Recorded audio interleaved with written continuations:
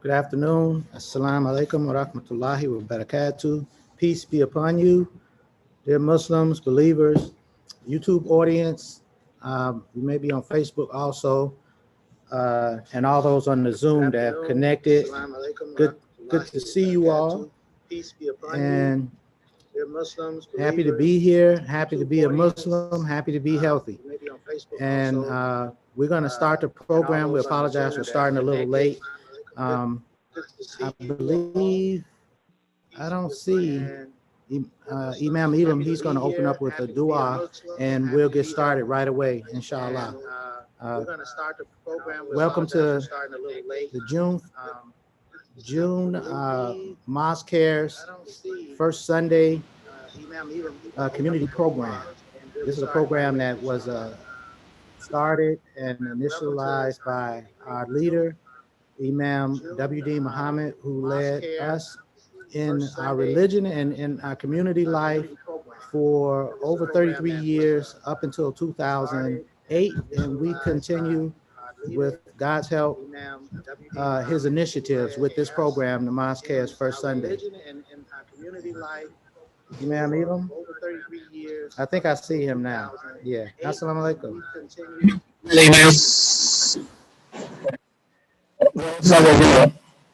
بسم الله الرحمن الرحيم الحمد لله رب العالمين الرحمن الرحيم مالك يوم الدين إياك نعبد وإياك نستعين اهدنا الصراط المستقيم صراط الذين أنعمت عليهم غير المغضوب عليهم ولا الضالين آمين.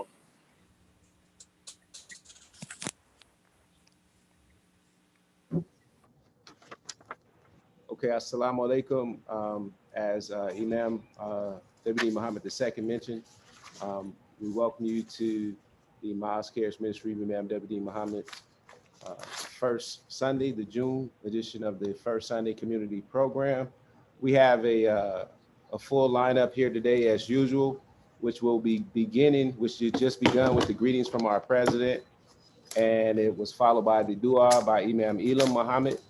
And we have today with us, we have the Muslim Health Consortium with Dr. Mikhail Ramadan, Sister Coral Kadar, see Brother Ron Foster, and they may have other members of the Muslim Health Consortium. So we'll allow them to make comments to initially open us up with comments from the Muslim Health Consortium as usual. And we'll also then allow for brief questions and allow the Muslim Health Consortium to address the questions and provide answers for us, inshallah.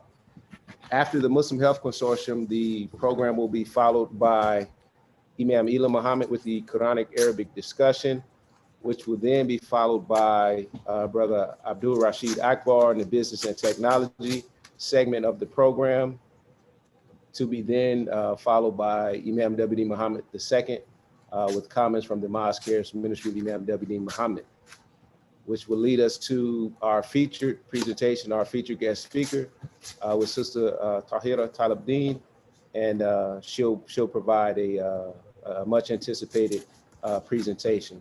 But throughout the program, we'll continue to give updates, and then we'll give you more information about the next speaker, and then we'll give you information about our future speaker.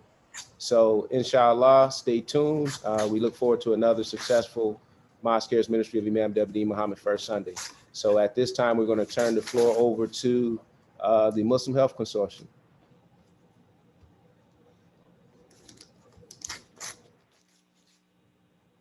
Dr. Ramadan or Sister Coral or Brother Ron, it's all yours. Assalamu alaikum. I will defer to Dr. Ramadan to open up our brief comments. Assalamu alaikum. Bismillahirrahmanirrahim. I am happy to give this report at this time. We are pleased to report that things look much better. Alhamdulillah. We have just come through Memorial Day, and inshallah, everyone enjoyed the time with their family in a way that we haven't been able to over the past year. I know that my family and I, we took an RV trip, and the adults were fully vaccinated, and the grandchildren under 12 were not vaccinated. So we continued to mask in the RV and during the trip. So alhamdulillah. That's an example of the sort of things that we would like to address briefly here now. The CDC reports that 63.4% of the US population has received at least one shot. This is wonderful. The metrics do support us reopening for businesses and for economic activity, and also for the schools. Just to give you an example, here in the state of Illinois, we are running ahead according to our metrics. The plan was to open up everything by the 4th of July, but things look much better. We have here in Illinois only 626 cases. That may sound like a lot, but it is not. That's the best we've looked in a long time. We have had only 15 deaths for the past month, which is incredibly low, alhamdulillah. We have had also, so far, 5,347,000 Illinoisans vaccinated, which gives us about a 41% of our total population. And our positive rate, our rate for positivity is what I want to say, is down to 1.3, and that's good. We yesterday or 2 days ago, here in Illinois, we vaccinated 53,000 people. And so things are progressing. And in terms of the vaccine, it is working better than we had anticipated. Indeed. It is functioning very well. And we do indeed see breakthrough cases, and we do see a small number who don't respond. Both of these situations were expected and anticipated, but their numbers have remained low. We also see that the tests, the trials are proceeding. And now, as you know, children between 12 and 17 can receive their vaccinations, and this is good. But we would like to point out a caveat that these good numbers cover over a subset of people for whom things do not look good. And among those who are still unvaccinated, which is underneath this big picture that is improved, but among those who are unvaccinated, it is still running high. They're still running high comparatively in the number of cases that are occurring, the number of serious illnesses that are occurring, and the number of deaths that are occurring. And this is serious because, as we know, that there is a segment of our population, Black and brown citizens, who remain unvaccinated. And this is also because of this population of unvaccinated individuals. We do not recommend just cavalierly throwing away your mask. That the CDC has said we can now take off our masks. It's not like that. When we go unmasked, it's all right to go unmasked outside when you're not crowded. But when you go inside, you do not know who in there is vaccinated and who's not. But the virus knows. The virus knows who's vaccinated and who's not, and who's susceptible and who's not, and who's a carrier and who is not. Even when you're vaccinated, it doesn't mean that you are not still a carrier. Given the likelihood is very low because, again, of the effectiveness of the vaccines, but it is still possible. It is not zero, and it is not 100%. So it is still good to wear your mask, especially indoors and outdoors in crowds. The assumption outdoors is circulation. We all assume that the wind is blowing and changing the air in front of us. But if you are so close or so packed, still the air that is around you that you're breathing may indeed be the air that someone else has just breathed. So you still have to be conscious. And the other thing is that the variants are still there. We're happy to say that the impact of the variants has not been as profound as we feared so far. We say to that, alhamdulillah. We know they're still out there percolating, but none of them have made such a heavy footprint that has impacted us or changed the direction that we're taking.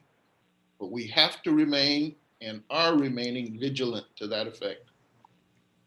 We also want to say that the vaccines have been effective, even against the variant from India, B1617. They've proven a degree of effectiveness, we're happy to say. And also, we've noticed that the long haulers, those are the individuals who have continued to have symptoms, even though they don't have active COVID, but the symptoms of have persisted with them.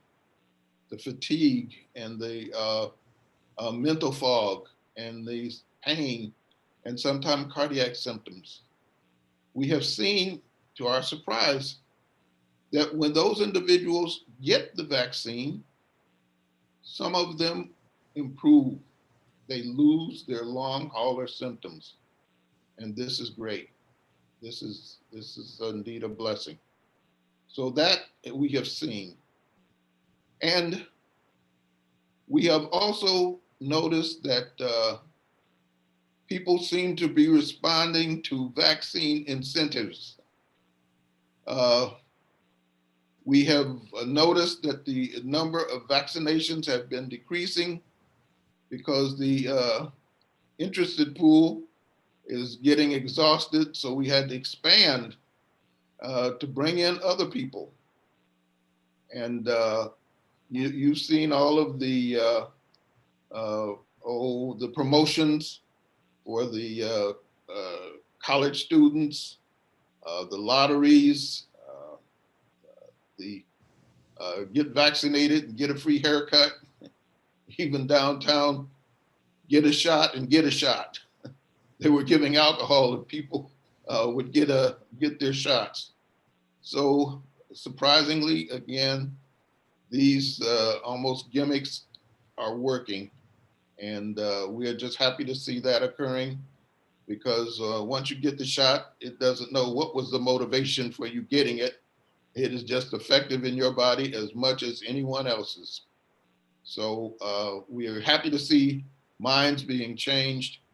And it's important that we establish this defensive corral around us called community immunity or herd immunity, which inshallah will help us against whatever may be coming next. So With that, I'm going to turn it over to our next presenter.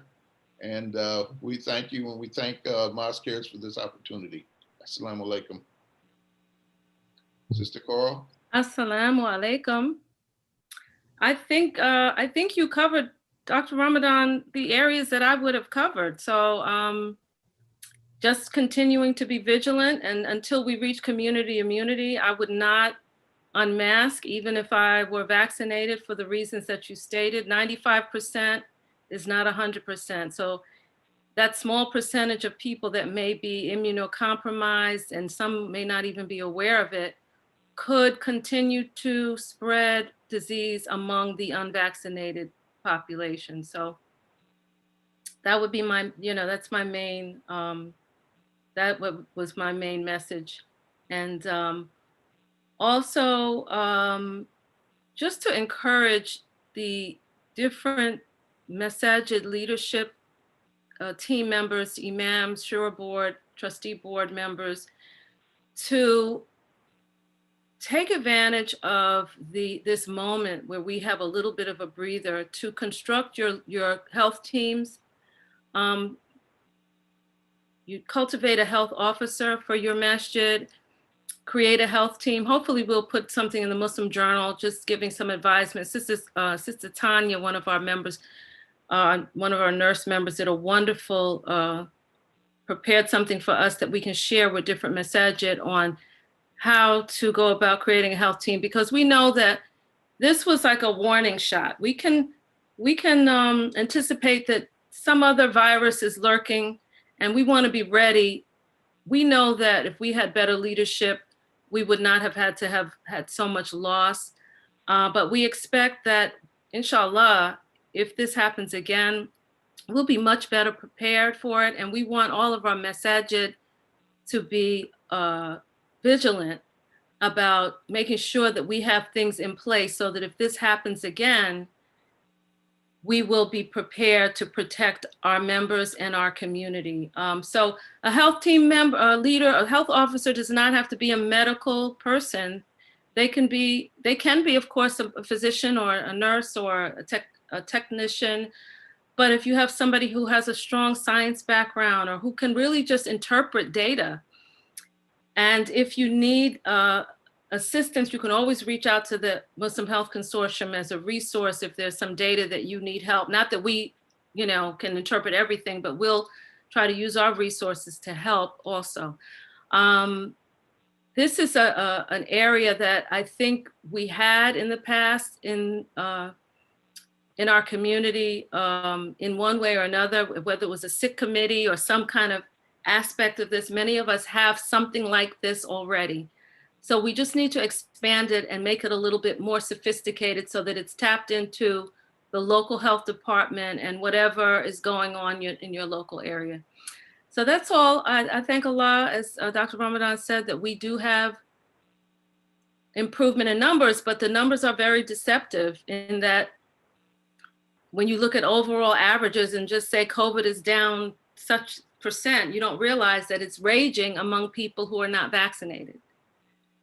So just keep that in mind. And especially if you're in multi-vaccine households, like my household, as with Dr. Ramadan, some people are vaccinated and some aren't. So, my husband and I try to stay vigilant, staying masked and indoors and in mixed, environments where we're not sure. I heard Dr. Wen just say this, that if she's outdoors, she does not wear a mask. If she is among a group that she knows everyone is vaccinated, she does not mask. But if she's indoors and she does not know the vaccine status of everyone in that building, she wears a mask. And she has small children that are not vaccinated at home. So you have to think about the group, not just, I'm vaccinated, I can be out. We still have to think with that social responsibility. We're still responsible for our community that is not protected. And lastly, we know that people who are considered to be immunocompromised, they may be taking a medication that suppresses their immune system or have some disease or disorder that compromises their immunity. Those people are not getting the same protection from the vaccine as other people. So I just want to add that there are some of us that may be immunocompromised and don't know it. So just be aware that until we reach community immunity, which kind of creates this cover, until we reach that point, we are really recommending that we remain vigilant and continue to mask and social distance when we're indoors in company that we are not aware of what their vaccine status is. So thank you so much for the Mosque Cares being so available to this community, for keeping us all connected to what's going on with the health of our community. Thank you so much. And Brother Ron? Yes, ma'am. Assalamu alaikum. Like I think my input today is going to be directed toward those who have chosen, and we respect your right to choose, those that have chosen to not take the vaccine. We're witnessing in this country, and in fact, countries around the world, it's a global phenomenon. We're witnessing a tightening and a restriction going on among where you can go, where you can't go, what you can do, and what you can't do. And this is only going to get more pronounced. So we're in a situation now that if we're not careful, those that haven't taken the vaccine, if you're not careful, you're falling into a trap. Now, right now, there are people among African Americans and people among the believers who are going among the believers, and they are selling forged documents saying that you have taken the vaccine. Now, I would just like to remind you that if you use a forged document to go from state to state, then that brings things to a federal level. And if you use the document in international travel, that could bring into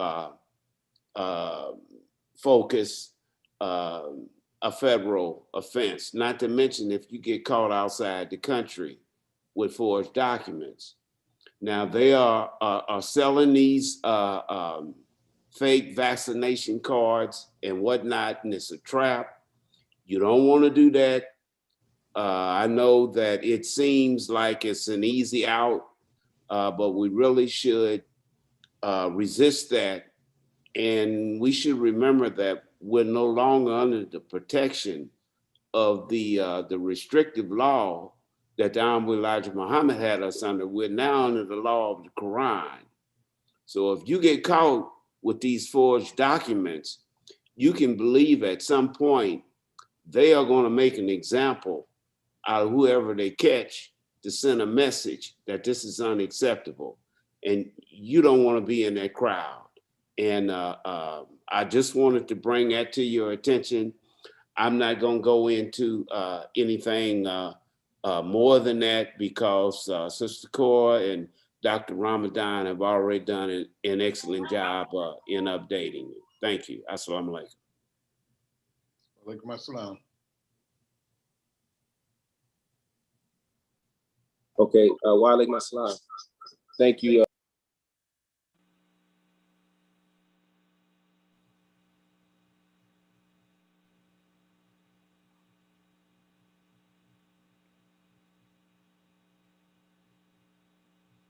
You're on mute, brother. Thank you, Dr. Ron. So yes, you just heard from the Muslim Health Consortium, Dr. Ramadan, Sister Coral, and Brother Ron. So they've just given us the latest updates regarding the current health climate internationally and nationally. So at this time, as we always do, we would allow this time, if you would permit, for members of the Muslim Health Consortium, are you guys willing to you have time for questions? Yes. Okay, so at this time, please we'll take a few questions just raise your hand, and then we'll go to the questions in the order of the raised hands that we see. So if you have any questions or comments, I see first, Brother Hassan Bilal, go ahead and unmute yourself, brother. Assalamu alaikum, brothers and sister Coral. This is the first time I'm joining in on this meeting, so I appreciate it. I think that you've given us some excellent information. I'd like to ask you, Dr. Ramadan, what do you think is the reason why so many of the folks in our community still are resisting getting the vaccine? I know a lot of us were skeptical early on and wanted to see how it worked. And, you know, we had memories of Tuskegee debacle and all of those things. But is that still prevalent in our community, or what are you finding? I think you hit on two of the main issues that still linger in our community. The historic concerns, fear, and also the idea that that if I just eat right, if I just maintain an adequate diet, if I just keep up my prayers, that Allah will protect me. And I think this is very prevalent in our community. And I think to that segment, do they realize that a plague occurred during the time of Prophet Muhammad? In the 18th year of Hijrah, there was a big plague that took out a lot of the Sahaba. A lot of them died, and many of them got sick. And Allah is with Prophet Muhammad and with those early believers. So that the idea that if I eat right and pray, that Allah will protect me, indeed Allah will protect us. But He also gives us common sense and human intellect and science. And these are tools. Just as He gave us body armor, and He gave us a pen, and He gave us other things that He wanted us to use. So, you know, many people were waiting to see. I'm going to see if the president takes it. I'm going to see if the vice president takes it. I'm going to see if leadership takes it. I'm going to wait to see what happens over months after they take it. That time has passed. All of them have taken it. You have watched it work. And we have watched it now, as we mentioned, those who did not take it, the virus is looking and discovering them. So that you have every incentive to take it, and you have concerns now that are documented that against not taking it. And it's a way of not being, of helping the community at large. So, you know, I can't understand why it's not being accepted and taken. And we would encourage everyone to take the step. If you have any lingering skepticism or any lingering hesitancy, please relinquish that or give that in your prayers to Allah and step forward in courage. That's what I would say. May I add something to that, Brother Hassan? I'd just like to add to what Dr. Ramadan said. We're seeing a lot of young people who are reticent, and we feel that there is a disconnect in the culture, that, you know, the culture is really targeting our young people, and unfortunately, they've been separated from us. So a lot of our young people weren't masking. They were buying into a lot of the conspiracy theories that were telling them that masking was not good, and that they were going to build up too much carbon dioxide and so on. So I think the challenge is, I think we have to realize when we have these conversations with our young people, we can't ignore the fact that there are risks in the vaccine, but I always bring to their attention that the risks are published. It's not any secret that they've acknowledged that the vaccine, even though it was developed quickly, we remind them that the money was invested ahead of the vaccine development. And that's what made it come so quickly. Not that they skimped on the science, because the science for these mRNA vaccines has been in development for a decade or more. For the other vaccines, the AstraZeneca and the Johnson & Johnson, which we're not seeing as much effectiveness with, those scientific platforms have been around for a while. And Brother Ron has told us in the past more specific details about both of these platforms.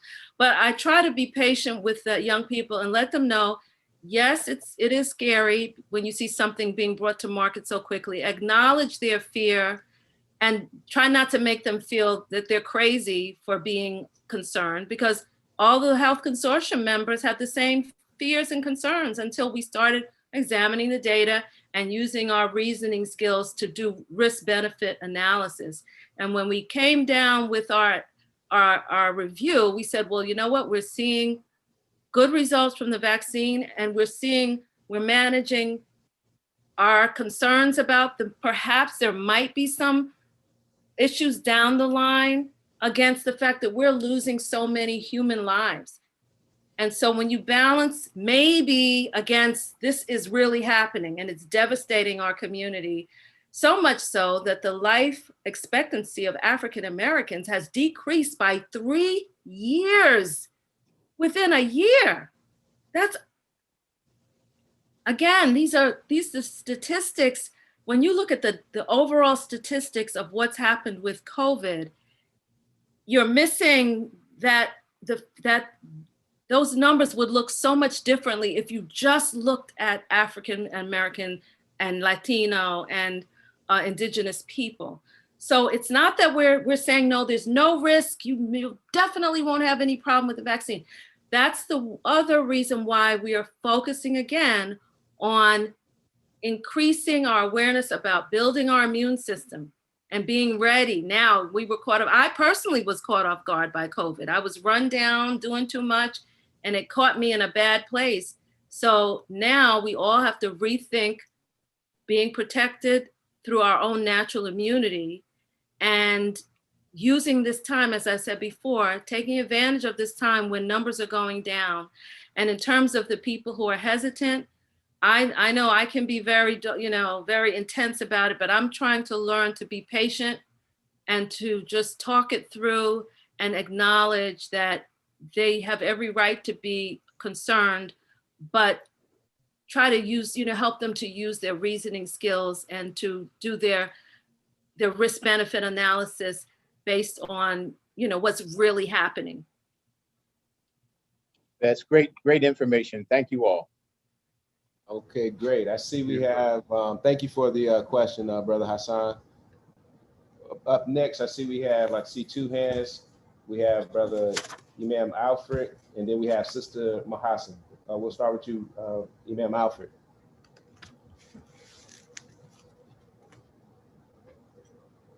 Okay, Imam Alfred, if you have a question, this is the time to ask a question. If while he's getting ready, if Sister Mahassan, if you're ready to ask your question, you can go ahead and we'll come back to Imam Alfred. Sister Mahassan.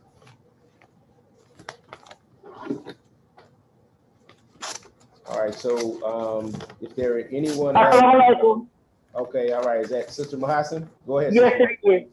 To the consortium, how will we know when when the herd or the community has obtained complete vaccination? And I have a follow-up. Has a vaccination been to the carriers, the active carriers? Has it been to stop the process of them infecting someone else? We're not sure. Were you able to understand that, Sister Cora or Dr. Ramadan? I thought I understood. Sister, are you asking about how would you know whether your vaccine is effective if you're? No. How will we know with the mass, what they call it, the mass community or the mass herd? How will we know that we have attained and this disease has been eradicated? I mean, will it be future testing, or will we do blood cultures, or how would, and a follow up with that, the carriers, the ones that has been infected and yet still have symptoms. You said that the vaccine has helped those symptoms.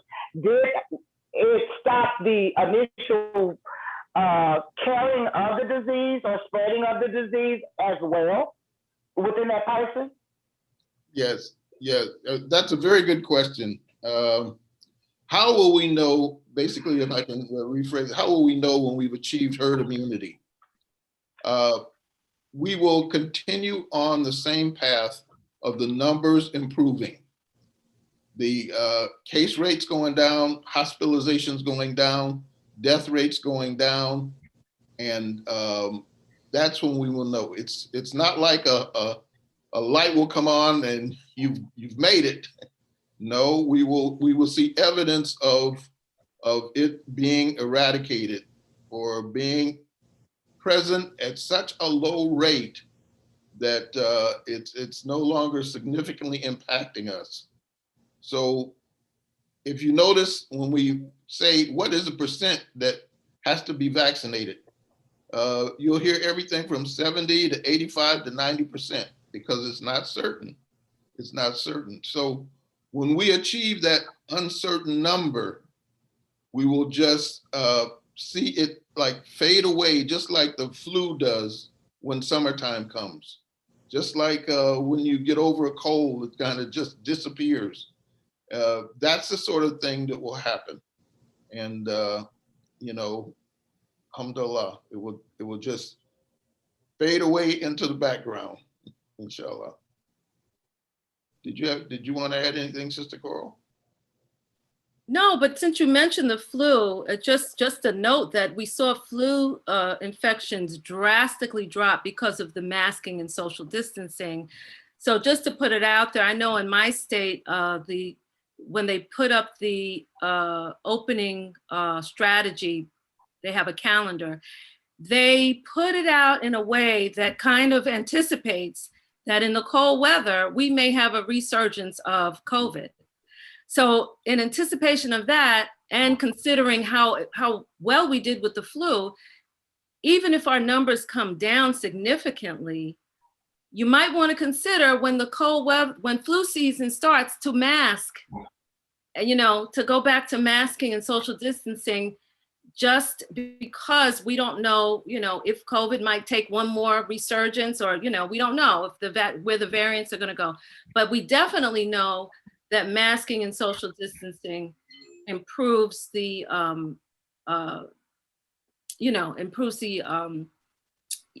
flu season. It brings down the infection rate for the flu.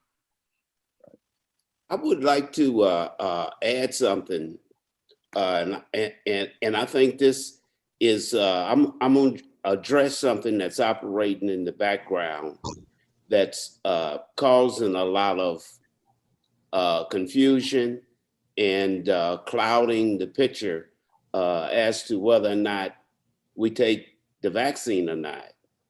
Okay, now I'm gonna try to be as diplomatic as I can, and I'm gonna try to be as tactful as I can. I'm also gonna try to be as direct that I can, because the hour of the day, the time, and the risk that's involved. Now, a lot of people, especially our young people, are hesitant about taking the vaccine, and they're quoting Malcolm out of one side of their mouth, and then out of the other side of their mouth, and I'm gonna be very diplomatic with this, they're listening and taking the advice of somebody who called Malcolm a traitor, and somebody who publicly called for the death of Malcolm. Now, I suggest that you turn on the light of your higher critical thinking and look and make a decision based on what you see. And if what the data that's in front of you, if it cannot stand the heat of examination, if it cannot survive under scrutiny, then you need to make a decision to leave that alone. And when someone brings you information that they've gotten off the internet or this, that, and the other, like the Quran says, prove it. If you're truthful with what you're saying, then prove it. And I urge young people to really, really give that my inputs and thought. Thank you. Thank you, Brother Ron. And I just want to add to that. I agree with that. And I want to add to that, now they're reviewing whether or not this virus was developed in a clinical environment that due to some kind of experimentation. And we know that we've always said that there looked like there was a possibility that that was the case, even though the Health Consortium did not focus on the origins of the virus. We've always acknowledged that, who knows, it could have been the case. And I thought about that in reviewing the vaccine. In my mind, it's funny that you mentioned Malcolm, because I thought to myself, what would the Honorable Elijah Muhammad say? May Allah be pleased with him. And who knows? Nobody knows what he would say. But I believe, based on the logic, the style of logic that he used to apply to the community and listening to Imam Muhammad discuss him, I believe, especially in light of the fact that we are thinking that this virus may be a product of some human experimentation, I honestly believe, and this is just my own view, I have nothing to support it, I believe he would say, if they made it, if they created it, we have to trust that they're the ones that know the formula, the antidote for it. So that's just something to consider. It's not anything scientific, but just to consider. Data's coming out looking like it's something that was a product of man's intervention with the animals, not just randomly jumping from animal to human. So if this is something that was scientifically somehow, the platform was created in a laboratory, then we have to realize that there's science there that may be more suitable to eradicate this than just taking your vitamins and eating healthy. And so even though that's always a part of our health strategy, but we have to understand things are operating on a very, very, very high sophisticated level science-wise. And we can't keep our head in the sand about that. I would just say to that, and I agree with everything that's been said. Allah tells us in the Quran to fight with those things that fight against us. Now, from whatever the origin may be, if it can kill me, if it can kill my community, if it can kill my country, then I will fight against it. Okay, and when the dust is settled, then we will determine what the origin is.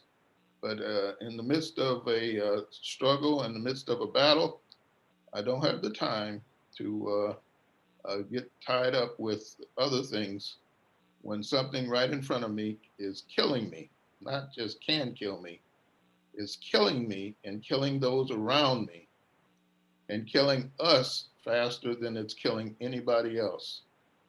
That's almost as though it was targeted. So I have to consider that aspect of it. And when you are basing it on, as we have called, when you base it on evidence-based, science-based, base it on facts, and when you reverse analyze the facts, you see what is necessary and what supports you. So we just encourage everyone to do that, and that scientific method is what Allah supports in the Quran. I just want to ask one question. It's a kind of rhetorical question, and they've shown that some of the anti-vaccine campaigns are coming out of Russia. So I just want to put that, this is not, I don't want it to be answered now. I don't want to take up the Mosque Cares time with this, but just think to yourself, why would a foreign and adversarial country be promoting an anti-vaccine campaign among African Americans, among poor people that are not educated? Why are they doing that? So just think about that as well.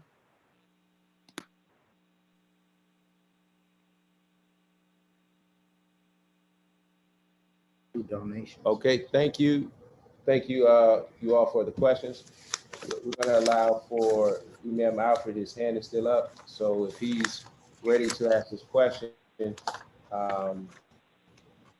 ahead and do so, Yes, sir. Imam Yes, Alfred. sir. If not, we'll allow for, okay, go ahead, Imam Alfred. Yeah, assalamu alaikum. I first of all just want to thank the Mosque Cares, and I want to thank Dr. Mikhail Ramadan, who Imam Muhammad had appointed to be the chairman of the committee structure in this community. And this is really an outgrowth of the SICK committee, the Accident and Mishap committee. And I see that you all are continuing. I want to congratulate my fellow New Jerseyan, sister Amatullah Kadar, for her great work. I was telling someone today that is kind of twixt between our community and another community. I said, you have to listen to what the Quran says and obey those who are charged with authority from among you. The Prophet taught us against quacks. The Elijah Muhammad told us to follow doctors. I never forget, I wrote him a letter, asked him about something medical. He said, follow your doctor. So I think that's enough logic for us to understand. We understand evil people now plot. But I think Sister Cora is when she talked about the disinformation campaign. So I think we should follow the people who are charged with authority among us. And we have from the Mosque Cares Health Consortium, I listened to them. Once I heard that Dr. Mikhail Ramadan, a practicing physician that has been around and been in this community for years, and an authority in this community, and seeing Sister Cora Kadar and others on that committee, that's enough for me. And I went and got my vaccine, and I will continue to be vaccinated. And I just want to share one personal thing with you all. Also, while at the same time, I take IV vitamins and all the rest. I did get COVID, but I think one of the reasons it wasn't as bad because I also had taken the pneumonia vaccine. So the body can be trained with vaccines. So I didn't have the lungs and all that problem. So maybe you all will comment on that, but I just want to compliment you on the great work that Dr. Ramadan, Sister Coral, and others are doing, and applaud you. And let us reach our young people, let them know that we have authorities from among us to speak on these subjects. Thank you. Thank you for that, Imam. Yes, as I would say, as time goes on and our world becomes more complex, when we develop more chemicals, when we develop more science and things which work for our health and against our health. They work for us and against us, all of these new developments. And, it's important to have someone that you trust that's in it and saying, look, this is a good thing for us and this is a bad thing for us. That's time changes. Time changes. These developments march forward and they present new challenges. And I know in areas that I'm not aware of or familiar with or track regularly, I have to find people that I trust to give me good, solid information. That's what I would encourage everyone regarding these matters about which we're discussing. You can't use old remedies unless they work, unless they prove that they work. If you have an old remedy, I'm not saying toss it out. Let it prove itself. Get the evidence for its effectiveness. That's what I would challenge you with. Get the evidence for its effectiveness. And if you had or have remedies for the coronavirus that you know of, bring it forward, lay it on the table, let it prove itself. And we would ask, how has it been working for you? And for those that accepted it, we have to challenge those things that people say, because so often all they manage to do is take people away from things which would help them.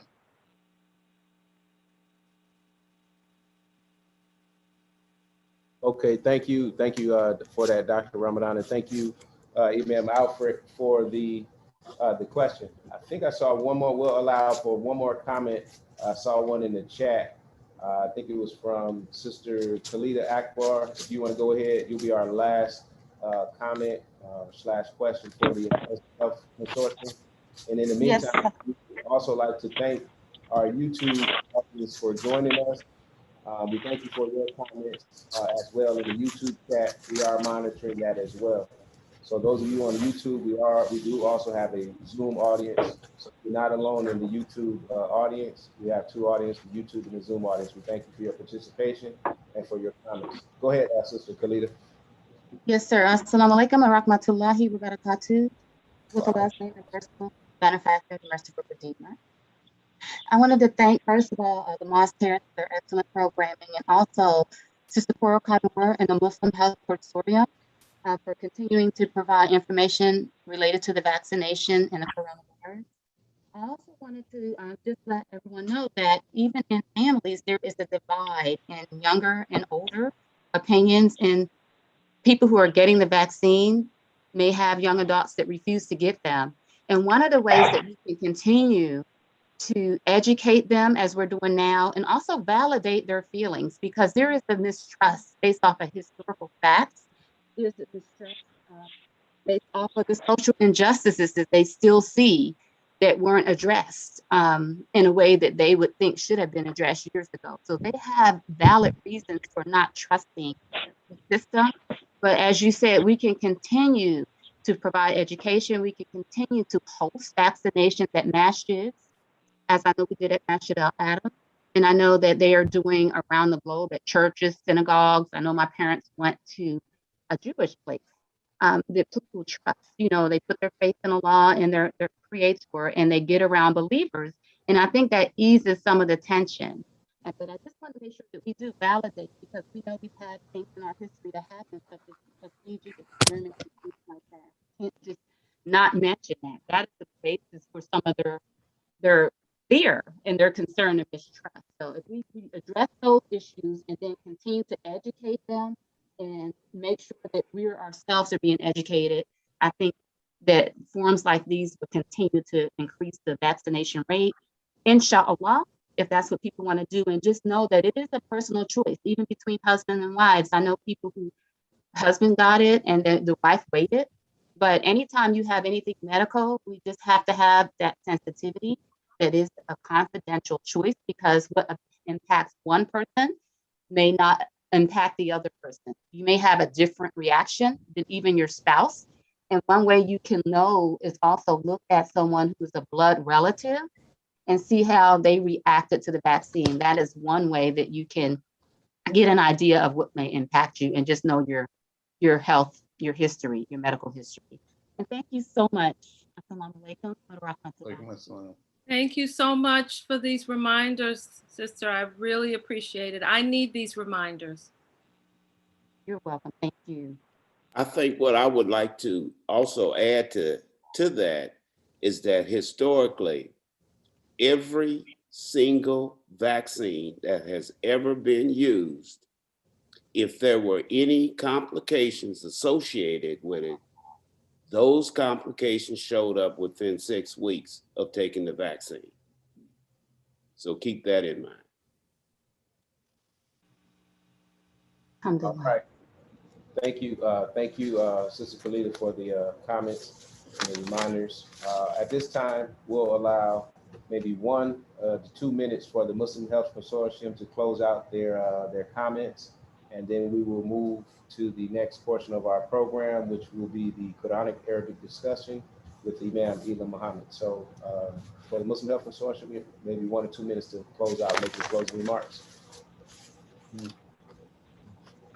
Well, I just want to say thank you to the Mosque Cares for allowing us this platform to try to support the community. Thank you so much. and I would just say that Thank you. it's still a good time to get your vaccination if you haven't gotten it yet. Alhamdulillah. Alhamdulillah. Anything, Brother Ron? No, I just ditto what has been said by my 2 knowledgeable colleagues. Thank you. Yes, thank you. Alhamdulillah. Once again, we thank the Muslim Health Consortium for their experience, their expertise, and their information. As always, they're straight with the information. And as mentioned by several members on the call and by the Muslim Health Consortium themselves, just look at the information. You know, you have to make the decision on your own, evaluate all the information, and make the decision. We thank the Muslim Health Consortium. They always take their time out to spend with us and answer our questions and concerns, and we appreciate them very much for that. I would just ask for the Muslim Health Consortium, could you please voice the contact information where the believers can get in touch with you or follow you? Could you voice it and then please enter it into the chat for us afterwards, please? You're muted, Sister Coral. Sorry. The email is contactyourmhc@gmail.com. I'm putting it in the chat. Okay, you said contact your mhc@gmail.com. Yes, and I just put it in the chat. Got it. We see it. Thank you very much again to the Muslim Health Consortium. At this time, we'll go ahead and transition into Imam Elam's presentation, Quranic Arabic discussion presentation. Yeah, thank you so much, alhamdulillah, and I really appreciate it. I had things going through my mind, questioning. By the way, I wasn't too afraid, but it felt uncomfortable. I went to the 63rd Street Beach yesterday, Lake Michigan.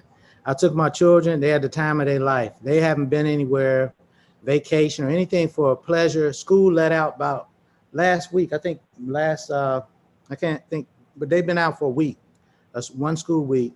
And I had to drag them away from the water.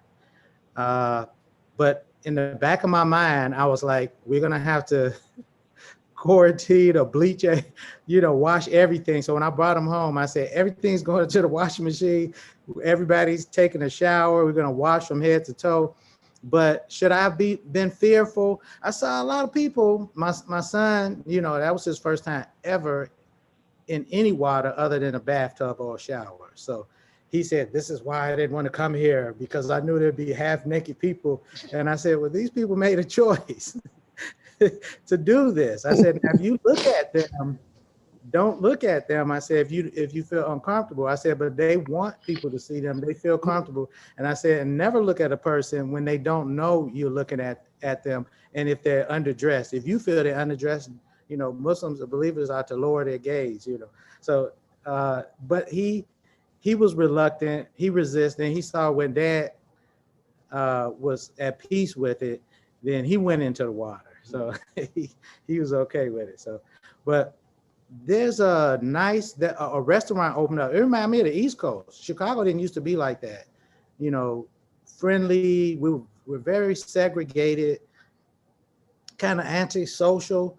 But I think the pandemic and the quarantine has changed us as a community. And I'm told that Chicago is going to officially open up in about a week or so.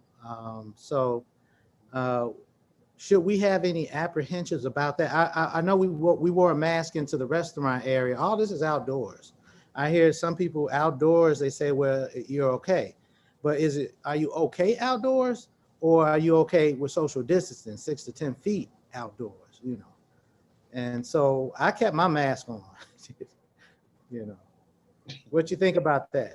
That's what to do. Okay, I got a thumbs up. I keep my mask on too. I keep my mask on, That's and right. and I waded in the water up to my knees. Then that was it, because I had short pants on. I went And, swimming yesterday. You went swimming? Okay. I went swimming yesterday in the pool. Allahu Yes. Akbar. That's what you do when it's hot, right? Yeah. You go get some cool water. Yes. I think Dr. Alhamdulillah. Dr. Did you go Ramadan, into Lake Michigan? Allahu Akbar. Okay. No, I have a pool I swim laps in. My daughter's pool. She has a pool. Alhamdulillah. Yeah, that's wonderful. And it's not a public pool, right? It's No. except for the neighbors, maybe the kids in the neighborhood, huh? Yeah, we've had the community out there. And then private pools are chlorinated. Yes, yes. Does that kill that kills corona, right? There's no Chlorine? evidence of water transmission of the coronavirus. So yeah, Great. you're good. That's good to know. That's good to And know. the chlorine would also work against the virus anyway. Yes. Alhamdulillah. Thank you. but since the virus transmits primarily through the air, Right. so you're more concerned about, as Dr. Ramadan said earlier, if you're outdoors in large crowds, you know, that's still, you have to think it's possible that this, you know, could be still spreading in the air. Personally, if I'm outdoors and it's, you know, I'm just walking out, but if you're outdoors in crowds, and also I should mention that people who are vaccinated, you can ask your doctor to write a script so that you can have your antibodies tested to see that if you develop antibodies. I just saw an article from someone that did not develop antibodies. That person was taking a medication that suppressed their immune system. But it's not a bad idea just to give you that extra sense of security before you start taking off your mask to see if you did respond to the vaccine. I saw it. I don't think I read it. Alhamdulillah. Yeah, so yeah, that was a concern of mine also, and it made me feel a little more comfort seeing that there weren't a lot of crowds, but I expect them to increase because I had no idea that. I think the restaurant that I went to had just opened maybe 2 days earlier, and but I expect next week it's gonna. I probably won't go there. The waiting list will probably be too long, you know. Yeah, reservations, you know, inshallah. Yeah, alhamdulillah. Okay, I don't want to hold up any the program. The Imam Elam's, I'm sure he's there anxiously waiting. And thank you so much for the information. And I'm going to pass it. My children, I should have called them down here, and but I'll pass it on to them because they want to go back to the beach. I had to buy them sandals. They said, "Why didn't you tell us we're going to the beach?" Their tennis shoes were full of sand. Yeah, alhamdulillah. All right. I didn't know I was going to the beach. All right. Thanks again to the Muslim Health Consortium. At this time, we'll turn this part of the presentation over to Imam Elam Muhammad with the Quranic Arabic discussion. Assalamu alaikum, everybody. Wow, look at my son. So I should put read for him. You know, I'm a historian, and I remember Dr. Ramadan and those of the Health Consortium almost 2 months before the coronavirus hit the United States. They said, look out, it was coming and prepare yourself. Allahu Akbar. And speaking of the beach, I just can't wait till I get with Osman and we go on our fishing trip. I haven't fished in 5 years, so catch me a fish. Allahu Akbar. So thank the Health Consortium for all that they've done. And thank don't leave me out. If y'all go fishing, let me know because I like to go fishing too. Yeah, you are the man. I met somebody yesterday that's supposed to share some info with me. If I get it, I'll let you know where the good fishing spots are. Okay. They said they were catching big catfish yesterday. I mean, a day before yesterday. Okay. We just need to set it up, you know. We'll set it up. I wanted Sounds to do good. hey, okay. And again, thank you, Imam Warfi Muhammad II, for the opportunity to be able to present the Quranic Arabic class. And today we're going to just take one word, like we've been doing it for several times, to teach the rules and grammar of Arabic. We need to get to the situation that we don't want to be reciting what we learned from a long time ago and from transliteration, and we're set in our ways, and we think that we're reciting it correctly, the Arabic correctly, the Quranic Arabic correctly, and we're not. And we're responsible if we make a mistake with the word, and so we have to correct it. And so we're just going to take one word today. It's an attribute of Allah, and we've been working with 100 attributes of Allah. And with that one word, we're going to explain the Arabic grammar as we go. Okay, so if I got the share screen, I need to. Give the greeting. Yes, I will. Brother Benji Yamini, he gives you the greeting, Imam Warfi Muhammad II. Okay, so if I can get the shared screen, Brother Adil, I could. And the word that we're going to do is El-Hadi. El-Hadi.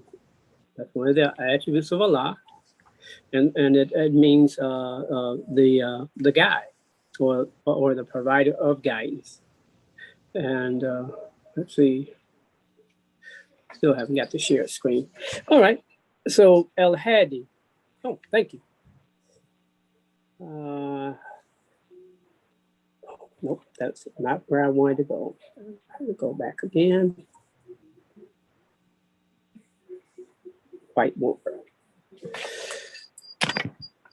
All right. The first thing we want to do is to be able to write it out.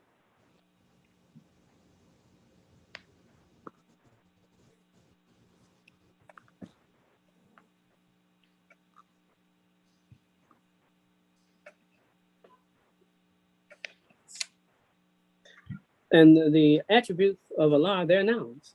They're named. The word for name and noun is ismun. And it says that the names of Allah is the most beautiful names. And so we need to learn how to spell it. First is the Aleph Lam. That's Al. That means the. Al means the, like the book. And the next letter is a Ha. Faha. Aleph makes it longer. Aleph has its own sound of A, and also whatever you put over under it, that's the sound. So that makes it longer. Then the D is the Kashra. Then the Ya with the Dhamma. That's how you spell it. And this is what it looks like when you put the letters together. And this is a noun. And the rule of noun is person, place, or thing, just like in English. But also in Arabic, it includes adverbs and adjectives and pronouns. They're all put into that. And the nouns, they're definite and indefinite. So it's with al in the last letter with Dhamma, al, in the last letter, Dhamma, to let you know that it's definite. Al and the Dhamma. That means the guy. Okay. When you remove the al, the last letter is a double Dhamma. So the definite is El Hadi. The indefinite is Hadiyun. Un, the false end at the end. And you write that, the H, that Aleph, again, that's a long vowel, long aspect. L with a kasra, a Ya with a double Dhamma. In the Quran, you probably will see it like this, something like that. So the nouns are definite and indefinite. The guide, a guide. El Hadiyu, Hadiyun. And if you rest on it, El Hadi, Hadi. Right. Next, okay, that's one rule of noun. There's a book I might have mentioned. It's called Arabic Made Easy. I mean, it's just one grammar book versus another grammar book. And out of that book, everything within the Arabic grammar is there. And the main page that I get out of that is page 9 or 8 or 9, whatever it is. And that's the one it mentions how the Arabic is made of 3 things. Made of ism,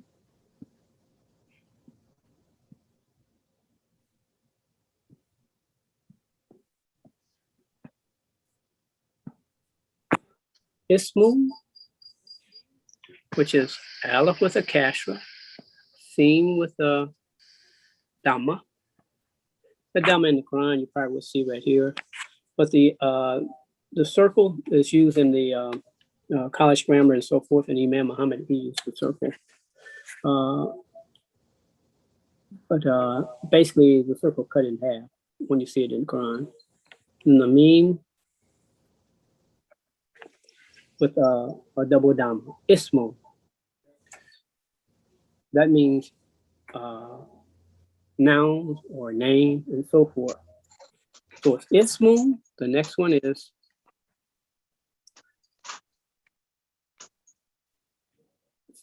fi'lun. And the next one is harfun. That's a H right there. Harfun.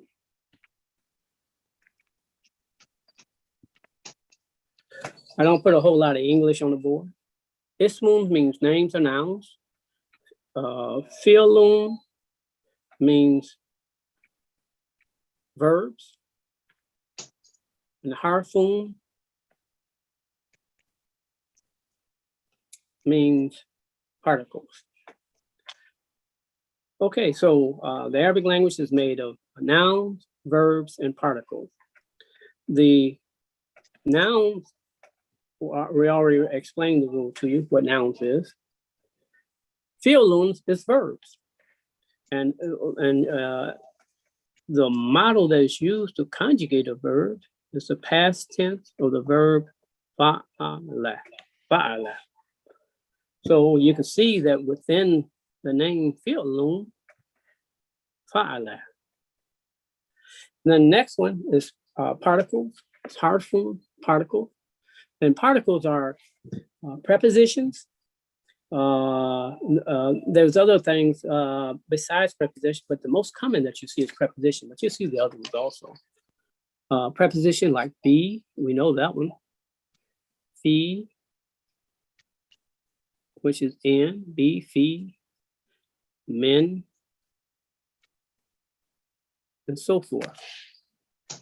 But you also have there's just a sign.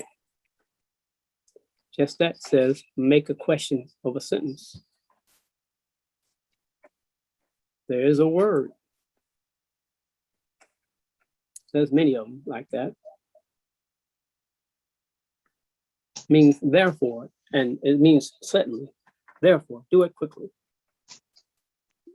There's another one. Thumma. it means therefore. But you have time for that one. So noun, verbs, particle. And when you realize that, then it makes it real simple. Because if you know how to do the nouns, then you know how to do the verbs. And so if you can do nouns and verbs, you got almost 2/3 of the Arabic language. And then the particles, you learn the particles, you learn them step by step. You got almost the whole Arabic language. Now, of course, there's more, you got different levels of the verb. You got numbers, you got colors. We could sit here and I could teach you how to count to 1 to 1,000,000, and we probably take me 3 months. Is that going to help you try to get Quranic Arabic within a month or 2? I don't think so. Don't you know how to count 1, 2, 3, 4, 5, 6, 7, 8, 9, 10, or just the few words that's there? You're okay. All right. So we're using one noun. And what noun is that? That is al-hadi, the guide. If we look at that, we should be able to break it down to a 3-letter root. The 3-letter root is the past tense form of a verb. So I mentioned fa'ala, that means he did.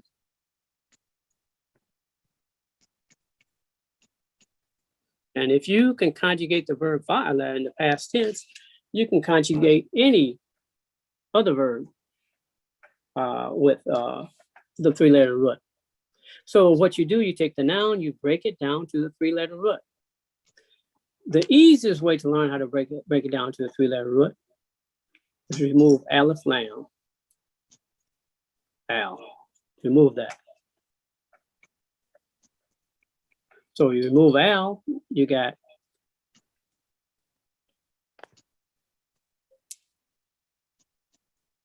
you have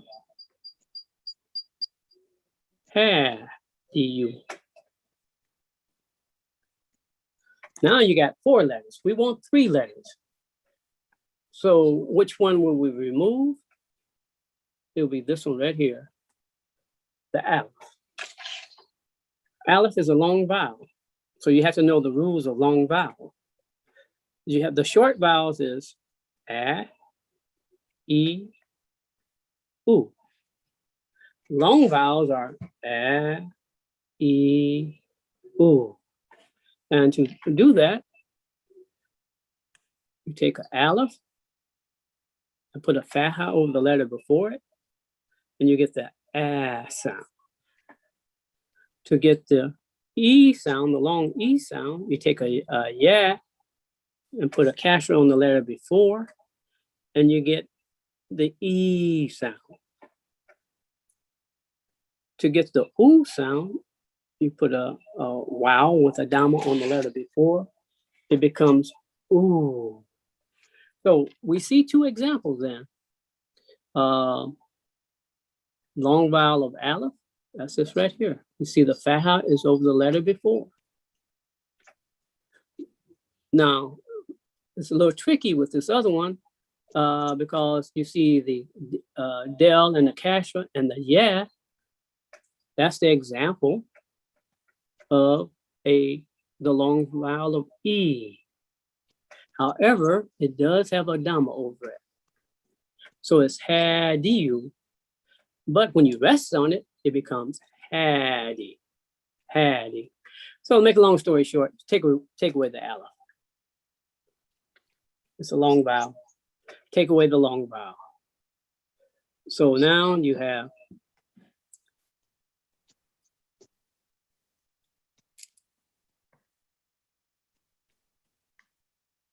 ha, da, and yeah.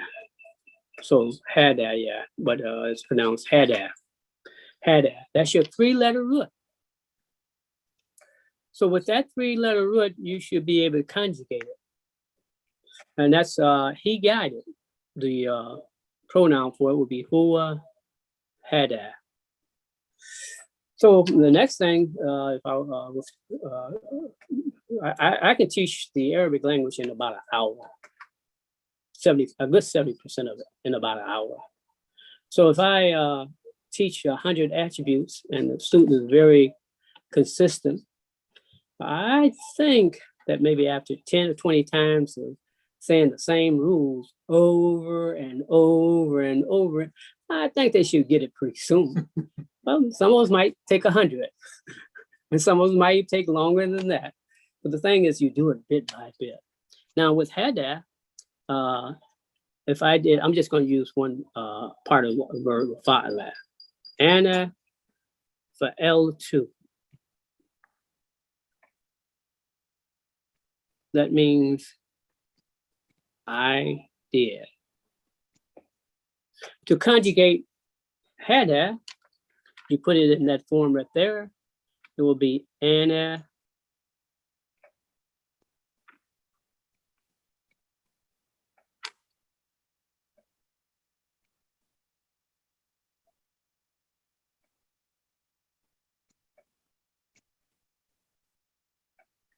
Hadaytu. You see on the H, where on the F you see a fatha. Over the H you have a fatha. You see on the Ain you have a fatha. Over the D you have a fatha. And over the L you have a sukoon. Over the Ya you have a sukoon. Then you add two. Ana hadaytu means I got it. I got it. I got it. And if L2 means I did. So I'm just going to put this what we already put on the board.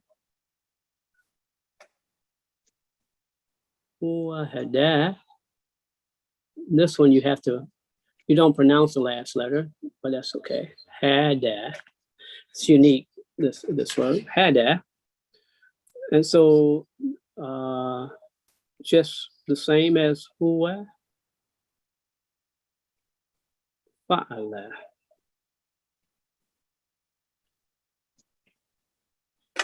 And again, you would have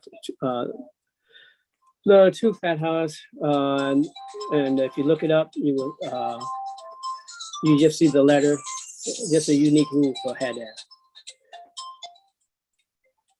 All right, I'm gonna end with one thing. It's called a Adolpha structure. It sounds complicated, but when you look at the all the name, not all, but a majority of the names of the chapters of the Quran, you have an Adolpha structure, and I'll show you one. And hopefully I can end with the one with the using the verb or using the attribute have had you. Okay.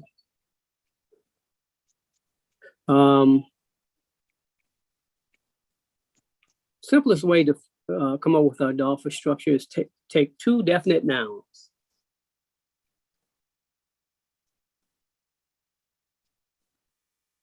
And definitely not that one.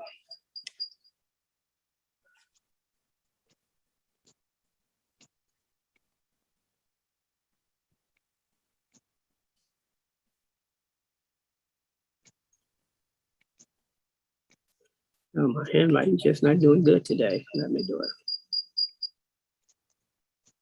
Yeah.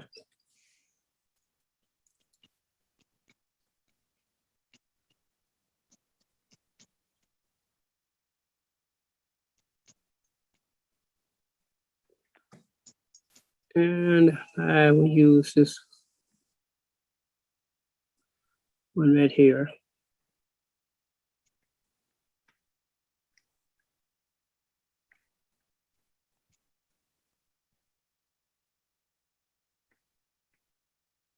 I believe that's correct. Al-Fatiha.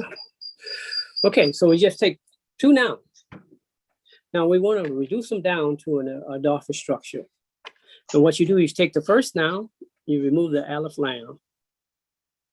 So now you have surah 2. Surah 2. As-suratu means a chapter. Then the chapter's name is Al-Fatiha. The next one, you keep the Alif Lam.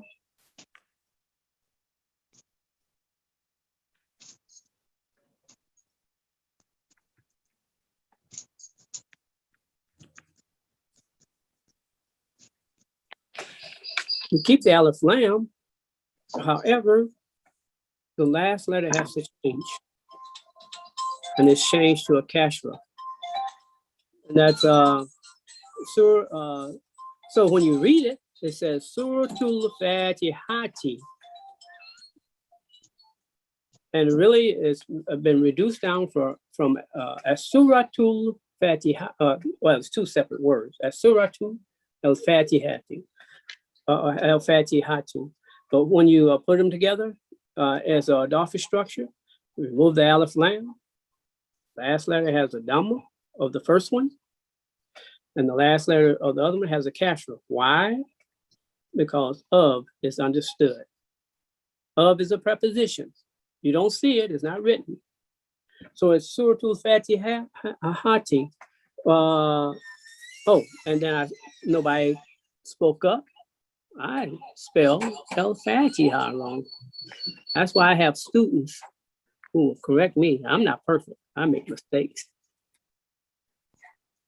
Somebody should have put it on the white on the chat board or came in. Fatiha. That's an example of having the wrong word. And I would be responsible for that. And my job is correct. And we use lined paper.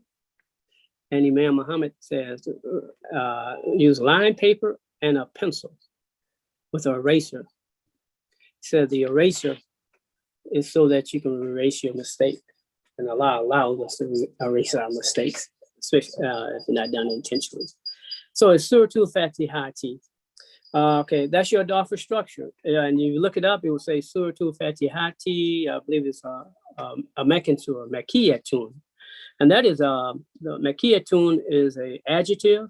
And if you broke it down to a three-letter root, you could find it. And it reads, the chapter of Al-Fatiha is Meccan.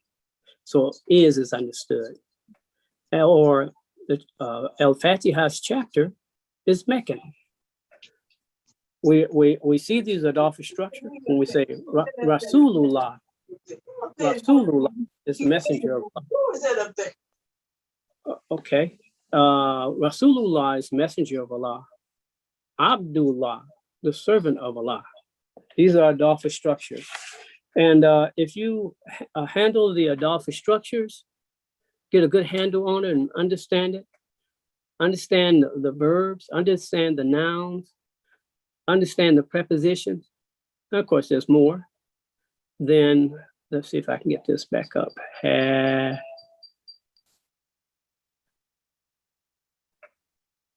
Du. Okay. That's not right. Let me look at my paper, at my phone. L. Starting out like we did before. And we're coming to the conclusion. L, ha, du. We take two nouns. We're going to use the same one since we're working with one attribute of Allah. We broke it down to the three-letter root. And do you know that when you break it down to the three-letter root, now you learn how to use the dictionary. Because when you look it up, you break a noun down to its three-letter root, or break an adverb down to its three-letter root, or break an adjective down to its three-letter root. You can look it up in the dictionary, and the dictionary will give you definitions. And if you learn the three-letter root and what it means, then if you have a noun, adjective, or adverb, you have a pretty good idea of what each one of those means. So again, let me put this up on the board and move real quickly.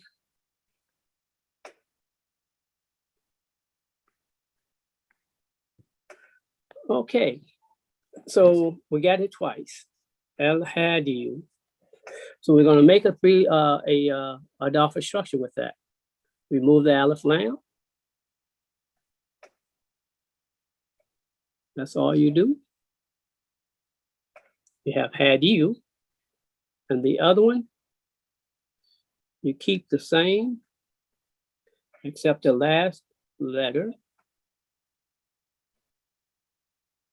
Had ye. Okay, and of is understood, and that's the guide of the guide, the guide's guide. Okay, I could be a guide, but Allah is the best of guides.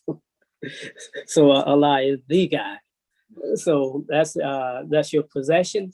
That's the Adolphic structure. This is a simple form, and that's we can go into pronouns, attached pronoun, then show how attached pronouns attached to noun, verbs, prepositions. 3 things. That's the only thing that they attach to. 3 things. Then we can go into a whole lot of other things. So with that, that concludes the class for the day. If there were some mistakes, send them up there and we'll correct them. And but I think we did a pretty good job today. So any questions, just send them to the chat and send me my email. I put my email address for if you're interested in the Quranic Arabic class, just email me your name, your telephone number, and your email address. I can send you material that we're working with. And with that, I give everybody the greetings. Assalamu alaikum. Wa alaikum assalam. Thank you, Imam Elam, for the Quranic Arabic discussion portion of our presentation. I know you said you put it in the chat, Imam Elam, but do you mind voicing your email information? Because we do have people on YouTube that can't see the Zoom chat. So if you don't mind just voicing that information. Okay. So they My name is Elam. That's E as in Edward, L-A-M.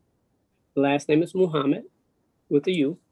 My email address is R-A, F as in Frank, I-A-H, the number 1, Rafia1 at, that's the at sound. That's M as in Mary, S as in Sam, N as in Nancy, .com, msn.com, Rafia1 at msn.com. Thank you, Brother Imam. Yes, sir. Thank you, Imam Elam. You said Rafia1 at msn.com, right? Yes. All right, got it. Thank you very much. All right, so now we will go ahead for the next portion of our program, which will be the business and technology portion of the program conducted by Brother Abdul Rashid Akbar. And while we're waiting for Brother Abdul Rashid Akbar to start, just to mention that we are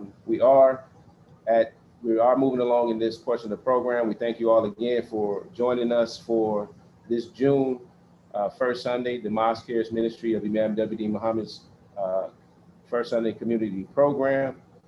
We are now at the business and technology portion of the program, which will be followed by comments from our president, Imam W.D. Muhammad II, which will then be concluding the program with a presentation from our special guest presenter, Sister Tahira Talibdeen. And it's a very much anticipated presentation, and we look forward to doing that. So without further ado, we'll go ahead and bring on Brother Abdul Rashid Akbar with the business and technology portion of our presentation. Thank you. Assalamu alaikum. Before Akbar gets started, Brother Hafiz Muhammad Sr., I just want to say that the Mosque Care is a charity.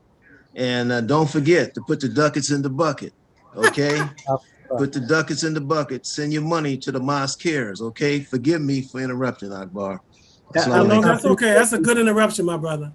Yeah, that's a good interruption, and I appreciate you. This is our brother. He's been the head for going on 13 years now for our community service, and we really appreciate you, Brother Hafiz Muhammad. And he's a very big supporter and has been for many, many years, for as long as I can remember, of the ministry of Imam W.D. Muhammad, and even before the Imam's ministry. Yeah, the mosque cares. We do have expenses, and and this is one of the things we've suffered due to the quarantining of from the COVID-19 and due to the pandemic. We've lost close to, on an average, between $800 and $1,200 that we relied upon during our in-face meetings at the Mosque Cares Community Center, due to the donations that we generally receive. So those of you that are awaiting, like we're waiting, the return of and the opening of the Mosque Cares facility so that we can be face to face, we really appreciate you for your contributions. And as a reminder, we still need those contributions on the first Sunday, these programs, so we can continue to manage these programs and the administrative properties of the Mosque Cares. Thank you. And thank you, Brother Akbar. Good to see you. I saw you at the Eid.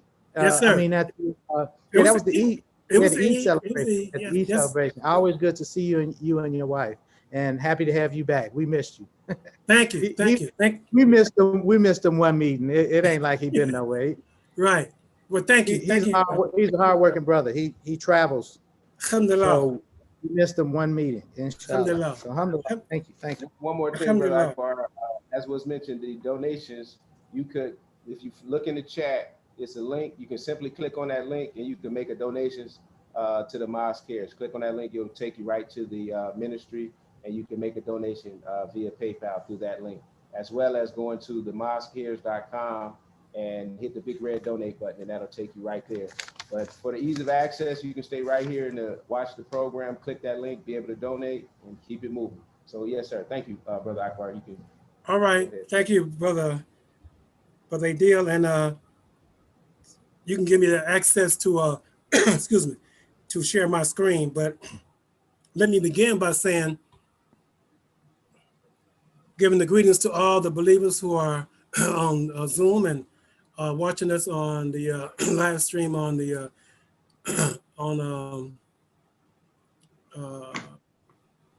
we're not on. Okay, so for live stream, on YouTube. So with that, with Allah's name, the merciful benefactor, the merciful redeemer, I bear witness openly that there's no God but the one God, Allah, and I bear witness openly that Muhammad is his messenger and the seal of the prophets. Again, thank the Mosque Cares for allowing me to address you again this first Sunday. And my presentation is usually around technology and business. I'm also going to deal with a little personal information during this presentation. But let me share my screen and let us begin. As I get prepared for this, let me bring up the, all right. So what we're going to begin with is, let me go. All right, as you know, we are coming through the pandemic. There's many of us are still dealing with some of the issues of the pandemic. But in terms of business, I wanted to bring this information to your attention. This, of course, the Small Business Administration. So if you go to the Small Business Administration's website, and that website is www.sba.gov. And then you can click on funding programs, or COVID relief and then funding programs. There are still programs out there that are available to those who may find that they could take advantage of these. The PPP loan program, that's the Paycheck Protection Program, that one is only processing applications that are in the pipeline. If you have not applied, that particular program is closed for new applications. But of course, there's other programs that are available. that may still have funding available. That's this COVID-19 is called the EIDL program. And as you see, this loan provides economic relief to small businesses and nonprofit organizations that are currently experiencing a temporary loss of revenue. So if you go to the website and click on learn more, you can learn more about that particular program. Also, there's the restaurant revitalization program. This program, and there's so many restaurants that took it on the chin during this pandemic. So many restaurants. So this program has funding for those who are in the restaurant business, food service business, and had challenges during this pandemic. When you go to the website and click on learn more there, you can get more information about that particular program. There's a program, if you're not, it's called the Shut It Venues Grant Program. Again, this is a grant program, so this is a program where you don't have to pay the money back. If you're an operator of a theater or a facility where you hosted plays and things like that, they refer to those as Shut It Venues. And if you provided this kind of a operation, there may be funds out there to help you because you were unable to continue those operations. You were unable to provide the the theater or the music, live music venues there at your venue. And if you're in that business, there's a grant. There was grant money put aside for you. So click on under that, the Shut It Venues Grant Program, click on learn more to get more information about that particular program. The SBA Debt Relief Program.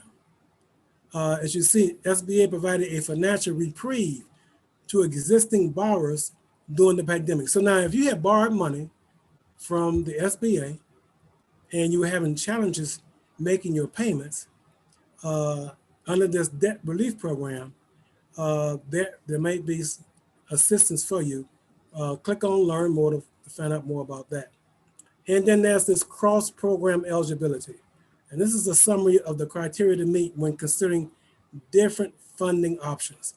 And you can just click on the learn more link under that to get more information about that program.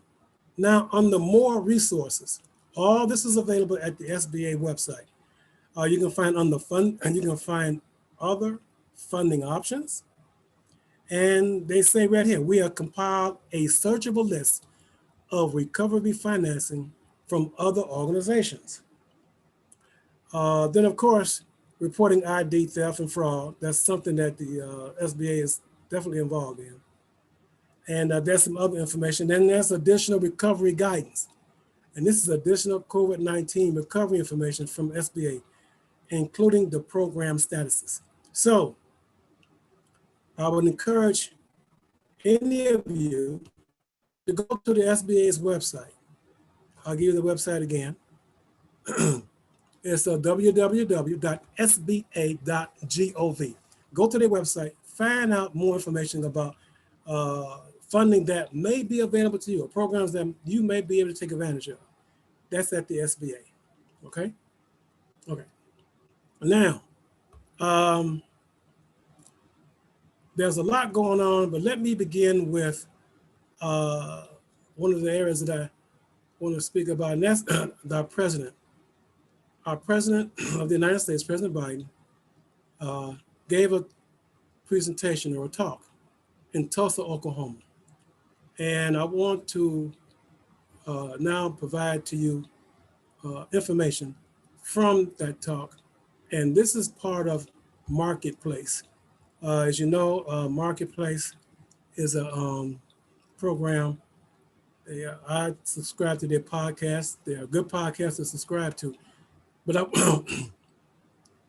want to bring you all more information on his presentation at Tulsa on this particular issue which is the issue of home ownership. And so let me begin that now. A strategy to ease the wealth gap based on race. I'm David Brancaccio. In a speech in Tulsa yesterday, President Biden laid out actions aimed at narrowing the racial wealth gap in America. The emphasis addressing discrimination in access to housing and the value of those assets, Marketplace's Andy Euler report. Scott Mills started working at Black Entertainment Television when he was a young man.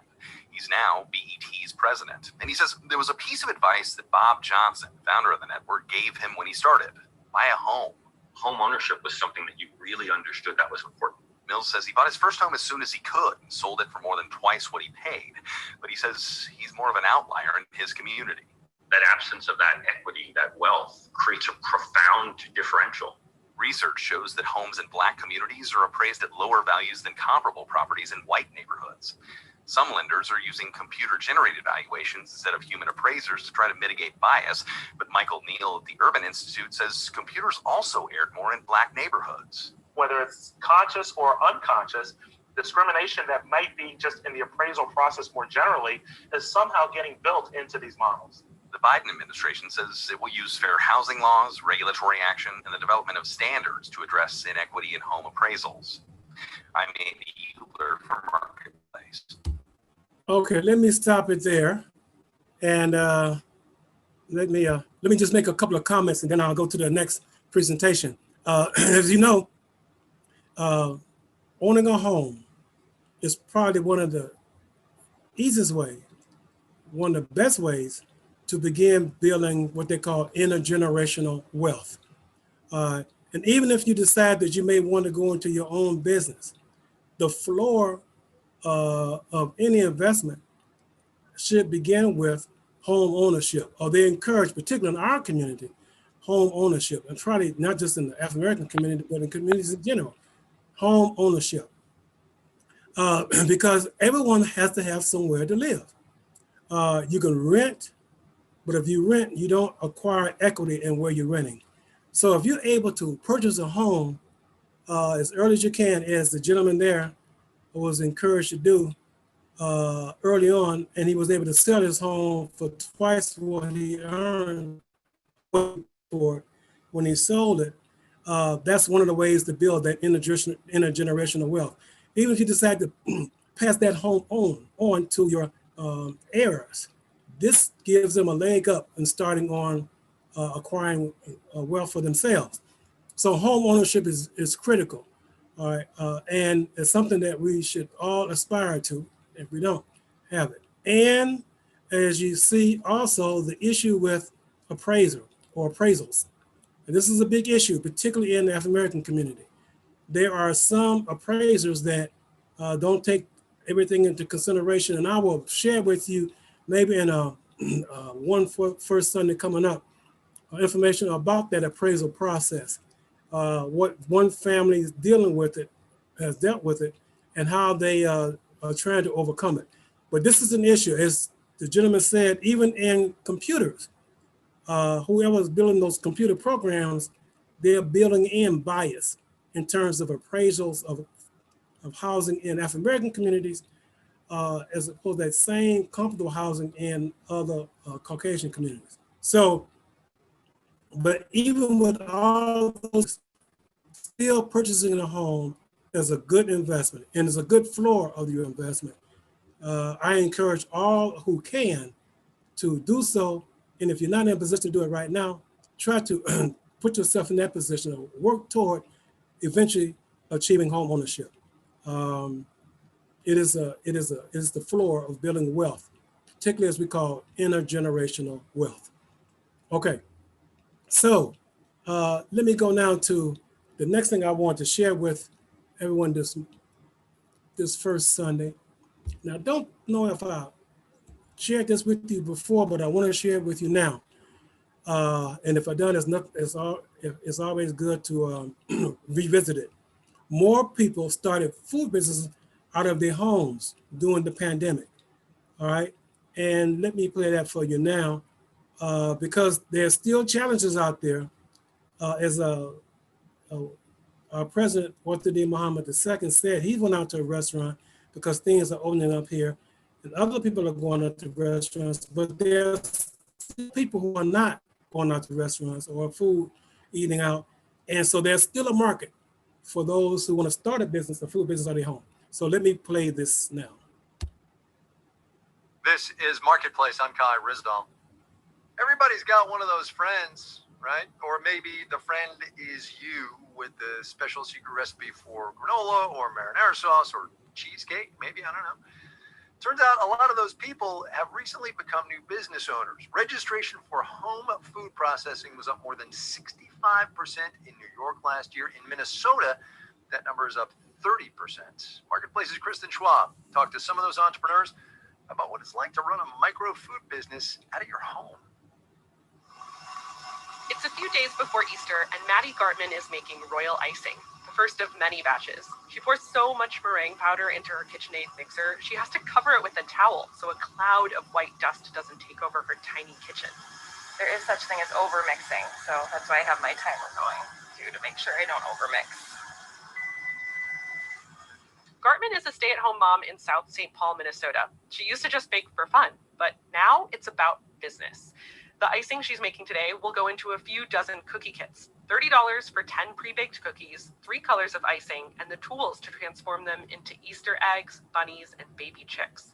She started selling the kits online when the pandemic hit. They just sold out like crazy. There were times that people would message me 5 minutes into posting and I'd have them all sold out. She also took her cookie decorating skills to TikTok with how-to videos. No, don't throw that dough out. You can use every last scrap of dough, and I'm going to show you. After a couple months on TikTok, Gardy Goodies has nearly 500,000 followers. The videos are bringing in enough money to build a studio in her basement. And this is the origin story of a lot of home food businesses. A passion project snowballs into something bigger. One of my friends was just like, hey man, like you love bagels, so you should just start making some bagels. Ben Grossman runs Benny's Bagels out of his parents' kitchen in Arlington, Massachusetts. He moved home after being laid off as a traveling chef with Cirque du Soleil and started the business. You know, I was making 12 or 16 at a time, and then like all of a sudden I was making like 250 or 300 bagels in a week.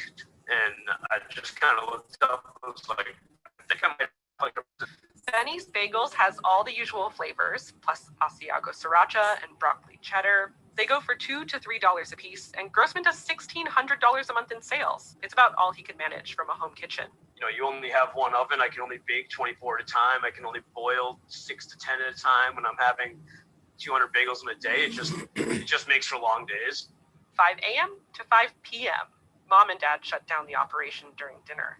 And the work is exhausting. He's broken so many mixing bowls that he now kneads the dough by hand. He's looked into commercial kitchen space, but the rent would eat up half his sales. He's also considered opening a store, a pretty big leap. Catherine Gregory is president of the New York Small Scale Food Producers Association. She's seen a lot of home cooks try to make that leap and fail. It just required more time than they expected, more effort than they expected, and also an understanding of costs and profit margins and how to market your salad dressing or hot sauce. Hot sauce is the thing right now among home cooks. Then there are all the rules. Massachusetts requires kitchen inspections. In Oregon, it's okay to make bread, but not focaccia. In North Carolina, certain sauces have to be sent to a lab for testing. Gregory likes to remind people there is nothing wrong with doing this as a hobby. And that's all some people want. Lata Asher started Auntie Makes Chapati in Rochester, New York last year. She's retired and missed cooking big weekly dinners for friends and family. I'm not doing it for money. I'm enjoying when people, they love my food. That's it. Or maybe you just need a break from Zoom and Netflix. Maddie Gartman thinks that's one reason her cookie kits are most popular with adults. I sit down and test my decorating skills on what's supposed to be a baby chick sitting in a cracked egg. Yours will be a textured egg. That's a very nice way of putting it. You can tell I was a teacher. Gartman would eventually like to sell these kits in stores with recipes for making the cookies and icing yourself, plus tools and accessories, because she wants to keep running her business from home. She just likes to spend less time in the kitchen. In Minnesota, I'm Kristen Schwab for Marketplace. Okay, so I think I might have played that particular program before, but it's good to repeat it. And I want to note one thing doing this. These people started their small food business out of their homes, not out of a rental apartment, out of their homes. So this is another way that once you own a home and you're purchasing your home, there's a lot you can do with your home. And at this time, starting a little food business or some other kind of business out of your home, if you have the space and you have the freedom to do that, is very important, very valuable. All right. Okay, so my last presentation for this First Sunday program is going to be, I think is extremely important for all of us. And this is where we're going to talk a little bit more about personal. We get into the personal issues and concerns. And let me go to that one now. This is the FDA campaigns to get unbanked to open accounts.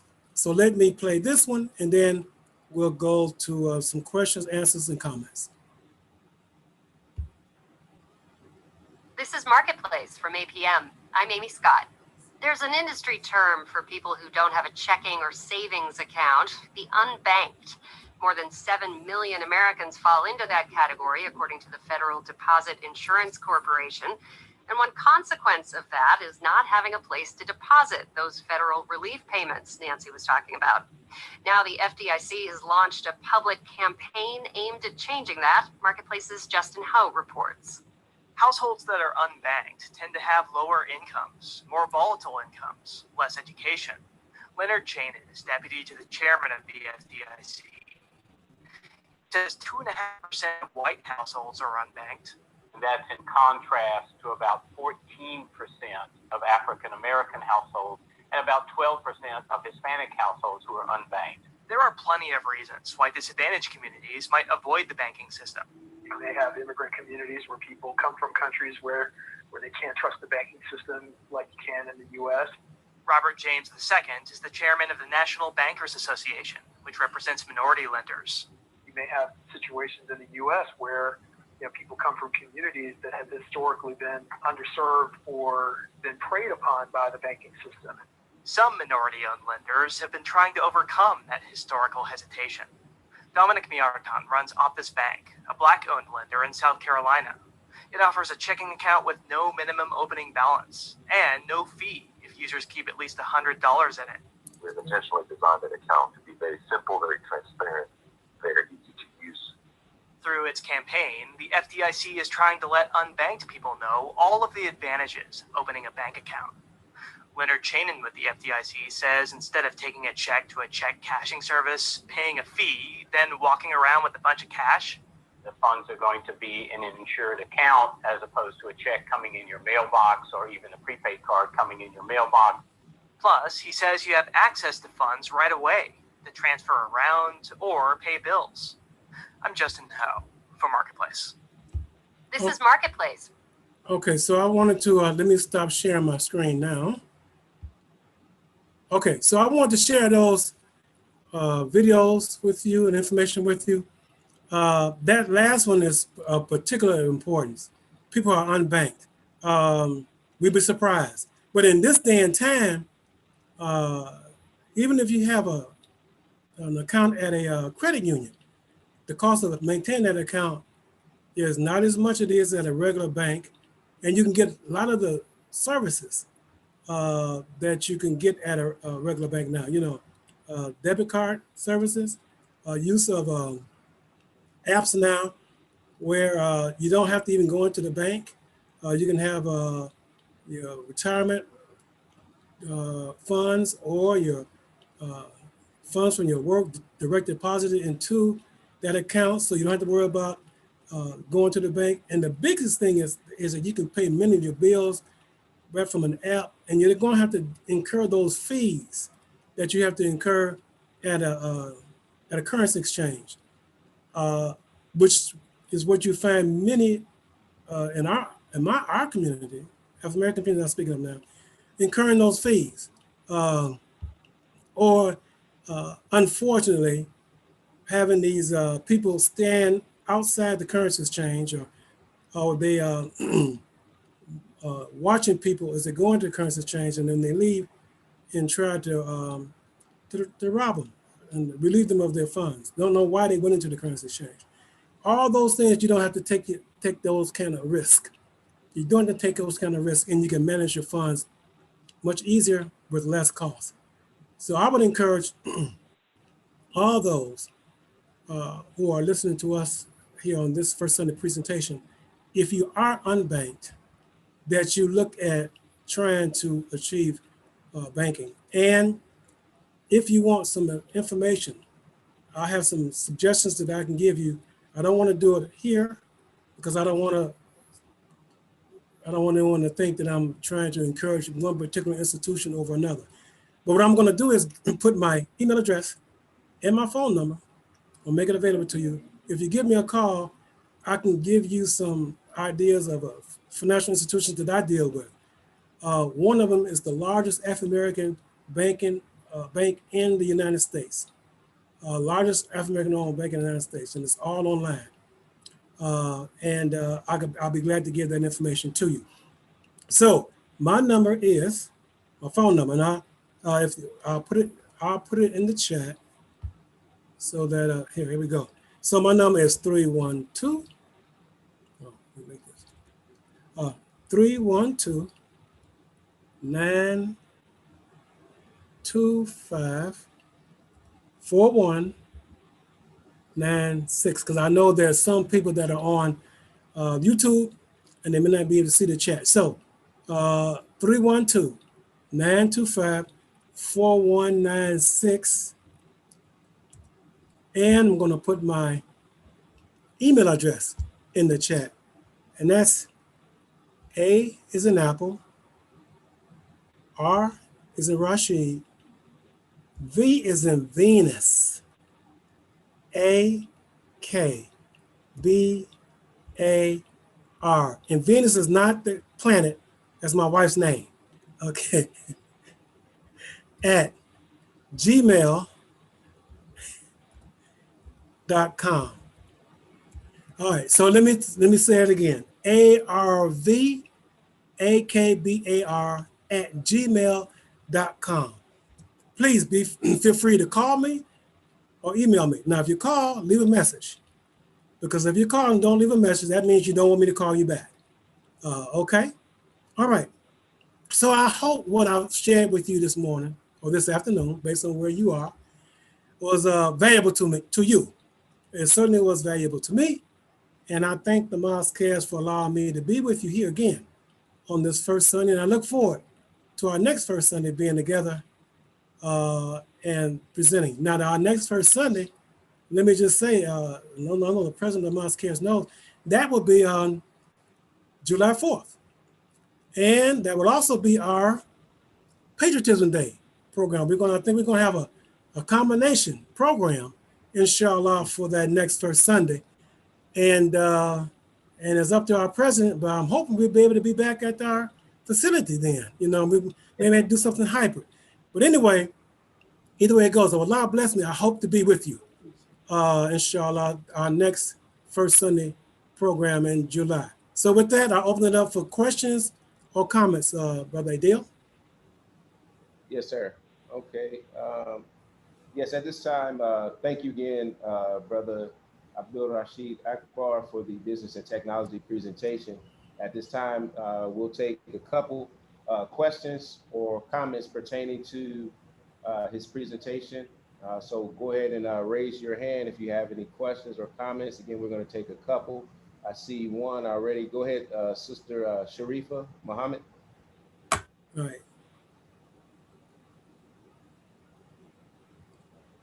Sister Sharifa? You gotta unmute, Sister Sharifa. She's unmuting. If anyone else has a question or a comment, please raise your hand. I see she's unmuted. Go ahead, Sister Sharifa. Okay, it's my husband, Brother Muhammad Sharif. Okay, go ahead, Brother Muhammad. Assalamu alaikum. Wa alaikum assalam. Brother Dio, Brother Akbar, Imam David Muhammad II. Assalamu alaikum.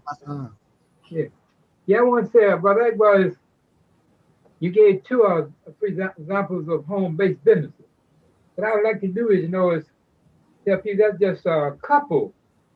They have people out there about thousands that open home-based businesses every day. I mean, that's about 1,000 home-based business, all kind of services and products that's out there, And I think one could probably go on your computer online, just put in some home-based businesses, and I think that just all kind of ideas. You'll be surprised the ideas you can get about starting your own businesses. Alhamdulillah. I thought I would just say that. Alhamdulillah. Well, we appreciate that, Brother Muhammad. We appreciate it. So for those who happen to be either out of a job or in between jobs, look at starting your own business. You'd be surprised, particularly at this time. Take advantage of what's available out there. As I said, a lot of people still don't want to go out. There are a lot of people who still like to have things delivered. All right. And so if you can take advantage of this time, you may be able to build your business that can help you in between jobs, or maybe a business that you can stay with and be able to take care of yourself and your family. So I encourage you to do so. So I think Sister Tawana Blake has her hand up, Brother Adil. Yes, sir. Go ahead, Sister Tawana. Assalamu alaikum. Wa alaikum assalam. I want to start a business, but I want to start my business out my apartment. You think that'll be feasible? Because I don't have a home. Well, Sister Tawana, it's based on what you want to do. It's based on what kind of business you want to start. Is it going to be something like cooking? Yes, sir. Okay, good. I wonder why I thought about that. Anyway, let me suggest something to you. Go ahead. YouTube, as you know, the Mosque Cares right now, they are live on YouTube with this First Sunday program. Do you know you can take a camera, set it up in your kitchen, set your area up that you want to use for cooking. It could be baking or whatever, in terms of preparation, whatever. Set that camera up and point it to YouTube. Get on YouTube for live on YouTube, and you can start instructing people of whatever particular item that you want to cook or bake. All right, you can start just demonstrating the recipe.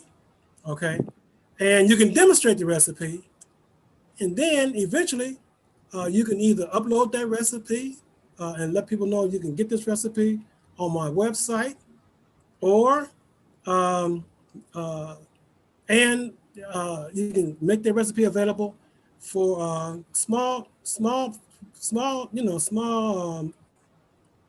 money, not a lot of money, but whatever you make that recipe available for, it can bring some resources in, and then you never know what that can grow into.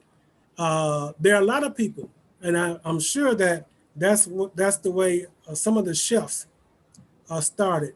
I know one young man that I chronicled on First Sunday one time. He started that baking. I think it was cupcakes out of I forget the container he had them in, but it was Brothers Bakes. I think it was Brothers Bake, and he did cupcakes out of his kitchen, and eventually he put those cupcakes in stores or whatever, before that he was a truck driver. Oh, Allahu Akbar. Yes, sir. And before that, he was a truck driver. And now that I know you, I'm going to find that video. It's on YouTube, and I'll send you the link to it. It's called Brothers Bakes. So that's a good idea. Now, I don't know if he was out of his home or whatever, but you can do something like that right in your kitchen, out of your apartment. I think I heard of him. Yeah, Brothers Bakes. Anyway, I'll send it to you. I'll send it to you. All right. Thank you so much, Brother Akbar. You're welcome. Okay. And thank you, Brother Adil and Brother Muhammad II. Yeah. Thank you. Appreciate you. And another hand for apartment dwellers, sell smaller products. Don't sell boats or ships or cars or large furniture. Sell small things. I have a young man. My daughter does his hair, and I don't know why. Services. You have goods and you have services. You have services like, cooking, hair, taxes, different, whatever your talents allow you to sell. But if you're the type of person that likes to sell products and you get that bug when you hand somebody something that you dressed up, you might take something and, most food come out the ground in the field. It don't look pretty until you cook it and season it up and make it look good in a pan or on a plate. Yes, sir. Yeah, so it's about packaging. I saw a young man, and I said, when I was young, I'd have did the same thing he did. He was in the post office, and his packages, they sell all kind of packaging that where you can get it custom made with your colors that promote your logos and promote your sense of design or your sense of what you think is attractive. And it's so much more fulfilling. That's what African American people, what we haven't discovered the pleasure of providing services. We always think of somebody trying to take advantage of us. Sometimes when you do for people, when you feel like you're not getting your fair share in life or the world is not treating you fairly, sometimes you should say, hey, well, I'm going to set the example and I'm going to treat people fair, no matter how bad people treat me, and try to give back to the world. So that's what business is. Business is really providing a service and giving back, being thankful to Allah, your Lord, your creator, whatever you might call him, and give back to your society. Money is a byproduct of service. Right. Your business will be supported if your intentions are good. If you mean good and if you don't make no money, you get the satisfaction of knowing that your heart was in the right place and you gave something good to a person that you felt deserved it or appreciated the service you gave them. So that's what we have to get in the mindset of. Stop thinking like we're victims all the time, although we are victims most of the time. Alhamdulillah. Alhamdulillah. We try to we should get back. Thank you. There's I learned a lot of this from Akbar. He's a man of charity. His number one aspect to being a successful businessman is his heart. Mhm. Yes, sir. And that's where it has to start. Alhamdulillah. Allahu Akbar. Alhamdulillah. Alhamdulillah. Thank you. Thank you. All right. Well, thank you, Brother Adil. I thank the Mosqueers for being able to allow me to present this first Sunday. Inshallah, I look forward to our next first Sunday in July. Inshallah. Inshallah. Thank you so much. All righty. We always enjoy and benefit from this. This is probably one of the most important programs that we can have as a people, as African American people. This is what the Honorable Elijah Muhammad struggled for. This is what Imam W. Dean Muhammad struggled for.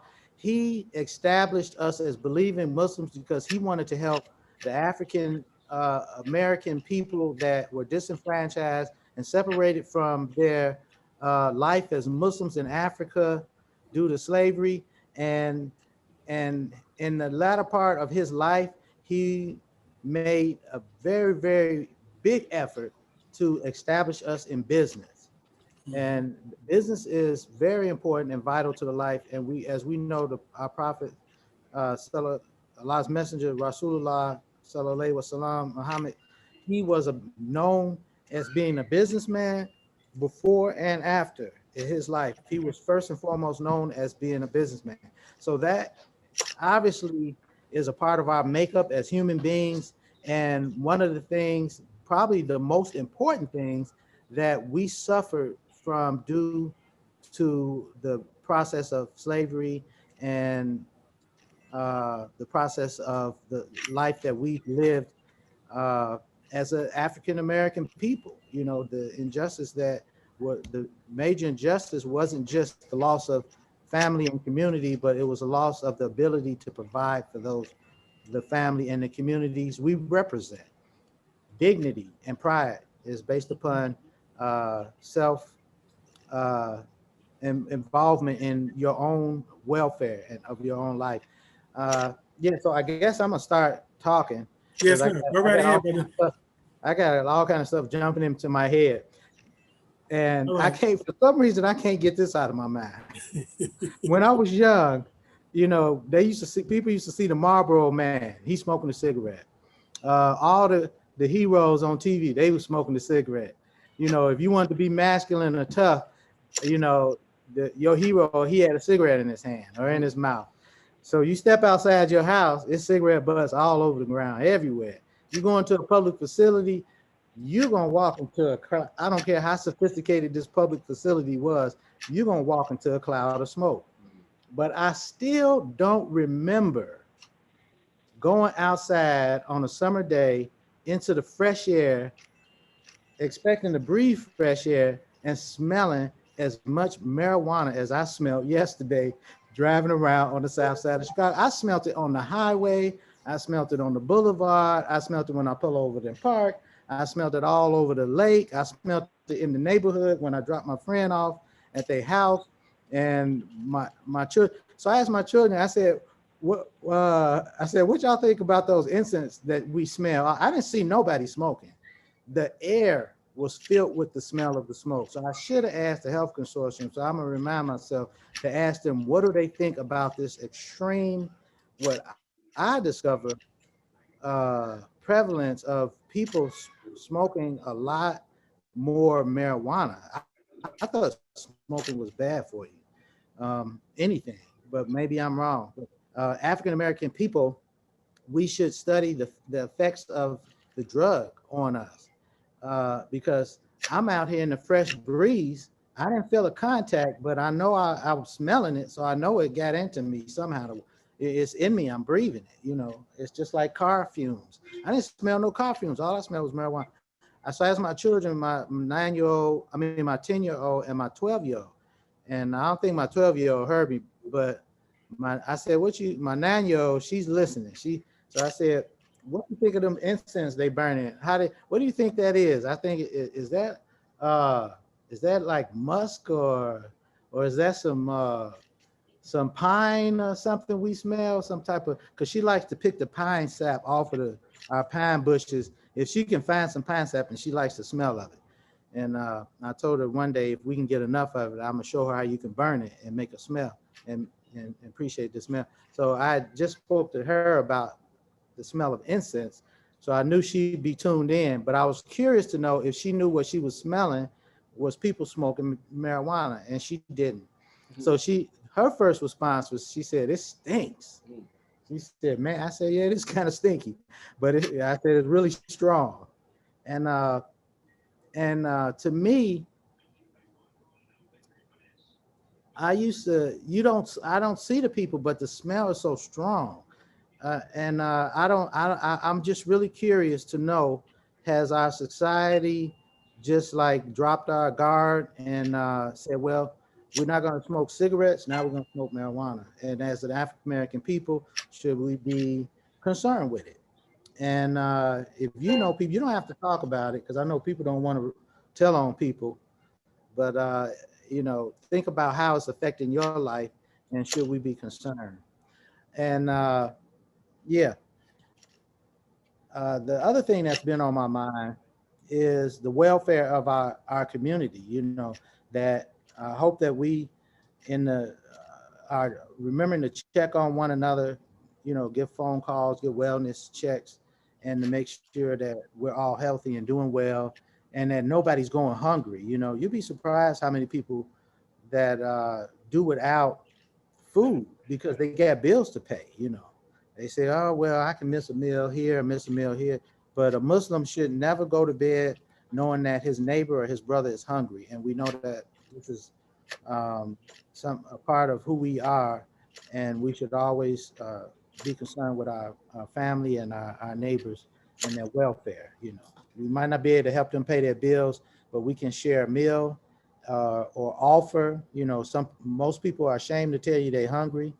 But we can always offer them a meal, and you don't have to know that a person is hungry and offer them a meal. Just be a friendly person and let them know, hey, I'm going to get something to eat. Say, what you doing later? I know you're busy, you might not have a lot of time, but let me buy you lunch, let me buy you dinner this evening. And that's a very brotherly thing to do and a humane thing to do. And this is something that we can do easily to take the burden off of society and our communities. And we always have, and what's got me thinking in this vein is the New World Patriotism Day that Imam W.D. Muhammad established. I think we're going on close to 30 years now. Showing our appreciation for our citizenry and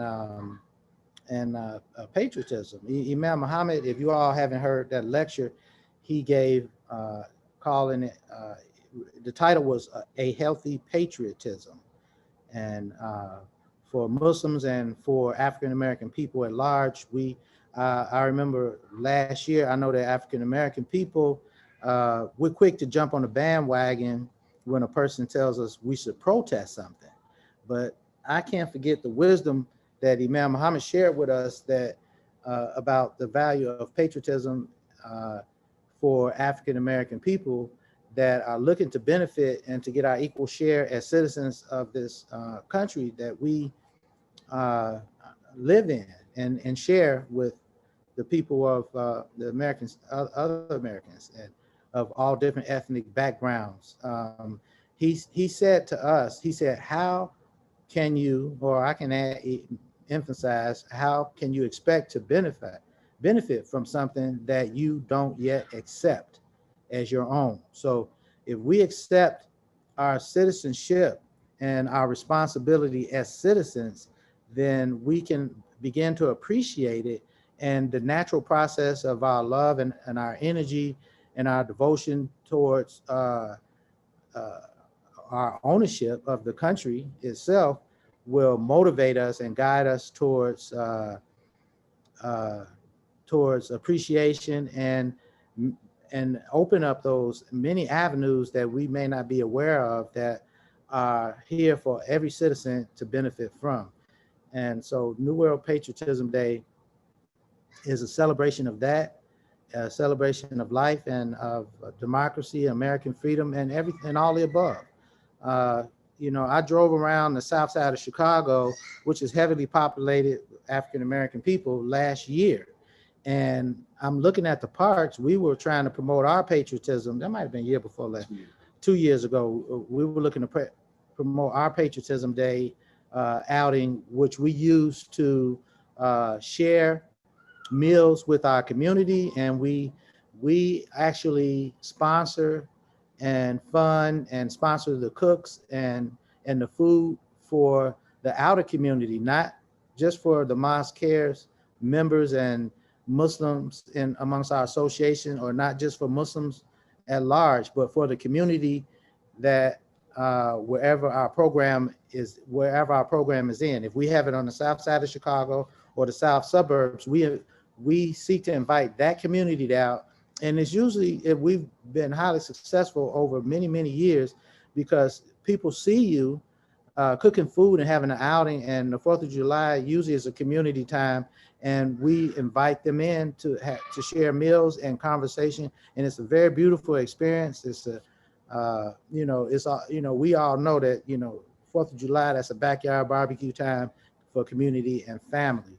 So God willing, we hope to have our Patriotism Day Mosque Care sponsored, you know, free food, and we're not selling you nothing cheap, you know, because we're Muslims, as Muslims and Muslims from our community, we don't offer people something we don't accept for ourselves. And you know, we're pretty sophisticated here, and personally, I have a really sophisticated palate myself. I don't like to eat no junk.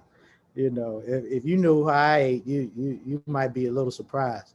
But we solicit the best barbecuers with the best halal food, and usually the halal that we seek is the halal produced by us in our community. So, you know, black owned business you're supporting, and you're going to be fed by, God willing, by black owned businesses and food. So alhamdulillah, it's always good to be with you.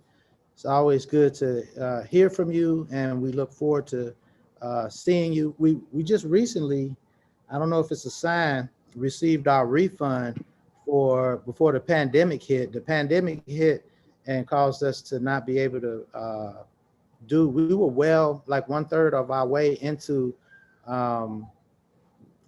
having are establishing our Mosque Cares sponsored annual convention, our big convention that we have for the community of the Mosque Cares and all those in association with the ministry of Imam W.D. Muhammad and the legacy of Imam W.D. Muhammad, which goes back to his father, the founder and builder of the what's known as the Nation of Islam, but establishing the name Muslim and Islam in America, mostly through the great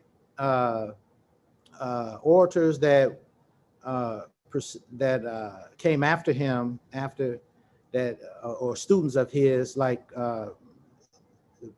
the biggest one most of us know now, Minister Farrakhan, Malcolm X, Honorable Imam Walathuddin Muhammad, the son of the founder and builder of the Nation of Islam, Elijah Muhammad, his son, Imam, world-renowned leader and scholar, religious scholar, Dr. Imam Walathuddin Muhammad, and the successor of his leadership, and the one credited for leading his community from into mainstream Islam and into the international community, or Ummah, as Muslims refer to, of Muslims, the world community of Muslims. And also the biggest and most notable, Muhammad Ali.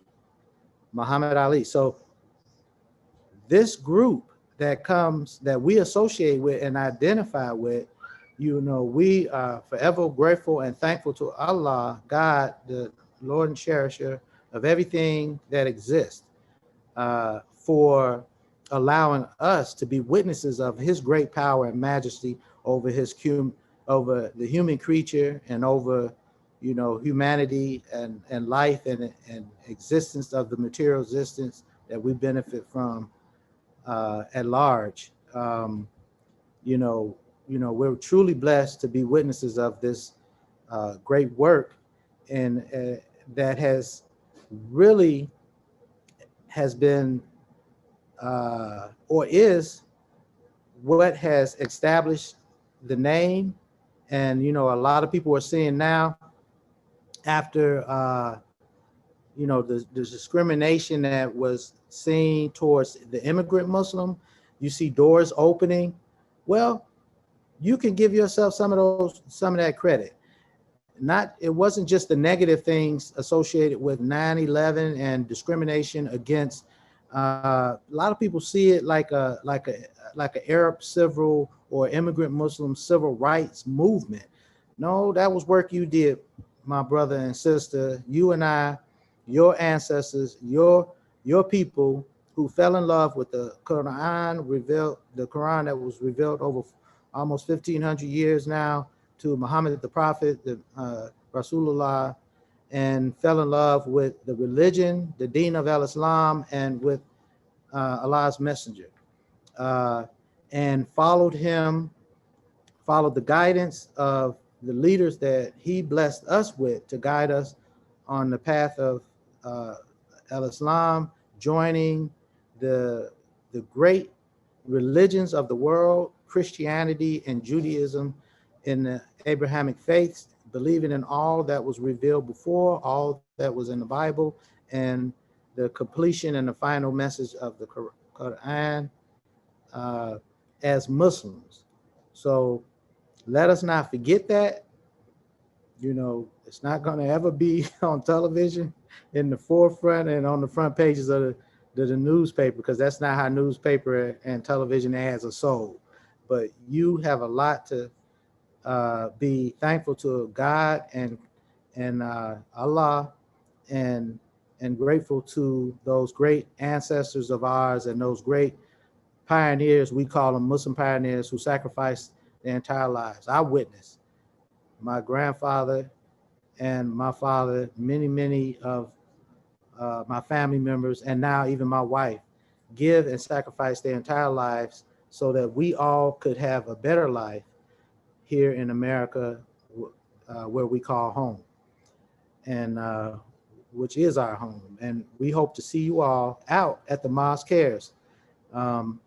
We heard earlier we're going to make it official, but you can always call the Mosque Cares or email or call your local masajid in the Chicagoland area, and even outside of Chicago. If you all want to travel and come to the Mosque Cares, we're able to accommodate a few people. Imam Elam will let you know if we believe we're overreaching the capacity that we have for our free patriotism meal and some enjoyment for the children. We also have traditional entertainment and games and fun for the children and also for adults. So thank you for listening and sharing this time with us. And our guest presenter, the Mosque Cares guest presenter, which is our the main event of this first Sunday. Every first Sunday, we hope to have a special message from someone from different backgrounds or different walks of life, such as business, education, and so on and so forth. We're looking forward to hearing from Sister Tahira. She's here, and I'm going to turn the mic over to Brother Adil, and he can give you a little bit more information about our guest speaker, and we can get on our way, inshallah. Thank you so much. Peace. All right. Thank you, Brother Imam. Peace. You know, Alaikum salam. That was You got to unmute, Brother Adil. You got to unmute. We normally I think he can't hear you because it's this mic. We normally have introduced, the president, but he was inspired, so we gonna let him roll, when he's inspired, we let him speak, and we thank him for that information that he shared with us. And as he said that we're now to the portion of our program where we have our featured guest presenter, which is a very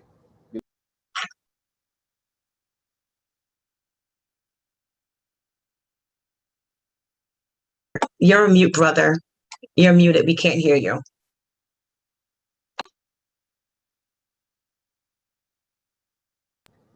Okay. How are we now? All right. We can hear you now. Got it. Thank you. So we thank our leader, Imam Deputy Muhammad II, for those remarks. And we appreciate that. As he mentioned, that we're now transitioning to the part of the program for our featured guest speaker, which is Sister Tahira J. Talibdeen. And she comes from a very loved family of supporters of the ministry of Imam Deputy Muhammad, the Mosque Cares. And we'll like to introduce her by reading her bio, inshallah. Sister Tahira Jannah Talibdeen is the founder, CEO of Hearts Connecting, a virtual janaza and online funeral facilitation company. After experiencing the devastating loss of her beloved husband of 7.5 years, Imam Antar Jannah, she founded Hearts Connecting, a professional online funeral and memorial facilitation company. After losing a loved one, Hearts Connecting's goal is to connect family and friends in paying their respects from the comfort of their homes. Additionally, she founded Muslim Widow, a grief recovery workshop and support group for Muslim women and women of faith. Lastly, Tahira is the founder of Dream Big and Grow Rich, a human development and leadership company that empowers women to discover their God-given gifts and destinies through online courses, private coaching, group coaching, and authoring books. So ladies and gentlemen, brothers and sisters, thank you for participating in this Mosque Cares Ministry of Imam Deputy Muhammad First Sunday program. We present to you Sister Tahira J. Talibdeen. Okay, assalamu alaikum. everyone. My name is Tahira Talabdeen, and I just would like to first ask if you can allow me to have the host capacity because I would like to share my screen. And before I get started, I just want to just check in with the viewers, particularly on Zoom, because I'm able to see those who are on Zoom, and just would like to check in to see who is still present and alert, so I know who I'm talking with. So if you all can just type in the chat, "I'm here," that would be great. If you can type in, "I'm here," I know that you all are present. Yes.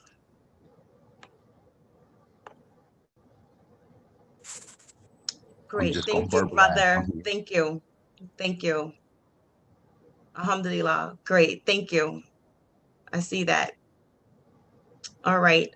So I'm not going to hold up too much. There we go. There we go. Come on. Keep that coming in. I just want to check in and see. There we go. Alhamdulillah. Alhamdulillah. You all are here. Okay, great. Good, good, good. Assalamu Y'all can alaikum. let us know. Y'all can let us know y'all here too, YouTube. Let us know. Let the sister know y'all here and that y'all supporting us. Yes, thank you. All right. So we are going to get it started. I'm going to share my screen with you all.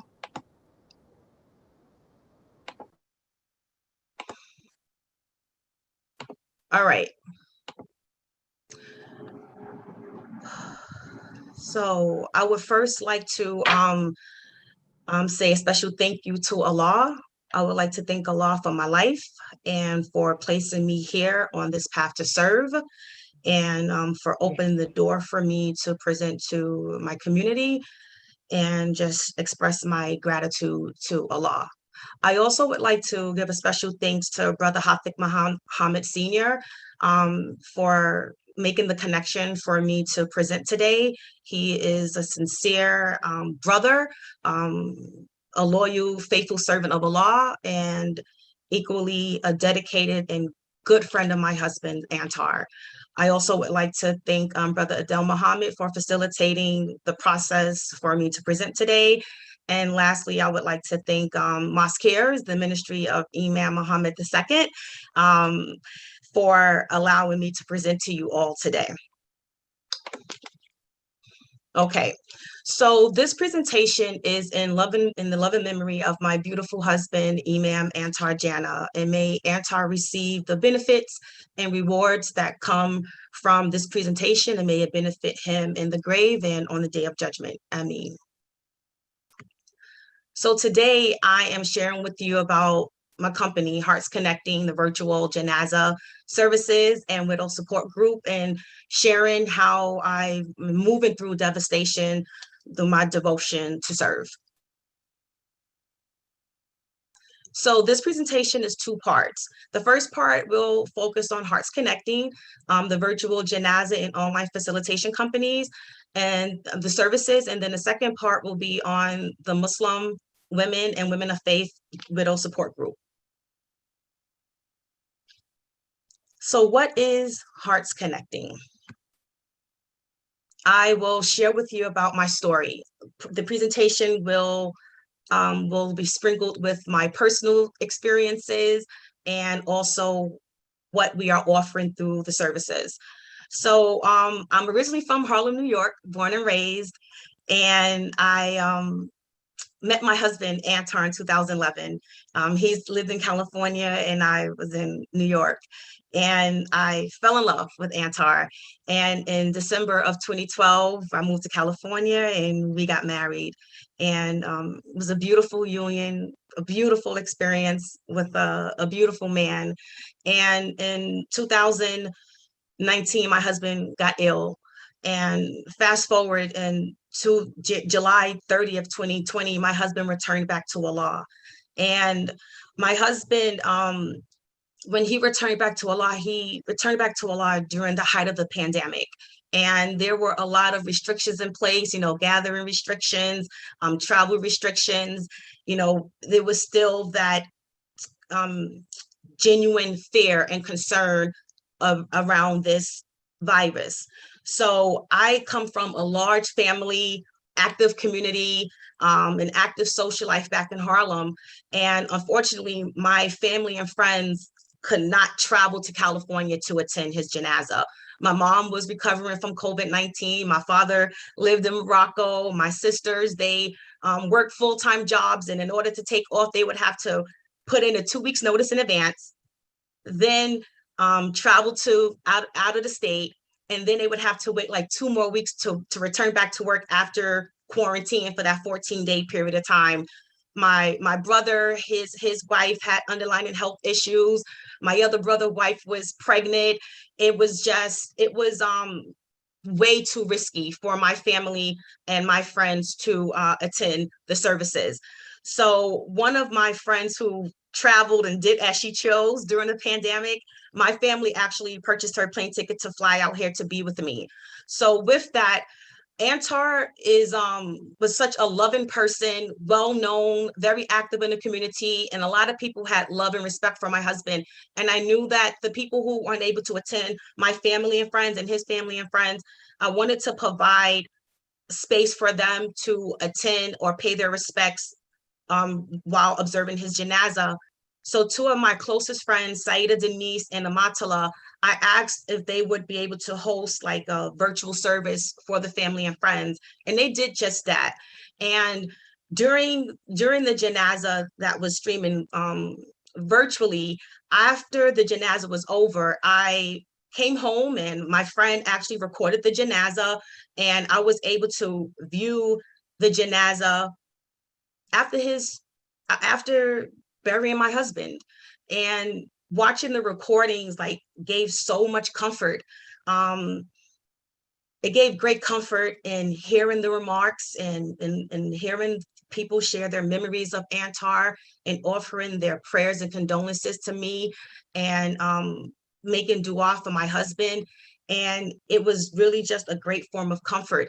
So fast forward in December of 2020, a sister friend of mine, husband returned back to Allah back in New York.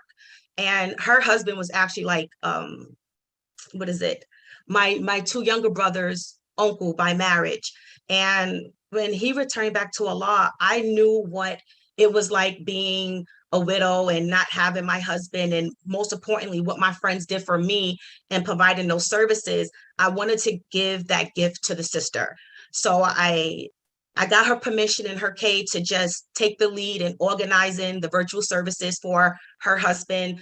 And it was not in the form of a business. It was in the form of sisterly love and giving something to her that was provided to me.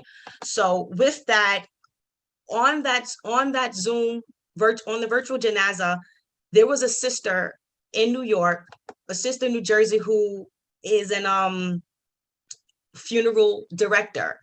She was aware of the work that I did for this sister, and she hired me to facilitate virtual services for her families in New Jersey. So that really sparked the idea like, wow, this can really become a business.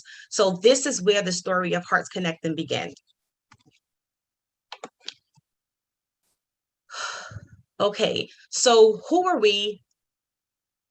What do we do? How it works, and who we serve. So we are a professional online virtual janazah and facilitation company. We remove barriers in terms of like stress and worry that's often added to grief during the time of loss. We also remove impossible barriers for those families by helping them to plan, organize, and facilitate a virtual service. What we do is we use a simple device. You can do it you have 2 different models. You can do one model where it's a hybrid model, where we actually bring in a camera person who will connect virtually in person, and you'll be able to stream live from the in-person virtual to Zoom. Or you have a family or friend who will use their device, and they and I will be in communication, and we will stream live that way. Who we serve, we primarily serve funeral directors and funeral homes. We also work customer to business. So if a family wants to hire us, we will facilitate the services from customer to business. We also serve Muslims and non-Muslims. And what we do is we guide them through the process. We guide them through what the process would entail and what it looks like. most of the families really are overwhelmed, and they are not fully present in terms of like being a part of the planning process. And that's totally fine. Like we will take it from A to Z for them. And then we have families who are involved and they want to get into all of the nitty gritty details, which is fair, you know? So we go according to the family needs. Most of the families who I work with, I take charge and I plan the virtual services for them from start to finish without much input. So our prices and our plans. So we offer three prices, three plans that range from the price of $375 to $1,150. So the services vary according to plan. So I'll just give you a rundown of the plans that we offer. So we do provide a digital invite. This is where we create a flyer for the family, and we have the Zoom login information and the credentials there. And we also provide that safety of security so that those who receive the flyer, those who receive the invite are those who will be in attendance.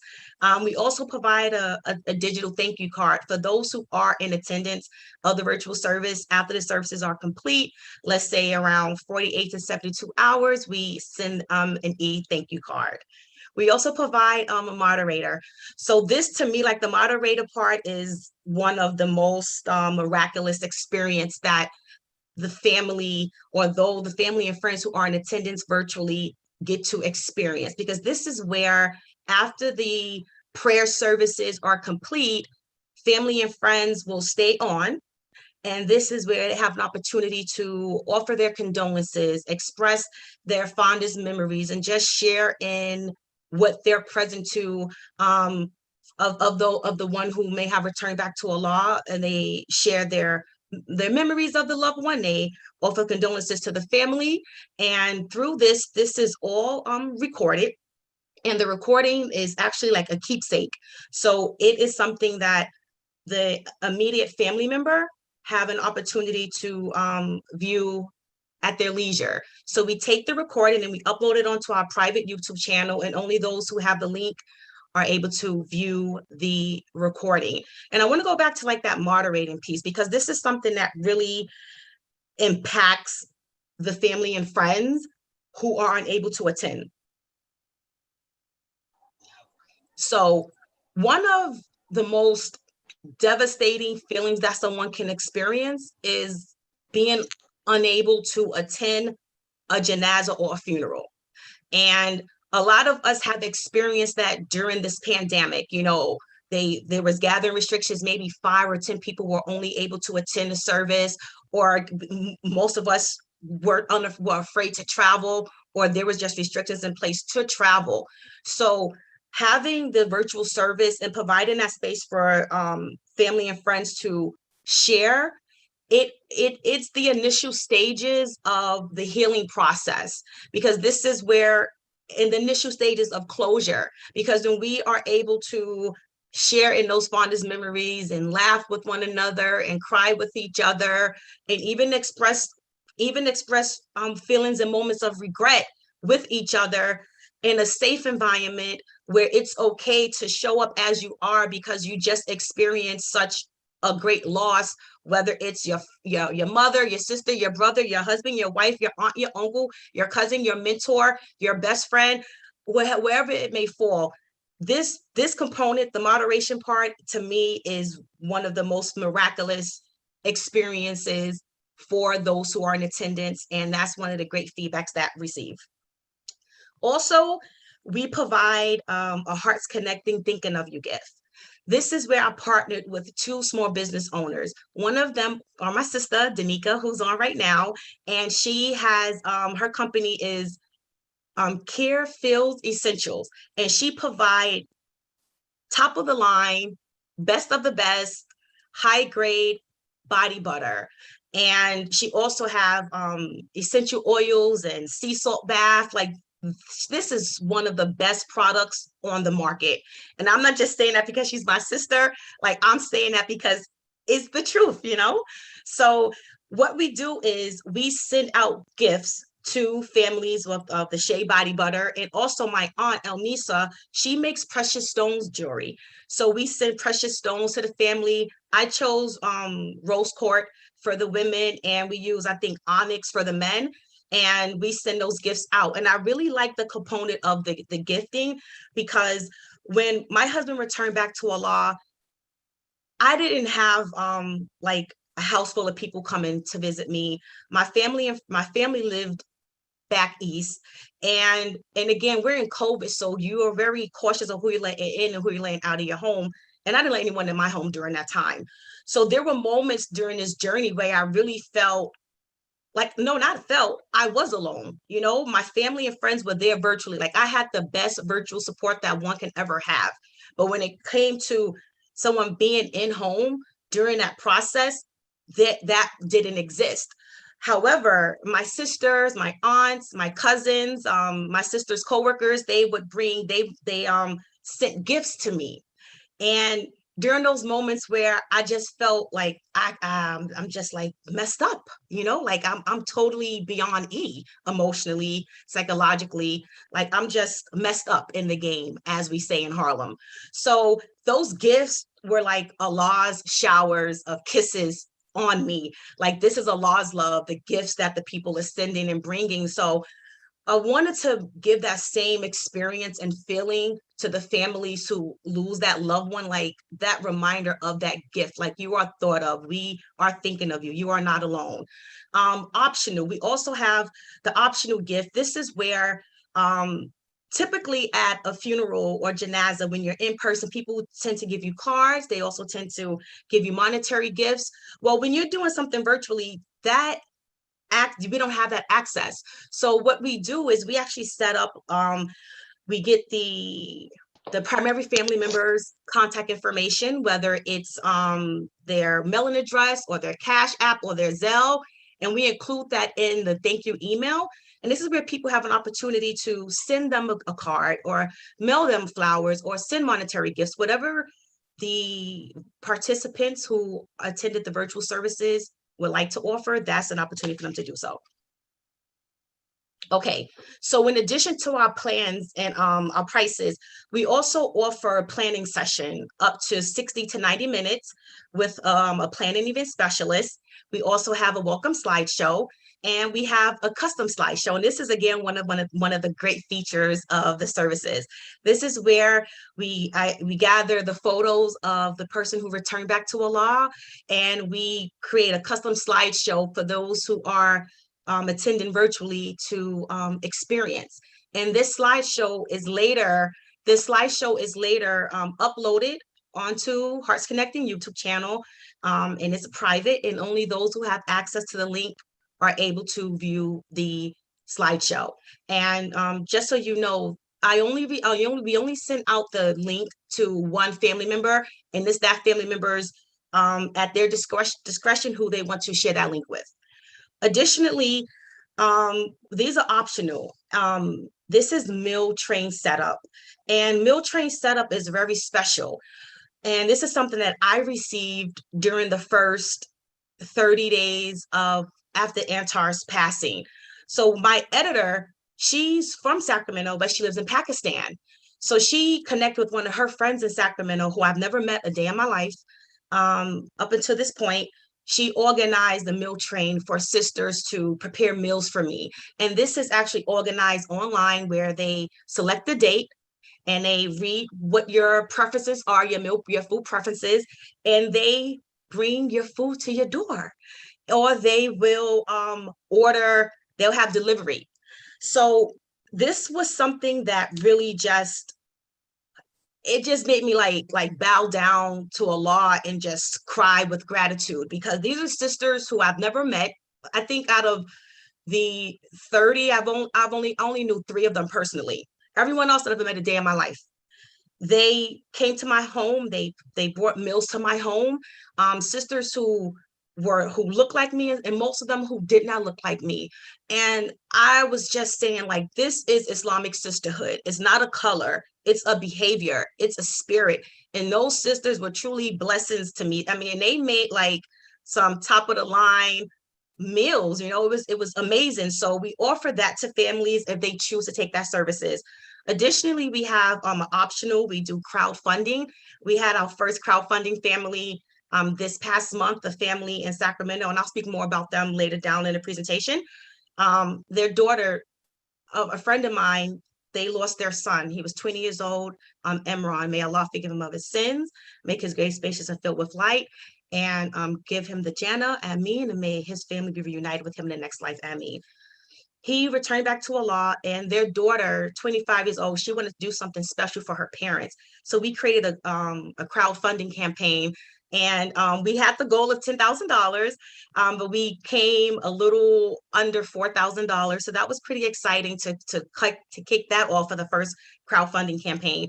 And then lastly, one of the bonus options, depending on Wi-Fi, this is where we allow the participants who are attending virtually to actually experience the burial proceeding.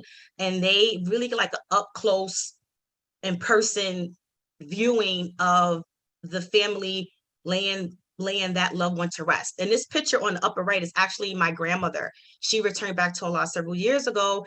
And the two brothers in the grave sites are my father and his twin brother. Okay, so I want to share some testimonials with you. This family is actually a family who I've grown up with in New York City, and a really beautiful, loving family. And their mother, Sister Shelley, returned back to Allah in February. And just so you know, this was actually my first client under Hearts Connecting. And this is what one of the sons had to say. February 7th, 2021. My family had to experience a life-changing moment, the passing of our mother. Being Muslim in our culture of Al-Islam, we had 72 hours to prepare for her janazah, Islamic burial. Hearts Connecting by Tahira Talabdeen not only accepted the challenge, she captured the true essence of who my mother was to over 300 plus people on Zoom. My mother, who was not only the mother of me and my brothers, but also to an array of people from different corners of our community, was highlighted beautifully by Sister Tahira's work. My family received so much praise on the Zoom service where people who couldn't make it felt they were right there and participating and showing their love and sharing experiences they had of my mother. I will not say much more other than thank you. And that's from Malik Johnson. And I'll read one more testimonial to you guys. Okay, this testimonial is from a sister who her husband returned back to Allah. She says, I would like to express my sincerest thanks to Sister Tahira, who was available at my darkest moments when I couldn't see or think straight. Her words of comfort at my most vulnerable moment were so soothing and comforting. Words can't begin to explain the thanks from myself and my daughters for what she did for us. I am forever grateful to her for her consistent actions. Just to think someone had my best interest at heart, to be sure I was okay in my grieving was this sister. Allah has blessed this sister with the magnitude of reaching out to me in my time of need. She was my angel, and I didn't even recognize her impact at the time. I can go on, and it will not suffice that it was just what we needed. In closing, know this sister will have your best interest at heart. She will address your heartfelt sentiments and make them known to others. As you experience the loss of a loved one, this is Sister Najma Abdul Wali. Okay. So in addition, we offer services such as monthly presentations and interviews. So some of the monthly presentations we've had so far, and the topics were on patient advocacy during the pandemic. And this is where Sister Coral Kadar, I love Sister Coral, she's such an amazing woman. She facilitated this presentation, and we had Sister Zarina Hood as a guest speaker and Brother Salahuddin as a guest speaker. And Brother Salahuddin is the son of Sister Shelly Shabazz and myself. And he and I pretty much shared about our experience of advocating for our loved one during the pandemic, as my husband was hospitalized and back and forth in a skilled facility during the pandemic, and his mother also. So that was a very beneficial discussion, and you can find that on my YouTube channel. We also had another topic was African American Muslim Widow Project. And I interviewed Dr. Deborah Majid. She's an awesome sister. And we talked on, what it is and what sisters experience in terms of being widow in our community, and really making the topic of widow an ongoing conversation and an active discussion and action plan that we need to continue to have and forever, right? Because statistics shows that over 700,000 women will become widow each year. Lastly, our topic was on this month, we had a topic on the benefits of Surah Yasin for the living and the deceased. And we had Sheikh Hamza Abdul Malik and Imam Adrian Kirk. Adrian Shakir? I mispronounced his last name. Adrian Kirk. They were our speakers who we interviewed, and this was a really beneficial topic. Again, you can go on our YouTube channel to watch the taping. And what was so awesome about that day in particular, they have this summer intensive program on Surah Yasin, and they offered 3 scholarships to the widows in our support group. And that was just so awesome that they did that. Okay, so here are some upcoming topics that we will have. One of them are end of life preparation. Another one will be premarital preparation. And we focused on premarital preparation because we typically what's left out sometimes in the premarital discussion is end of life care or having your affairs in order. We focus more so on compatibility and, what are your core values and living an Islamic life, which is important. And these are really crucial and critical topics and areas. But there's another component that we don't think about is like one of us will die before the other. So what does that look like if you go before me? What does life look like in that preparation? Also, we'll have a 3-part series of getting your affairs in order. Part 1 would be on health proxy. Part 2 would be on living trust and last will. And part 3 would be on power of attorney. Also, we'll focus on coping with grief after the loss of a loved one during COVID. Like some of the widows who I work with, most of us, we've lost our husbands during COVID. And some of these women didn't even have the opportunity to sit by their husband's side while he took his last breath. I'm thankful to Allah that I was there with my husband when his heart stopped. I'm grateful for that. But there are sisters who didn't have that opportunity and they struggled through that process. And we know that Allah is in control, and we know that that's the decree of Allah, and we accept that and we honor that. But there's also a human component to the emotional side of not being by your loved one and holding their hands while they take their last breath. We'll also have topics on healing after loss and how to navigate being a caregiver. Okay, so for those of you who are interested in being updated on when these topics will be presented, you can actually text Hearts Connecting to the number 22828 to receive updates. I do want to say this. We do not house your phone number.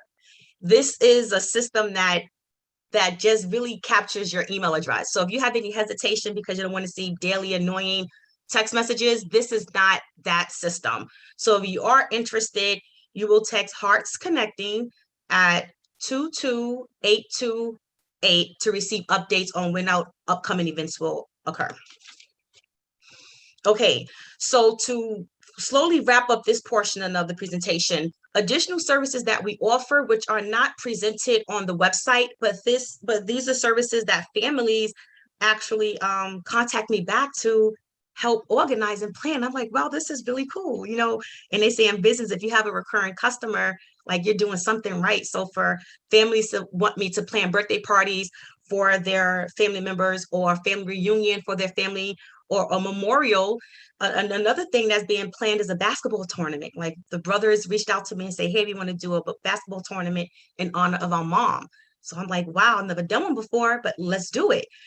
And also additional service that we offer are the grief recovery workshops for Muslim women and women of faith. And I will go into that on the second half of the presentation.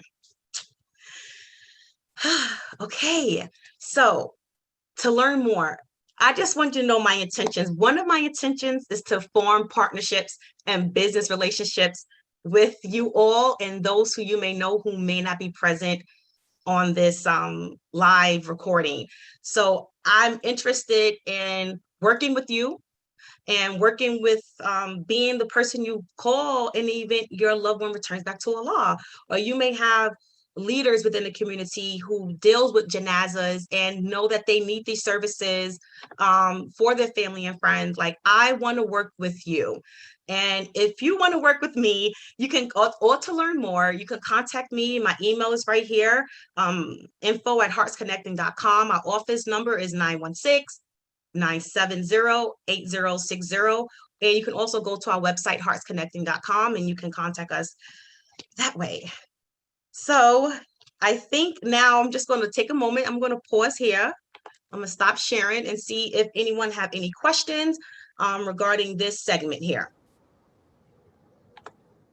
Or comments. Okay, believers, if you have any questions or comments for Sister Tahir, this is the time to do so. That was an excellent first part of her presentation.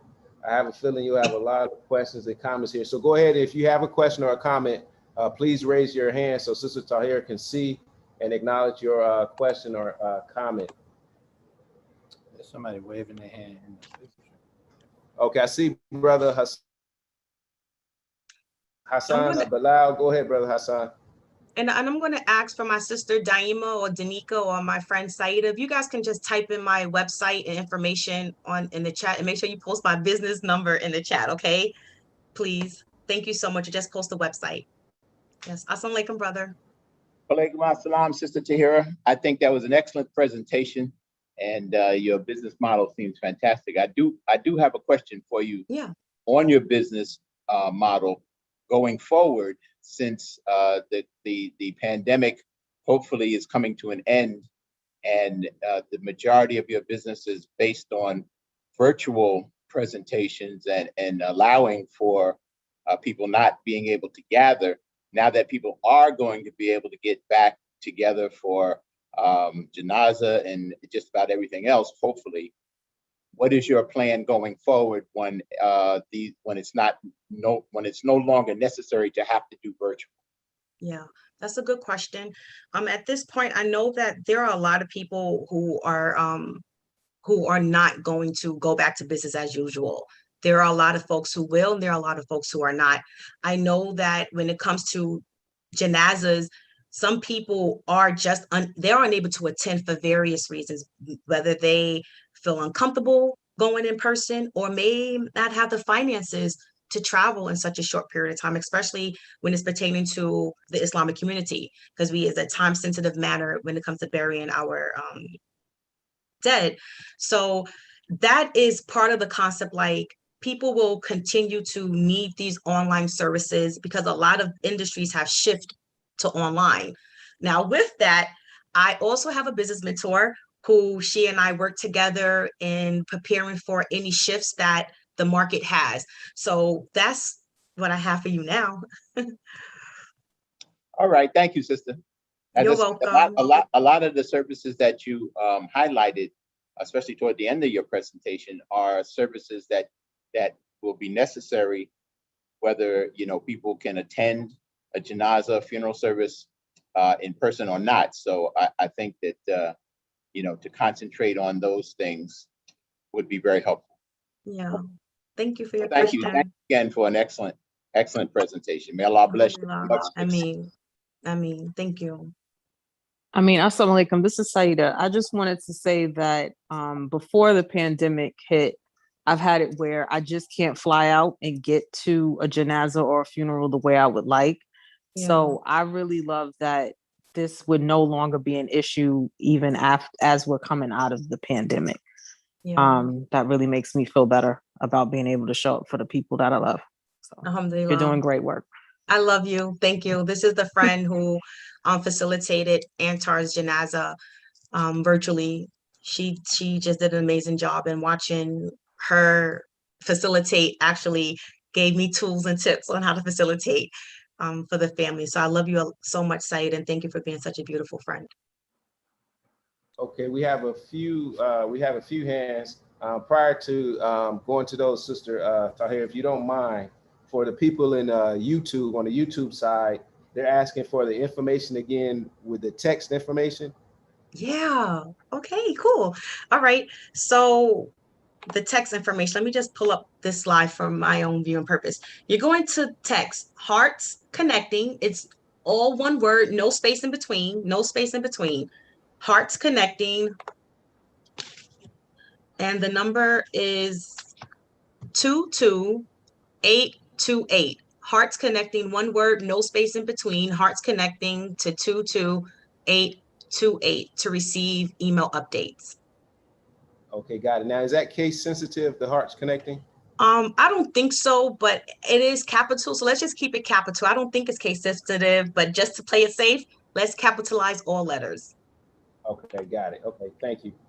So, okay, so the first hand that we see, Galaxy A20, and then we'll have Sister Coral, and then Sister Sharifa after that. But the person with the Galaxy A20, go ahead with your question or comment for Sister Tahir.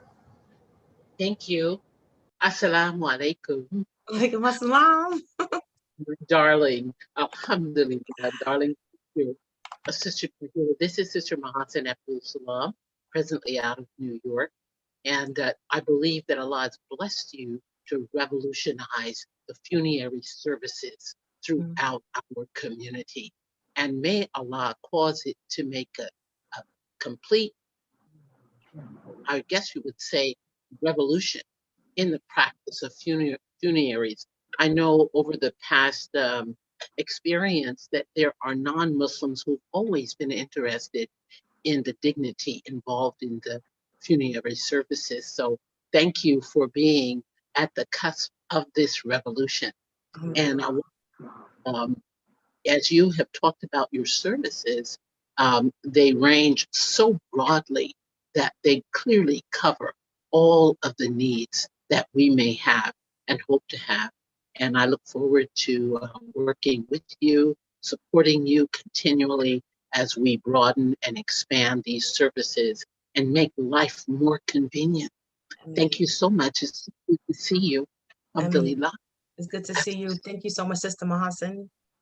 Beautiful sister, good friend of my husband, and it's good to have friends like that around. I love you a lot. Thank you. Love you too. Okay, up next we had Sister Coral. Assalamu alaikum. I have to give a testimonial because February 7th, of the testimony that you read, I was actually in the Mosque Cares First Sunday.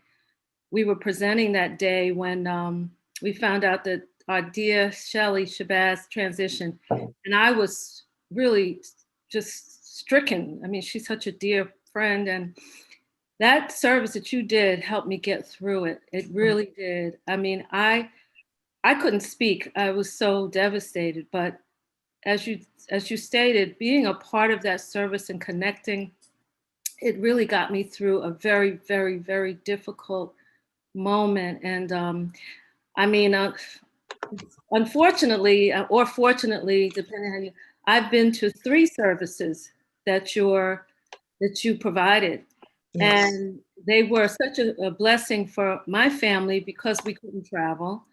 And I agree with you that these probably will be an ongoing advantage because of travel, convenience, money, you know what I mean? And the last thing I want to say is that it's so miraculous to me that you have been able to pull together so many different parts of this plan in such a short amount of time.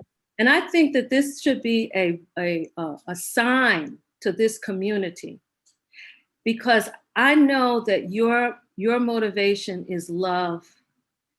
And what you have been able to do in such a short amount of time should be a sign to this community that if we love each other and if we love what we're doing and do things out of sincerity, look how fast you can pull something together that is going to be an enduring legacy, an enduring institution. So it's very inspiring to me. I'm just amazed. I really am amazed at how much you and your team have been able to do in such a short amount of time. Because when the funerals I went to, you hadn't included the gifts yet. And I'm thinking, oh my goodness, that is such a wonderful addition.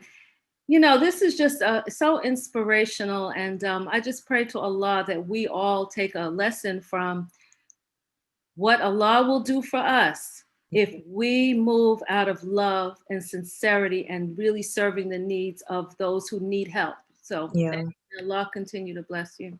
Alhamdulillah. Thank you so much, Sister Coral. And it's Allah, it's guidance from Allah and a gift from Allah. And this was Allah's guidance. And I know, like, when my husband was ill and being by his side for that year and a half, and just, I love my husband. It was never an inconvenience to care for him and to be with him. And I believe in my heart that this is just one of the rewards that Allah has given, for being there. So I appreciate your comments. Thank you, Sister Coral. Okay, next we'll have Sister Sharifa and then Brother Hafiq Muhammad. But prior to doing that, I'm gonna be the voice for YouTube. YouTube, you have a comment from Sister Nisa that says, beautiful presentation. May Allah grant you his grace, light, and guidance as you continue to provide these beautiful and needed services. Love you. I mean, I love you too. Thank you. Thank you. And so we'll have Sister Sharifa. Yeah, Assalamu alaikum. This is Muhammad Sharif again, her husband. Yes, sir. Wa alaikum assalam. Alaikum assalam. Yes. So here I'd just like to say, you're saying your husband never met him personally. I think he was the first chairman of the Trade Committee coming out. He's on the East Coast here in New York, and he's out in California. But he was a tremendous leader. I mean, a tremendous leader. That place, is Trade Chairman and Sajana. Yeah, we all remember, love him. He was fantastic. Yeah. Yep. Alhamdulillah. Yep. Yeah, that was a special time in his life, and he loved you guys as well. Yeah, Anton's a special man. And I also like to say, in reference to being witness to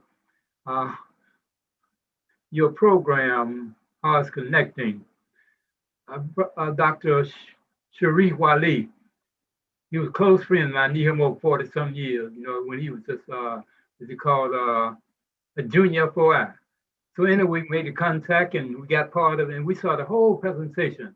And they witnessed from the time the janazah at the masjid, we saw the attendants, that was the brothers and sisters that was at the janazah, all to the grave site, how the grave was dug. I mean, it was fantastic. We saw the whole thing for over 2-some hours. We saw everything. So we're witness that they have a tremendous program, and Allah bless you with. Thank you. Alhamdulillah. You're welcome. And I didn't share this during the slideshow for the price and plans, but I priced the services for my community. This is not the first concept ever. There are other companies that are doing this, not for the Muslim community. And the market price, they're like 3 times more than what I'm offering. But I also know that for a janazah, especially in California, it's under $3,500. So it just don't feel right to charge that $3,000 for the janazah, although it's time that goes into it. And when you outsource, there are fees that go into it. But to tax on those additional hundreds or $1,000 for a family when a janazah doesn't even cost half of that, it's the right thing to do. So I want you guys to know that this service is for you all. And if you don't, and the unspoken is, contact me for business when you do need someone to help you during this time. This is a tremendous home-based business. Yeah. All right. So up next we have another question. It's like Brother Hafiq Muhammad. But prior to doing so, you have one more part of your presentation. Yes, we do. Right. Okay. So we'll take one more question, inshallah, and then we'll let Sister Tahira proceed with the second part of her presentation, inshallah. So go ahead, Brother Hafiq. Yeah, assalamu alaikum, my sister. Alaikum assalam.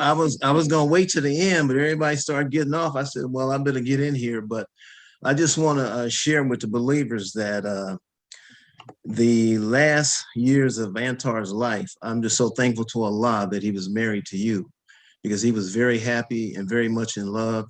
And I know you folks did a lot of projects together. And during the time he got ill after the organ transplant and everything, I never experienced that, how devoted you were to him. You know, even when he was bedridden and hospitalized, I have never, ever seen anything like that in your true devotion. I just want the believers to know that she is the real deal, okay? And I think of like Sister Robin, peace and blessings be upon her. The Quran speaks of the perfect women, 4 of them, I think.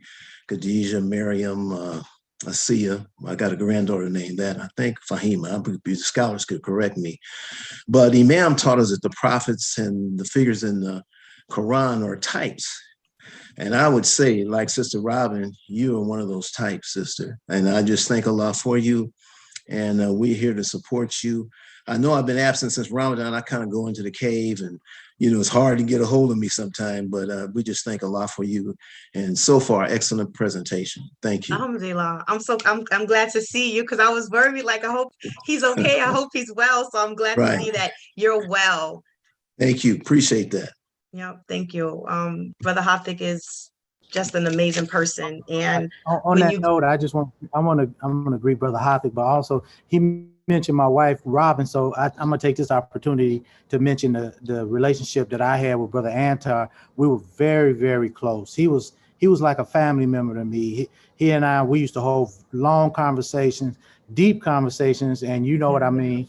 I used to sell his book. I still have copies, and yeah, he was very much loved, and he loved my father so much that I had to accept him into my heart like family, because he was such a brilliant mind, a brilliant thinker, a brilliant organizer, and he really wanted to see Imam Muhammad taken to the level where we feel he should have been in his heart and mind, and he did a whole lot of good. And one thing I keep with me that he taught me, how people had this cliche, they say, take it on the chin. He told me, don't take it on the chin. He told me not to take it. And with the Ali fight though and all of that. So we loved him very much. So I understand what you saw in him and your devotion to him. And thank Allah for you. And we're going to keep you in our prayers and keep him also in our prayers. Alhamdulillah. Thank you so much. Excellent professional work. Allah blessed him with a great wife.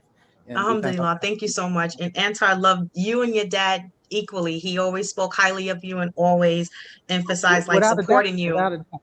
He was family. I know he loved me. I felt his love, and it was sincere.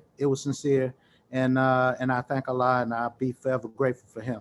Yeah, alhamdulillah. Thank you so much.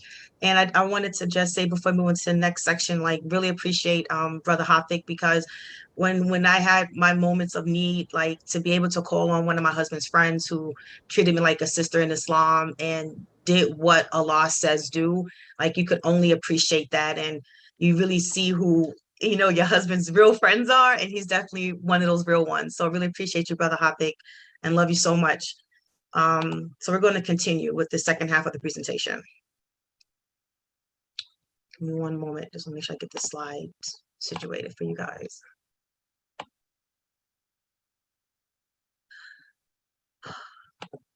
Okay.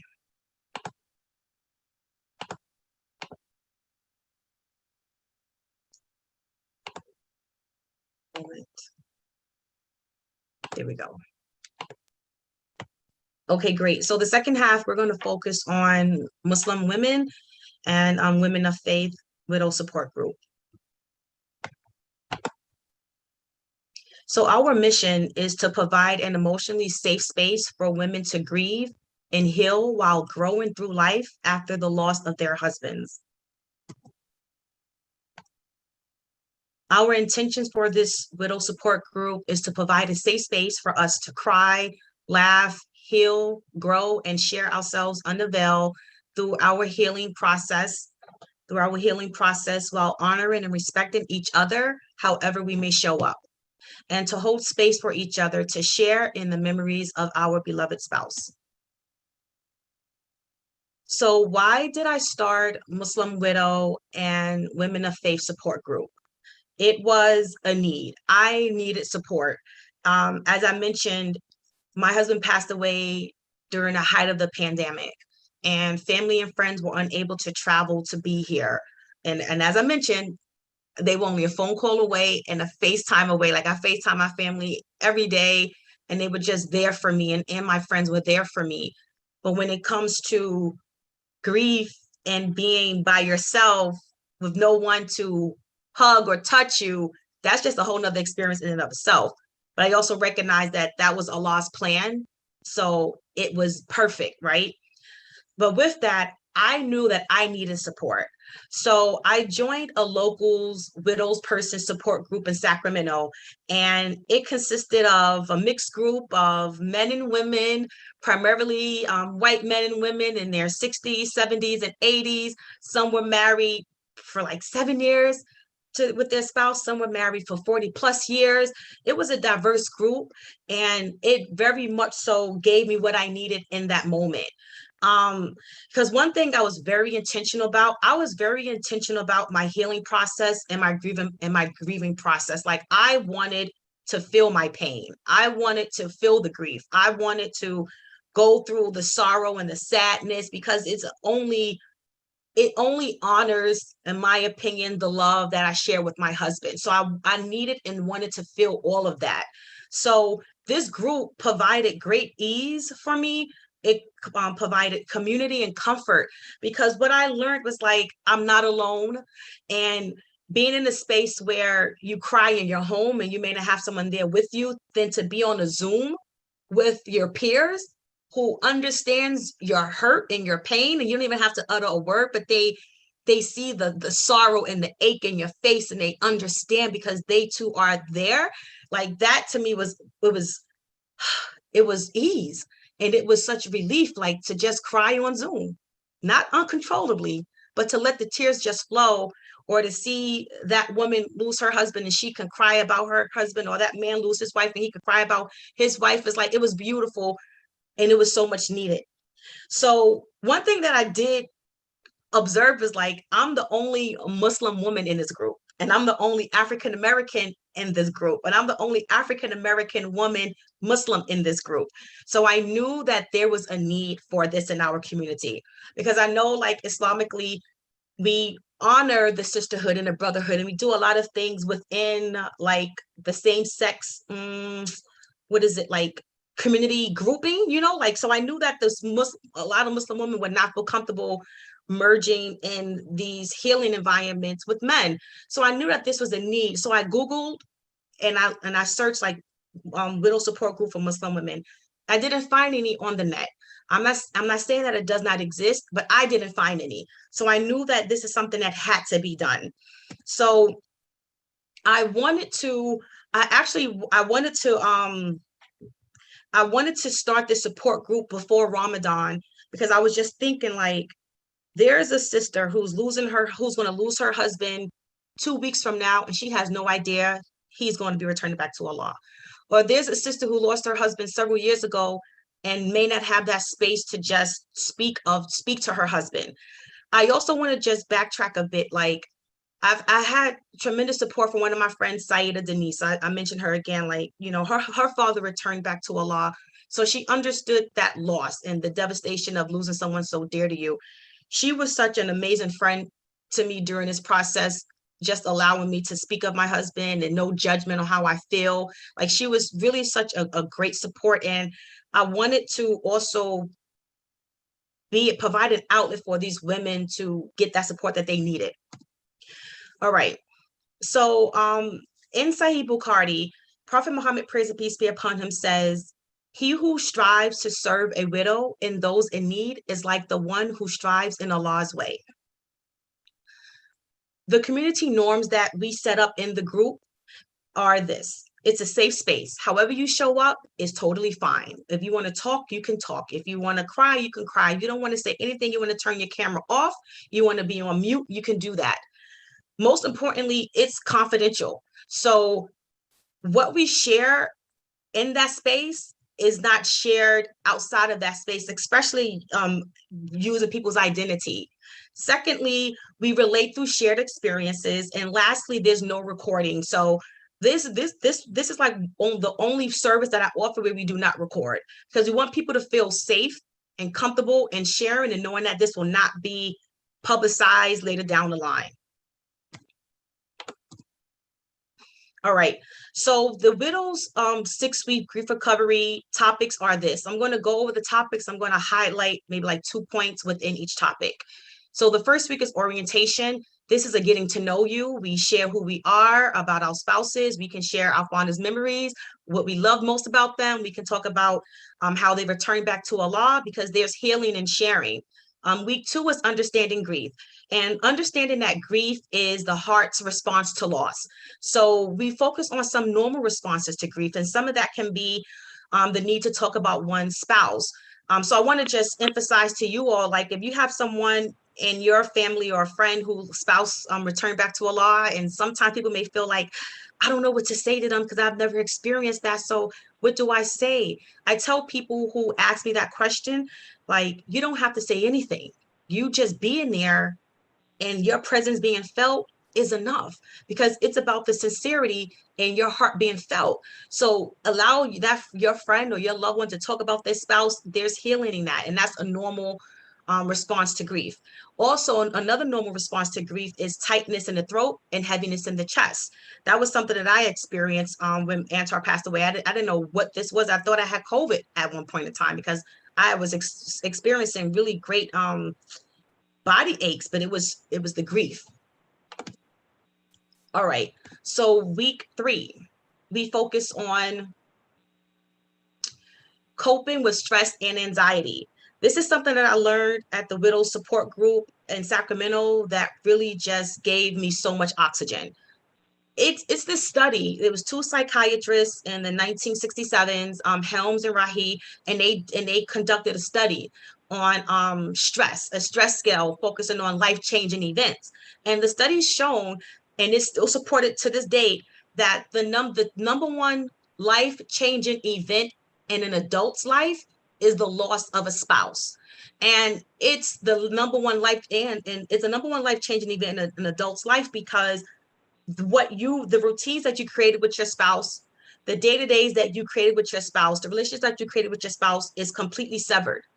Whether the death happened sudden or if it was long-term, there's a major change in your life. Your life turns upside down. You can't leave the funeral and fly back to your home and you're by yourself. Like, no, your spouse is not at home waiting for you when you get back to your home, as opposed to if you were, like, let's say, a child or a niece or nephew of the deceased. You may, an adult child. You go back to your life, you go back to your family. Although you will miss that loved one and you will grieve that loved one, the major shift in your life is not the same impact as one who loses their spouse.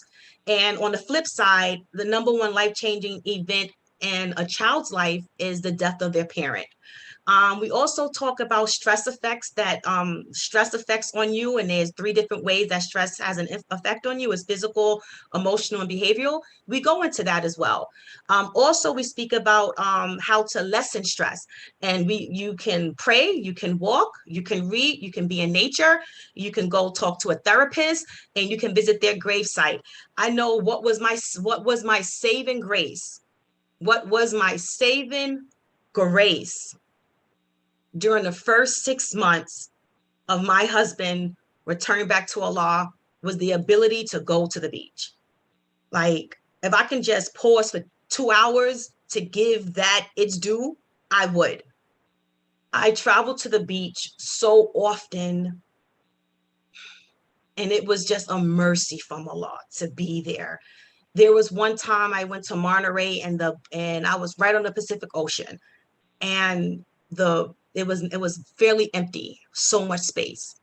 And the ocean was roaring. It was so loud. I had to look up at the sky. I'm like, is it an airplane around?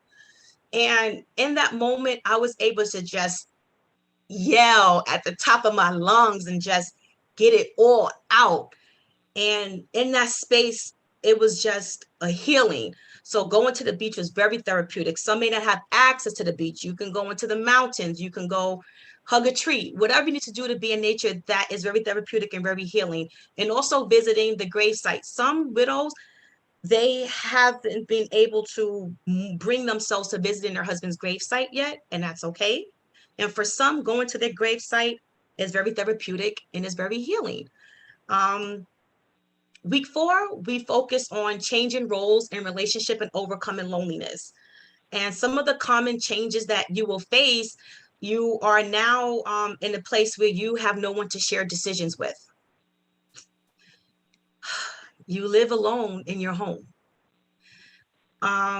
You have to learn how to maintain a car. You have to learn how to cook or do house chores, primarily not, well, my grandpa cooked for her. He spoiled my grandma. So she didn't really have to do much cooking and house chores. My grandpa did all that work. But for men, most of the times their wives do the house chores and the cooking. Another change that occurs is you're responsible for everything. You also may not have anyone to talk to at the end of the day.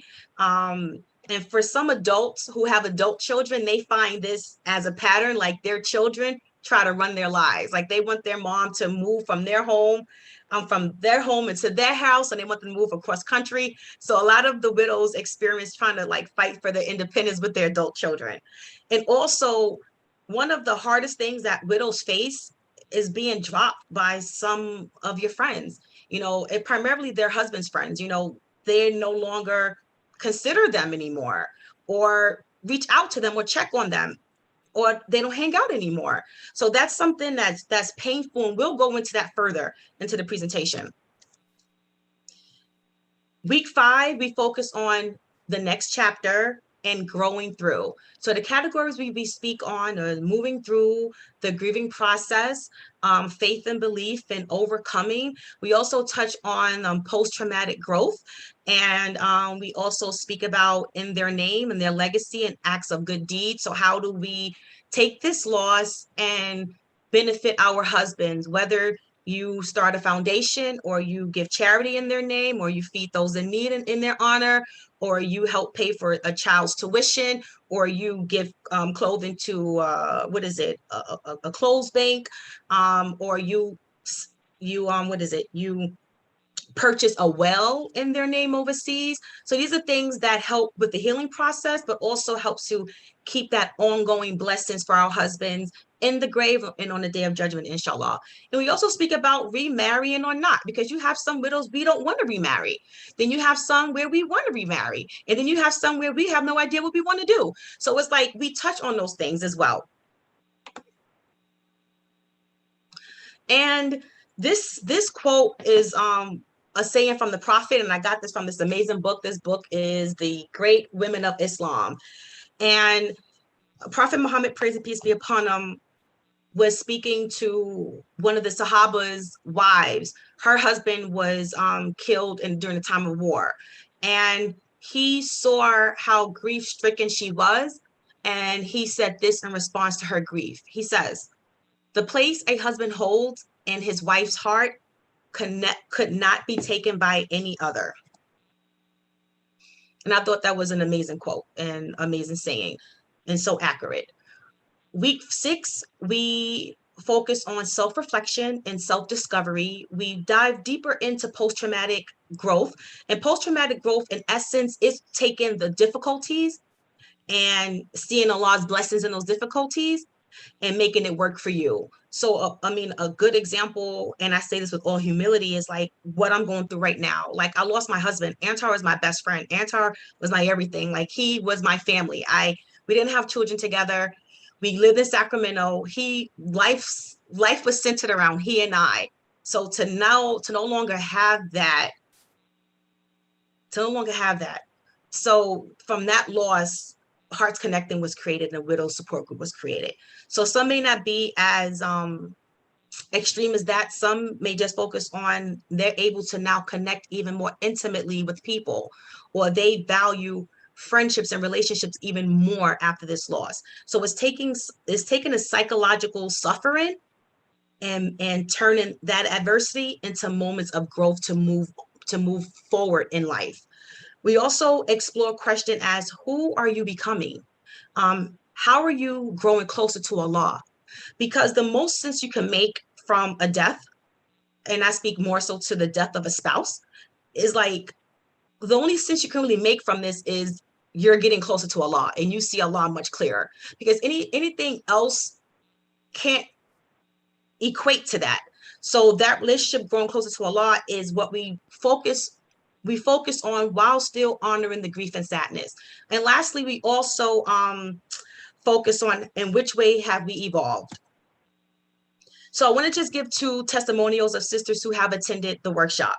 And most of them, they have an option to remain anonymous and not display their names, and we honor that. So a sister says, a light bulb went off and I said, wow, that's what I was feeling or thinking. It isn't just for Muslim women, but for women of faith. And it was great. Thank you for allowing me to join the group. Another sister states, the support is given by our host, Mrs. Tahira, which was brilliant and comforting. She gave heartfelt answers because she had experienced our pain also. The courage it takes, the courage to talk about such a touching topic with pride and dignity, and the experience we cherish with our loved ones are some of the wonders of appreciation and gratitude. And this is Sister Abdullah. She lives in Brooklyn, and well, Linda Abdullah, she lives in Brooklyn, and I think she was like close to 2 months out from her husband returning back to Allah. Now we're going to dive into like the treatment of widows. So the treatment of widows, the Islamic tradition explicitly forbids the mistreatment of widows, reforming a 7th century Arabia culture that had greatly valued virgin brides and had poor track records of caring for widows and their children. The issue of widows were particularly important during the time the Quran was revealed, because the wars with Mecca resulted in the death of a lot of married men. Islam also stresses the care of widows, along with other vulnerable groups from pre-Islamic Arabia, such as orphans, the poor, and female infants. In Islam, taking care of widows is considered a very high form of charity. And according to the book of 73, verse 36, in Sahih Bukhari, the Prophet Muhammad, praise and peace be upon him, once said, the one who looks after and work for a widow and for a poor person is like fighting in the cause of Allah. I want to just pause and say, like, oftentimes we have had widows who have expressed that they feel discarded after their husbands have passed away. And these are sisters whose husbands are imams, and there are sisters whose husbands were not well known in the community. And I don't think we do it intentionally. I just think it may be something that we are not sensitive to, and we don't talk about that often. So these are just really good reminders for us all, right? In the Quran states that widows are often grouped with orphans. The Quran is filled with commands to take care of the orphan and the widow. The Quran in Surah 4, ayat 19, also explicitly forbids the common abuse in the time of the Prophet, praise and peace be upon him. And Allah states, "O you who believe, you are forbidding to inherit women against their will." So our duty as a community is clear and is non-negotiable. With that, although the Quran mentions the widow and orphans, the obligation of their care falls on the community. And Imam Ghazali, may Allah be pleased with him, in the book, The Revival of the Religious Science, writes, he cites 2 concepts with regards to the most excellent application of brother and sisterhood. The first concept is ikhlas, which means purity and sincerity, implies complete sincerity, like loving someone solely for the sake of Allah. He offers this as a bare minimum ideal for Muslim relations, because how we treat each other is actually an expression of faith. So being mindful of how we are to each other, we all need those reminders. The second concept is wafa, and I hope I'm pronounced that correctly. And that pretty much means faithfulness and loyalty, and which is a term used to keep good relations with someone even after they return to Allah. This is seen in the fact that the person who you are fond of has family, so you treat them a way they would want you to treat them, with care and high regard. So in other words, it's like how Brother Hafik Sr. has treated me as Antar's widow, in terms of like that high regards and respect. That's his way of showing his faithfulness and loyalty to my husband. Or Imam Fahim Shoaib in the community of Masjid Worthin in Oakland. They are great examples of this. Or Brother Victor Shakur of Oakland. He's a great example of this. Treating or Brother Ali De Sosa, one of my husband's friends, like treating, or Sister Mahasin, right? Or Sister Tohida from Oakland, California, or Sister Nia Matt from Oakland, California. Like these sisters and brothers who are maintaining that respect and that loyalty and that faithfulness, and these are acts of devotion. Like, I'm not discarded by the community. Although there's another side of that where, man, I'm like, Antar, I talk to Antar sometimes. I'm like, Antar, these dudes ain't your friends. I know who your friends are. These ain't them, you know? So we have to be mindful of how we treat the widow, and knowing that the level of how you treat them, it maintains that high regard for your friend or that family member. And treating them how you know that husband will want his wife to be treated. And in the simplest way, if you were to return back to Allah, how would you want your friends and community to treat your wife? If you keep that in mind, you'll lead with that, with your actions and intentions. And then we're going to wrap this part up. So the wisdom in that is in the fact that the widows see and feel genuine love from the community. This makes it easy to stay in the fold of Islam, thereby eliminating the chance for shaitan to play with their grief at the expense of their deen. The community grows even stronger knowing that community not only love the deceased husband, but they are given a chance to make good on their duties to one another. And this was sourced from the treatment of Islamic widows. I want to give a quick story about this example. So this was the first Ramadan I experienced without Antar, and I didn't anticipate that I would have had any emotional difficulties, but when it came, it made sense. This Ramadan was very difficult. And during the last 5 nights of Ramadan, as I mentioned about my friends whose sons returned back to Allah, Sister Tasneen and Brother Ishmael, may Allah bless this family and reward them in ways that are unimaginable. I mean, Brother Ishmael is like, Antar was his mentor. And I was able to call on Brother Ishmael when I needed a male presence to handle what men can handle with men. And this family, when they lost their son, they invited me into their home. And this was the first time I actually let my guard down and I went into someone's home during the pandemic, because it came to a point in time where I'm like, I cannot be in the house by myself anymore. Like, I need family.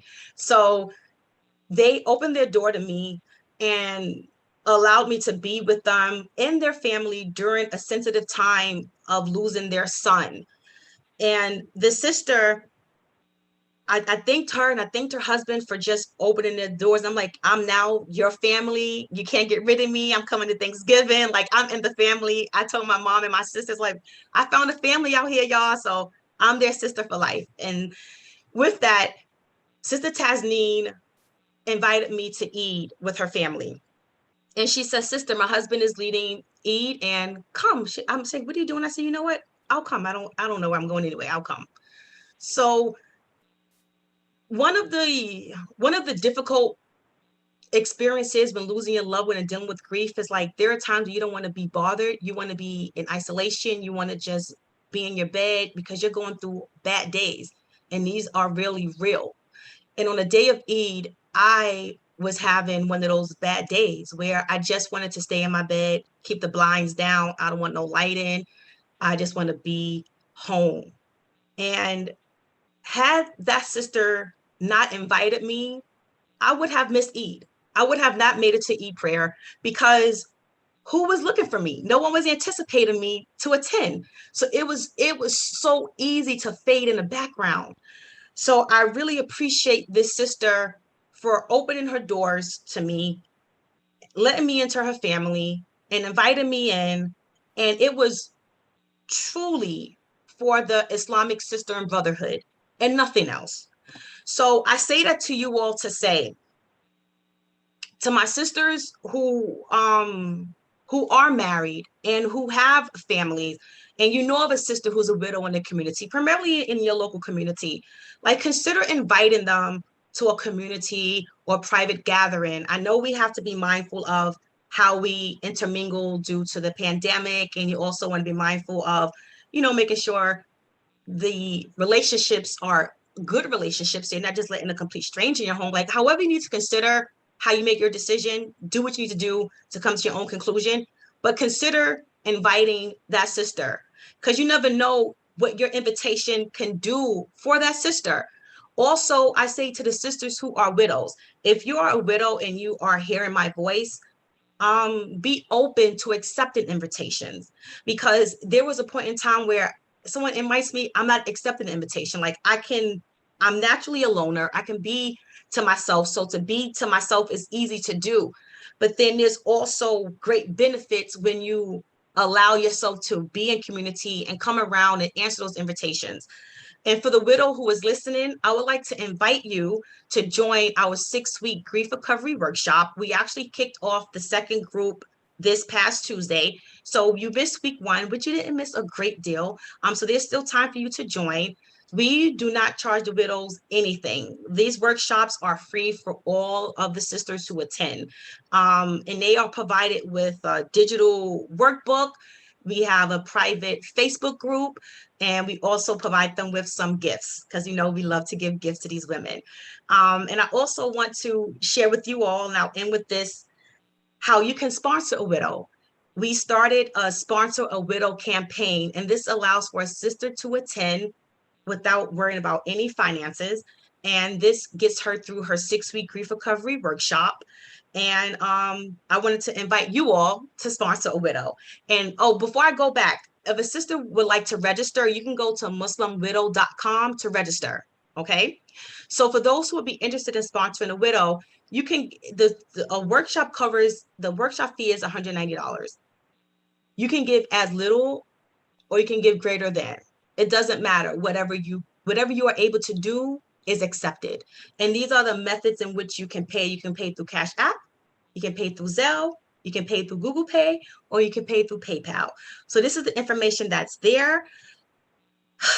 And I would like to conclude and just thank you all for your time, and appreciate you. My name is Tahira Jana Talabdeen. I'm the founder of Hearts Connecting, and you can contact me through heartsconnecting.com. Thank you. Excellent, excellent. Thank you again, Sister Tahira. Excellent presentation. Okay, so we have one hand.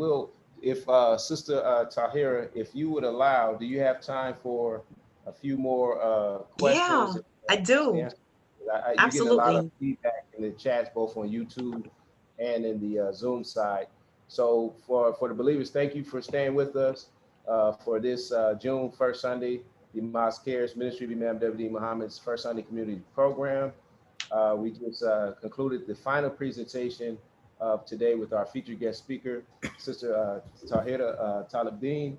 And so we're going to enter the question and comment segment of the program, and we'll start. Just please raise your hand so we can identify you in the chat. We'll start with Brother Imam David Ziad. Assalamu alaikum. I really don't have any questions. I want to make a comment. And excuse me for not turning my camera on. I'm in my bedroom, semi-relaxing, but I've been on the program. And I want to thank you. You're a special person, sister. This was a very, very liberating and freeing experience, just sitting here and listening to the position that you presented as being a widow. And you know, it really touched me. I had to wipe a couple of tears that crept out my eyes, because the effects of love and the bonding and those kind of things, they're really very healthy to hear these experiences being shared with us as a group. And I have to salute WD the second. I have to salute Big Havic and the assistant Adil the second, because without all of us working together and carrying the mission forward, I wouldn't have never been able to experience this. So this was a very beautiful experience. I wanted to verbalize that to you. Keep marching on, and inshallah, I'm going to get this information and try to be one of the sponsors for the widows. Alhamdulillah, that's awesome. Thank you very much for coming out in the open. Thank you very much, WD, for being who you are. Thank you very much, Imam Adil, for being who you are, and everyone else who supports the Mosque Cares and supports just trying to be a good person. Assalamu alaikum. Walaikum assalam. Thank you.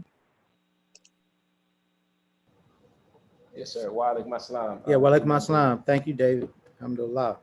Pat yourself on the back, brother. You ain't no shortstop. Thank you for that compliment. Allahu Akbar. All right, up next we'll have the person, the Galaxy A20. If you have a question or a comment.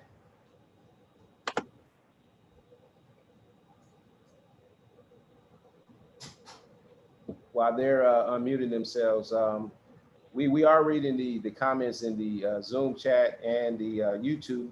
So while it's getting ready, okay, go ahead, sister. Sorry for the mute. Alhamdulillah.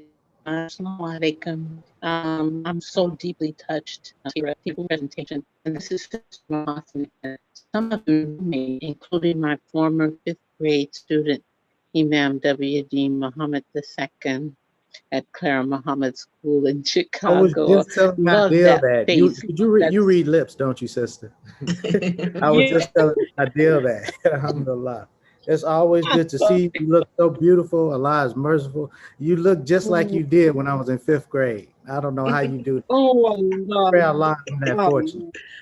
Thank you, my dear. Thank you. And you don't know how happy I am to see you sitting in that seat. Same here. I was just explaining the idea. I said, it's just some things we can't really pass on to people. I can't pass on to my children the fact that how you weren't just a school teacher, you just weren't just a sister. I said, I was telling Adil, that sister's family, you know. I remember her with that type of love that you remember people that loved you and took and cared for you when you were young. So, yes, you know, Allah blessed us. We were truly blessed and continue to receive his blessings and mercies because we were a special group, and I thank Allah for that. I thank Allah for that, for giving us that. We saw what I think Allah, what the soul of the African American people longed for and missed. So we're a window into the possibilities of if people come together in the right way for the sake of Allah, the way we did as a community, that you can have a beautiful community like Imam Muhammad had. You know, we didn't have it long, but we on earth. We're not in the Jannah yet. So in the Jannah, inshallah, we'll all be back together enjoying that life, a beautiful life, or one better, inshallah. Yeah. Alhamdulillah. Well, this I'm sure, Emmanuel, is that we are getting that little bit that Allah promised us before we transition. We're actually in it now. And I bear witness to that. And I'm so grateful to Allah. Sometimes I find myself just sitting in tears because I just don't have the amount of gratitude to thank Allah for what he has done. Ameen. Yes, ma'am. I feel you. And I think we're a special group. Could be wrong. Allah forgive me, but I think Allah blessed us in such a way where we're not the only ones, you and I, sister. It's a lot of us whom Allah has freed and showed us his great majesty and his mercy and his great beauty. And we'll never be able to thank him enough for giving us a window into the Jannah in this life. I lost my wife, my best friend. My children lost their mother, but I still feel that I'm in paradise. You know, my life, I'm forever grateful. Alhamdulillah. Alhamdulillah. Amen. Promise is true. And I bear witness to you. Whatever Allah promises us, He does deliver on without fail. And I thank Mr. Tahira so much for this heartwarming presentation. It's so full-bodied and so comforting just to hear you describe the work of this organization. And I know this is a miracle from you. And it's a tantamount of Sister Mahasin, your connection is it's like robotic. okay. That's better. That's much better. Is it? Thank you, Yeah. Allah. Thank you for telling me. You're welcome. And it is tantamount. I can just see Imam Antar Jannah smiling at your presentation, that big glorious smile that he had all the time. And that's a whole nother story going back to the history. But I'm very comforted by this. I didn't mention before that on January 6th, my former husband, Brother Zaid Ahmed Khan, returned to Allah. And it was during the pandemic. And even though we had been separated for over 30 years, he asked me when he lost his mother and brother, the last members of his family, if he ever got into a condition where he couldn't speak for himself, would I consent to speak for him as a health proxy? And of course I said yes, because Allah enabled us to separate with kindness. That's what Allah asked us to do. So I didn't think of myself, because I had remarried. I didn't think of myself as his wife or widow until Allah took him. And what crowded and showered over me was Zaid's continual love and caring for me, even though he was the one who asked me to help him. I know now he helped me more than I helped him could ever. And now I miss him as a level of widowhood that I didn't think existed. So what you have configured here, by the grace of Allah, Tahira, is so badly needed for us to really understand and grasp the significance of what happens, what Allah tests us with, and what He challenges us with. And my heart goes out to not only the women who share this status with me, but to the widowers, the men who have lost their wives. And I know that you have a plan, a special plan for them too in recovery. And you can depend on me. I'm right here with you. Whenever you need me, call on me. I thank Allah, like Imam Ward was saying, for this community, this love that we share, and this connection. And again, thank you. I'll end it right there. Love you dearly, my sister. Love you. Alhamdulillah. I mean, I love you too. Walaikum assalam. Thank you. Yes. Okay. All right. If there's any more questions or comments, please raise your hand so we can acknowledge you for questions regarding both presentations by Sister Tahira. And this is the time. While we're doing that, I'll just read some comments from YouTube. It says, "Thank you for sharing that wonderful story. Very good presentation." And we have several other comments in the chat from people just saying very excellent presentation, and that may Allah continue to bless you and reward you for your efforts. So let me see here. I'm not sure if Sister Amira, I saw her mic unmuted. Sister Amira, did you have a comment or a question for Sister Tahira? No, I didn't. No, I didn't. But I just, well, since you mentioned my name, I just say I'm not a widow or anything, but you know, a loss could be of mother or father and so on and so forth, even though so it was in another context. But that grieving process is so painful. Yeah. And like she said, a lot of times we don't have anyone to talk to. We don't have any, we don't go to no support groups. We just kind of deal with it. And it's Yeah. not a healthy place because it can last for a long time. And you can be operating in a certain mindset that's detrimental, not so much as bad, but it doesn't allow you to have a good quality of life. It doesn't allow you sometimes even be present and conscious to life. Right. So I listened attentively to what you were saying, and I internalized and it resonated with my spirit, even though I wasn't a widow, but it's still, the effects can still be the same. So That's I right. think inspiring you to share what you shared with us, and maybe inshallah you'll take it to another level where you can Ameen. address those who have lost loved ones, you know, just overall. So thank you. Alhamdulillah. You're welcome. Yep. Lost is lost. Pain is pain, and grief is grief. It doesn't matter like how the relationship dynamics are. It's still the same. So alhamdulillah, thank you. And I also want to just acknowledge Sister Tawhida in the chat. That's call her mommy. That's my friend's mother, Matwa's mother. She was just a beautiful presence during that first months of Antar's passing. She was there in ways that just was just confirmation that Allah is there with me. So I love you so much and appreciate you being here, mommy. Love you. I think it's Sister Zeb. I think that's Sister Zelly. Alhamdulillah. Alhamdulillah. Sister, you are just what we call a sister. You share so much with us, and we have a poem that came from Sister Zakia Muhammad that we share often with a group of sisters, and it's the beauty of sisterhood. And you did just that. You are really a sister. I thank Allah for all which you shared. Yes, you went into the whole depth of what we experienced more than not when you're a widow. And I was a widow before I moved to Georgia for 8 years. What I did do, I got myself involved in the community and did everything I could to help to bring the balance of having been a wife for many years, and also my husband was not sick.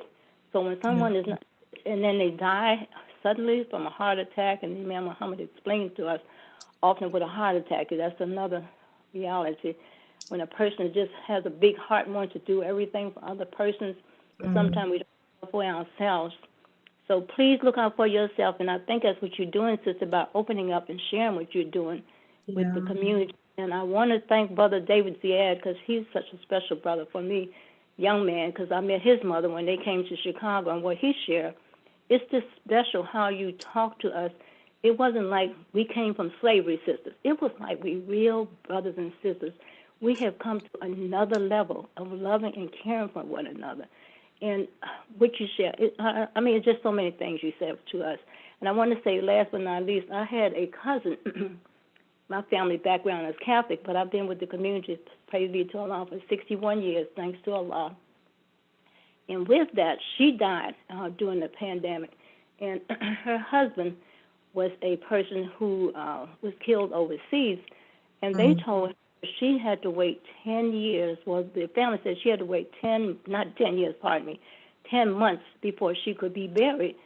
And so they had to cremate her. And everyone, well, the family, of course, cremation is not what we think of as Muslim.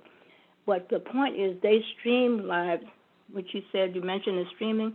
So all the family all across the country, usually we would go to this funeral, but the time that we couldn't do it. But my point is they streamlined it, and it was so special how we connected all across the country. And that's what I heard you do, where you're doing this new situation when we come through this pandemic. And yes, it's going to be more beneficial for us, even though we don't think so much, because of where you're doing it, sister, because that is going to bring us closer together and connect. May Allah continue to bless you. There's so much I could share from what you shared with us, but I do thank you so much, my dear sister. May Allah continue to bless you and your family, and keep loving another. When you love another brother and sister, it'll bring all the love, not all of it, of course, not what you have with your husband, but it'll bring so much love and sharing for yourself and believers. And thank you, Brother Wallace II. We love you. My family always thinks about you whenever I tell them about it. They say, well, you talked to him, you heard him today? So, yes, I'm going to tell him, Brother Wallace. And you all on the line, on the Mosque Cares line, please continue to love and respect one another, and keep buying these books and the CDs, because we got a new book coming out that is already out. Moses. We got it. Yes. Yes. It's out, sister. And thank you so much. And you know, I love you to death. You are my auntie, my family, and all of your children and grannies. Like I always say, even the ones I haven't met, they my family. I love them, and I know they think about me because I think about them all the time.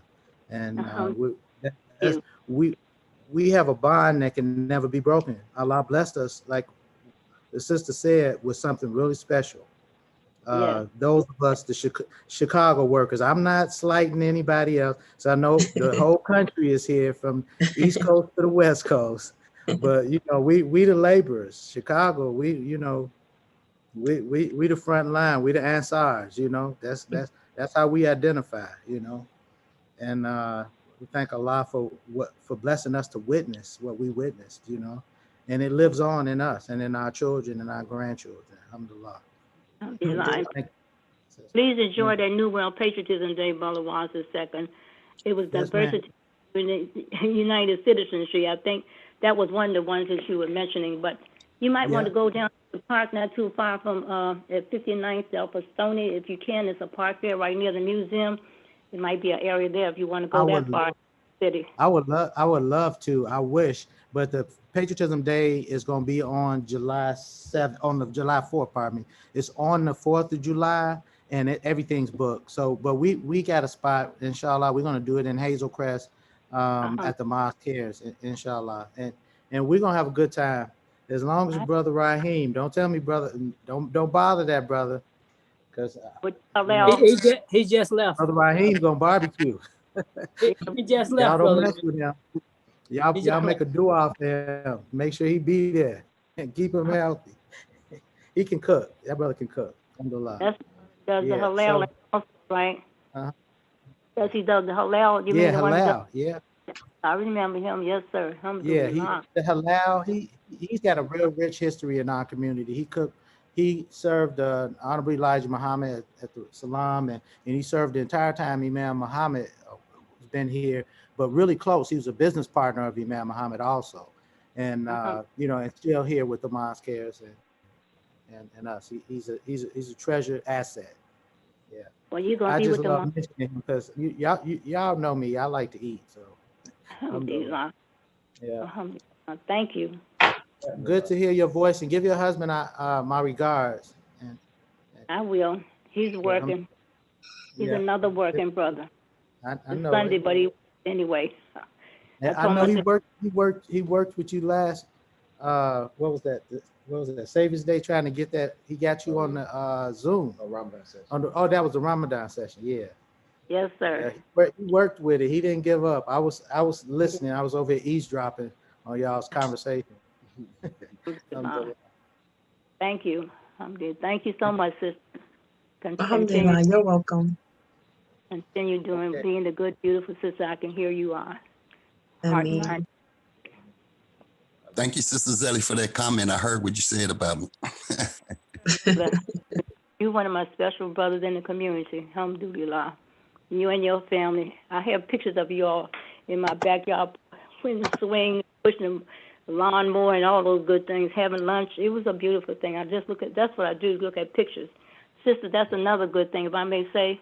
Please, if you have pictures, go through your pictures. The sister who did the presentation, continue to go through your pictures and enjoy them, and thank Allah that you have that person in your mind to look at. I do that often in my home. Yeah. Actually, I went in my phone, had thousands of pictures, probably thousands of pictures, but I know I got 200 pictures, and some of them I cropped me out. I just wanted pictures of Robin. I just wanted to see her face, and every time I found one, I took it and I sent it to all her children and all our children. I sent it to them, and it helps them whenever they feel sad and they miss her. I say, just look at her pictures. You know, I wish I had more video of her. And surprisingly, she's one of those old, you know, like the women that raised her, Southern women They don't want no camera in their face. They don't want you recording them, video, and none of that. I'm like, I'm your husband. I mean, I got the camera. He would knock the camera out of my hand if I was calling. Like, boy, don't follow me in this kitchen.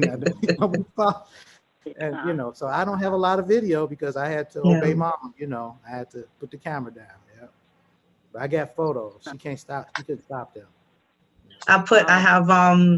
I have an album like on my device. I have the photos of Antar and I, and it's like over 200 plus photos, and I put them in the album. So when I want to look at them, I have an opportunity to. Like, I was looking at one of his pictures the other night, and I took this back in 2014 after we came from seeing his mom. We went to this Mexican restaurant.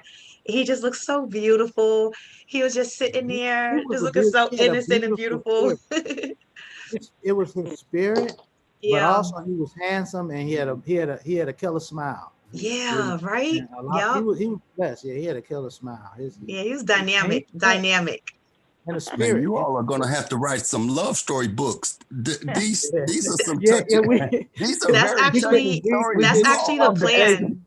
You all underestimate your worth and the effect on our psyches. I've been married twice. I got thrown out the saddle twice, but I'm still a romantic and we'll get back in the saddle for a third time. But let me tell you, WD, the things that you say and the way you speak about Robin and this sister, and I know it's others out there, you all need to capture this in writing. That'll be some #1 seller. I'm ready to buy a few hundred copies and push them. It's recorded. I got the message. This world is. I got the message, David. I'm gonna shut up. That's actually one of that's not what I'm saying. I know. That's actually one of the phases that we're going into with Hearts Connecting. So we have the foundation. The foundation, well, for the widow support group, it's the workshops. That's the foundation. But there are phases that we're going to roll out our services and programs, and one of them are gathering the widows to write chapters on our love for our spouses. And we also have work in terms of like doing a documentary for those who lost their spouses. So appreciate you mentioning that to spark that reminder that those some things that we are working on. So if anyone knows of someone who do documentaries, if you can connect me with them, that would be really awesome. Alhamdulillah. We need it, sister, because the way this romance and so-called romance is now, it's not love. It's not sharing and caring. And that's what you did with us today. That's what we need. Yeah. Antar taught me, he said love is respect and respect is love. That's when you love someone, when you respect them.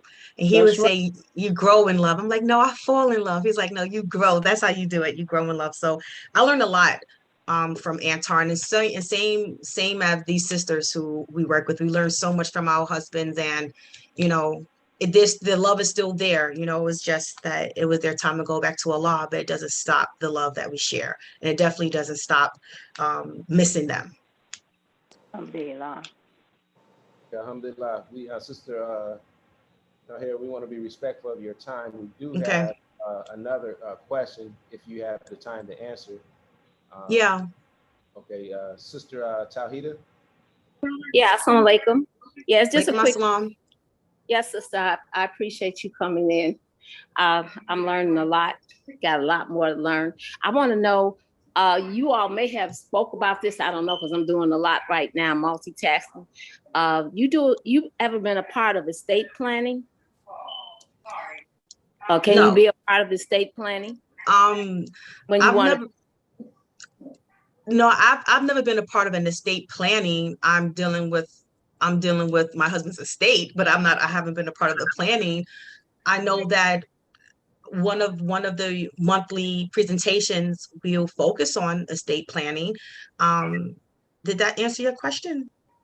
Yes, I just wanted to know if you can be a part of estate planning, meaning like someone wants to put you in their estate plan. If someone passes away, they want to, put you to take care of that in that estate plan. I got what you're saying. You're the second person who asked that question.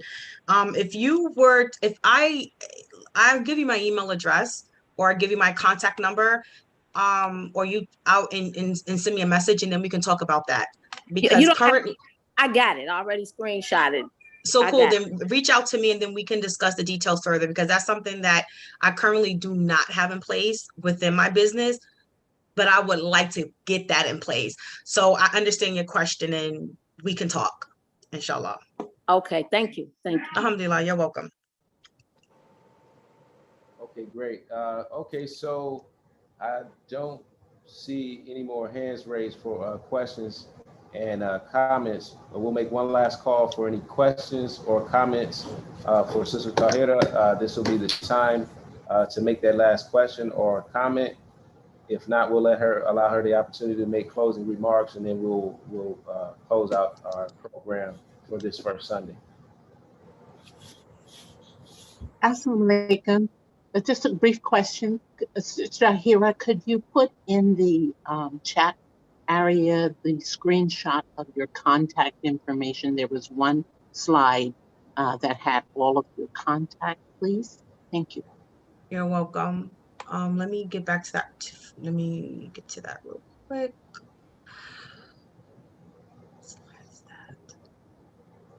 And in the meantime, while she's pulling that up, you don't have to necessarily be a widow yourself. If you know of someone that is a widow or that is provided, pass on their information. You know, and this information should circulate throughout our communities. I was fortunate enough to attend Brother Antar Jannah's janaza virtually, and it was one of the first that I've seen. And since then, I've attended several. But I would say that it was very professional, very intimate, very family oriented, and it's well worth it, and it's top notch. And I believe that it's inspired a lot of the non-Muslim virtual janaza and funeral services by the work that Sister Tahira is doing. So we do have two hands up while Sister Tahira is pulling up the information slide with her contact information. So Sister Mahasin, you can go ahead. Assalamu alaikum, my kids. I would like to say to Sister Tahira, you will be hearing from me.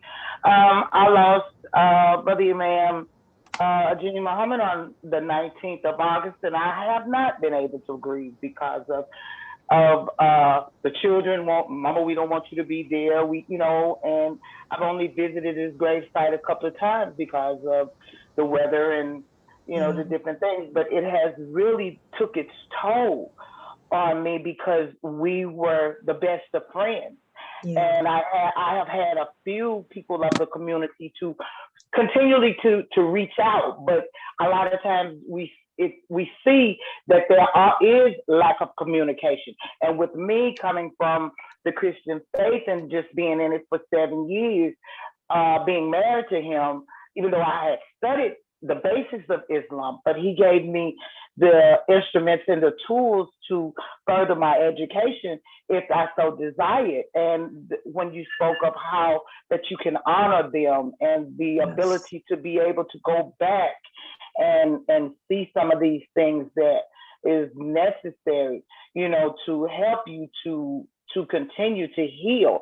I mean, I'm at the point now after almost 9 months that it's like my life ended. It ended with him ending, and with me being away when I took him back home, it was even more because I questioned myself. What if I could have just sit the tax money down instead of taking it down? The grandbaby could have waited another week, when he was almost a year old.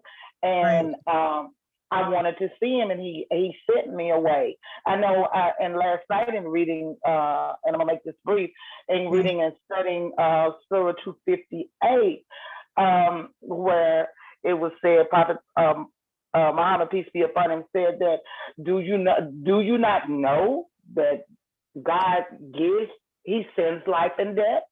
That's not what I wanted to accept, but it was something that I had to accept because it took my whole life.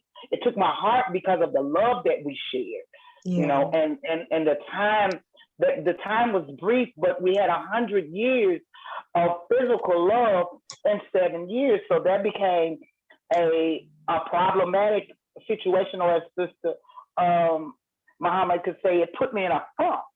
Yeah. So, you know, I appreciate everything, and I resonated with so many of the things as you gave your presentation.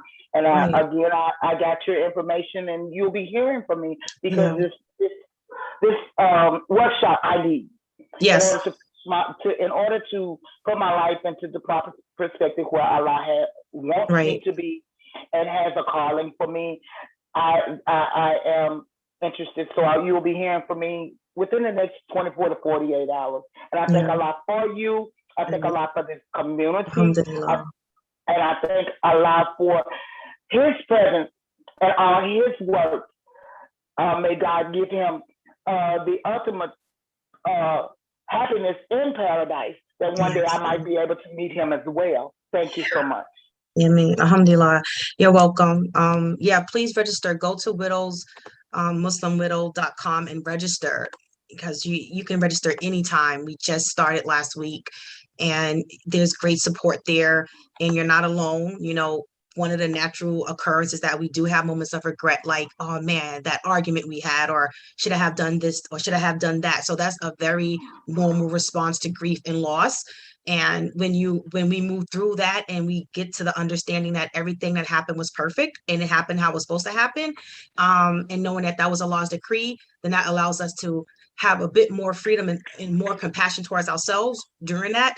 But regret is a normal response. So you're okay, you're not alone, and please register, because we would love to have you. Thank you so much. You're welcome. I'm going to post the website in the chat so you can capture it there.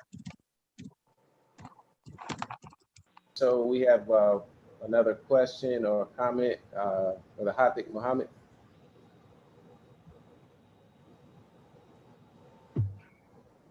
Yeah, assalamu alaikum, Sister Tahira, you off the hook. You've done an excellent job. But this is for Imam Muwathiddin and his comments earlier when he talked about the contact smell of marijuana. And, you know, some people will say me, like Antar, is a mad scientist, but one of the things, you know, the marijuana smoke is different from the other smoke. Incense smoke and other smoke, it's a heavier smoke, but it rides on the air like COVID-19. And some of my other research has conveyed that 80% of all of waste management or hazardous waste facilities, 80% of them are in African-American neighborhoods.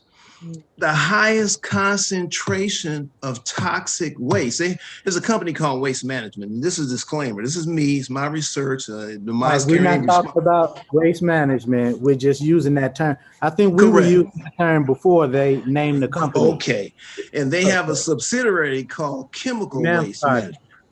Okay, but the other name for the chemical waste management is uncontrollable toxic waste. The highest concentration of uncontrollable toxic waste is in the south side of Chicago. Now, you want to know why that air is everywhere and people are killing each other? It can be directly related, and you can do your own research. Additionally, the waste management facilities, they look at the poor and the downtrodden communities to set up their site. The biggest, largest uncontrollable toxic waste facility in America is in a city called Emil, Alabama, and it's 90% Black. Okay, so, you know, all I'm saying is that this stuff that floats on the air, we have to be very conscious of it. They did a thing some time ago about malt liquor, and how when they had leaded gas and they went to unleaded gas, the leaded gas, when you drink that malt liquor, it made you more violent, everything. So I'm saying the same thing with this uncontrollable toxic waste and where it is. 80% of it in the country is in African-American neighborhoods. The biggest concentration in America is in the south side of Chicago. And the largest facility in America is in Emil, Alabama. And I didn't want to deviate, but since you mentioned the marijuana, anywhere you go, you can drive and you can smell it. And you know, I drove from far, like 200 west to all the way to the lake, you know, and I smelt it the entire time. The smell never left my nose. I pulled up in front of my house. I still smell it. Right. So they smoking out here, they smoking it everywhere, and there's so much in there. So I'm thinking to myself, it's more than just what we think is on the surface. Right. Why they turn marijuana loose on the community like that? And you know, it's doing something. My father mentioned the only time I always refer to him, you know, as a base for my you know, trying to explore something intellectually or just scientifically, because he always had a response, a scientific response to things too. So he said that they self-medicate, you know. So self-medicating, does that mean everybody's sick? Everybody don't need to be self-medicated. I don't need to be self-medicated, you know. So what, you know, but now you open a door for me to you know, to consider also that maybe there's some correlation between the poisons that's already in the air due to the waste, the chemical Right. That's waste right. in the air that Exactly. travels, and that marijuana being another airborne thing that travels through the air. Correct. It may have an effect on the people that you might not know. The Right. person that smokes it, he knows the effect, but the person that's not smoking it, what effect is it having on us? Right. We don't know. Well, it's like cigarettes. They That's talk right. about the other smoke, but the one thing, these people that's worried about the vaccination and taking the vaccine, they need to be worried about this medical marijuana. Okay, so you know, I'm just saying that. I'm just saying, I'm like, you like your grandfather and your father, you put stuff out there and we'll grab it and run with it, right? But I'm just saying, it's real. Frankenstein, modern day. Yes, that sounds like this is the mirror. That's really, that sounds like this is really strange that we could be talking about that, because I was having a conversation with somebody this morning. Hold on one second, if you don't mind, please excuse me, because we want to be respectful of our presenters' time. So I mean, we want to allow for those who did have questions pertaining to the presentation that the sister presented, so that way we can allow her to, you know, resume her duties. As you see, she has several businesses that she's conducting and that she's running, that she has a constituency that she has to tend to as well. So we want to be mindful of that. So if there aren't any more questions or comments for her, we'll allow we'll allow her to close out her officially close out her presentation with any remarks that she might have had, and then we can proceed to the first Sunday. Y'all have to understand, not everybody here is every first Sunday. We'll go on for 7 to 8 hours, but that's regular. So let us allow those who have other things to do, let them handle that, and then we'll get back to family business after that. So we want to allow the sister, if there aren't any more questions or comments for her, we'll allow her. I have one comment. Go ahead, Sister Esther. Yeah, I wanted to give greetings to Imam Warthi Muhammad II and you. Well, I like my salam, sister. I've been making du'as and I haven't forgot you. And I'm glad to hear your voice, because I was wondering how you were doing. I hope you're doing better. Yes, you're doing just fine. Praise be to Allah. I'm making du'as for you and your family also. Thank you. Thank you. I wanted to say to Sister Tahira, I really, really enjoyed your presentation so much. It was just so heartfelt, and it's so much needed in our community. And I'm gonna keep you at my du'as also, that Allah will heal your heart, and look forward to hearing from me too. Okay, Alaikum assalam. Thank you. Okay, we'll allow one more, I believe, Sister Lala. Yes, assalamu alaikum. Alaikum assalam. Everyone,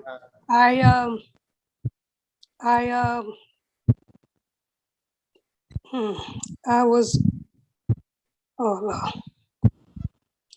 Sis, I'm a New Yorker, and what you did for brother Imam Farouk and Sister Shelley, you have my salute.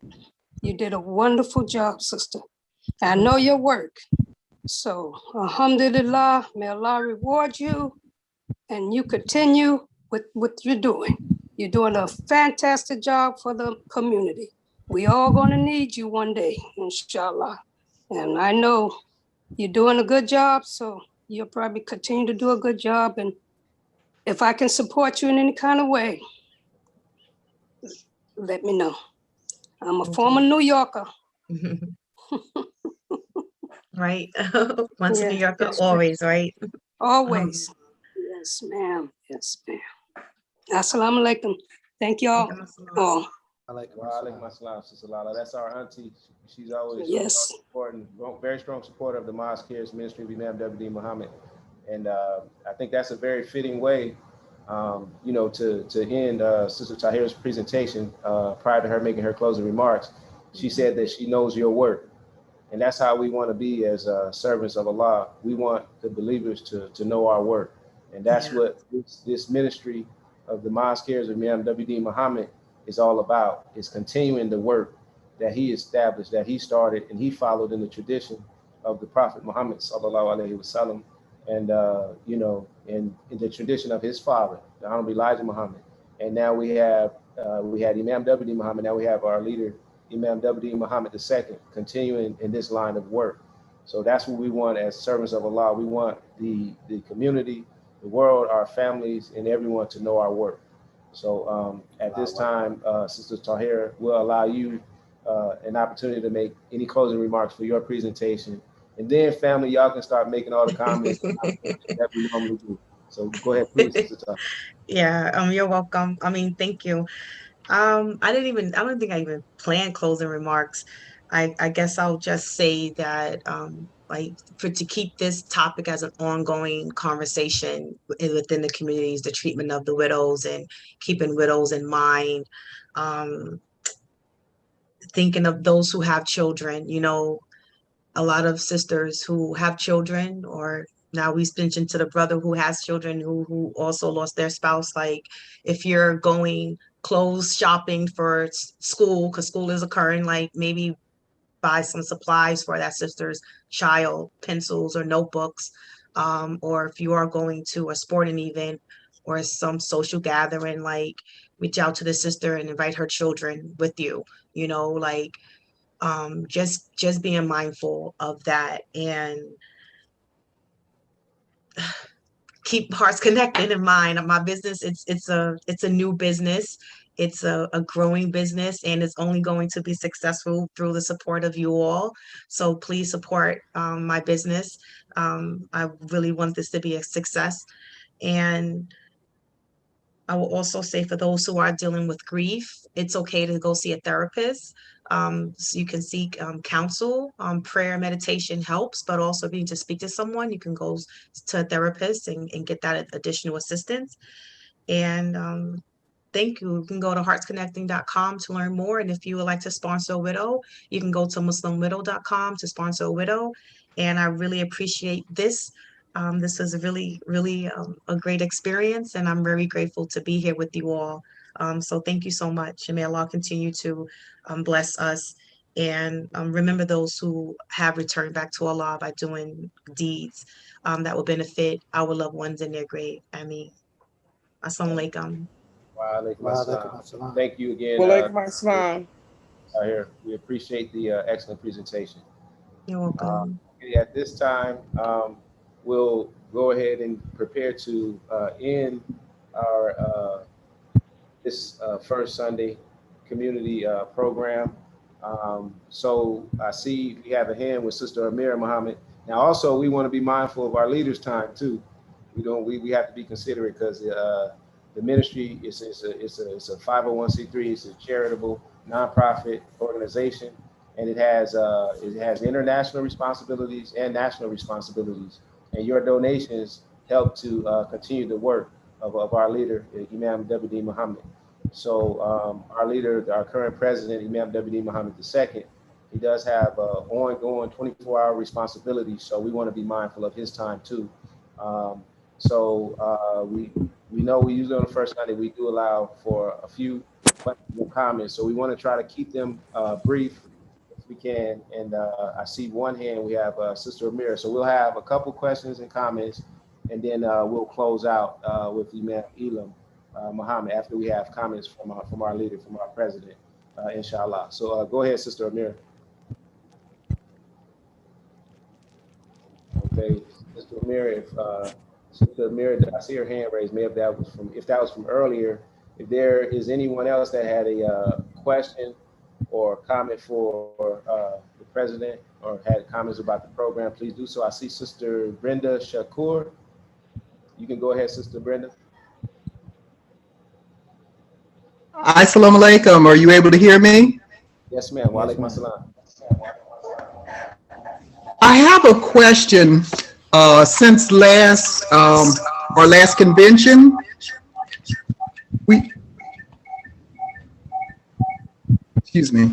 since the last convention, I was wondering, are we going to have more participation from our young people?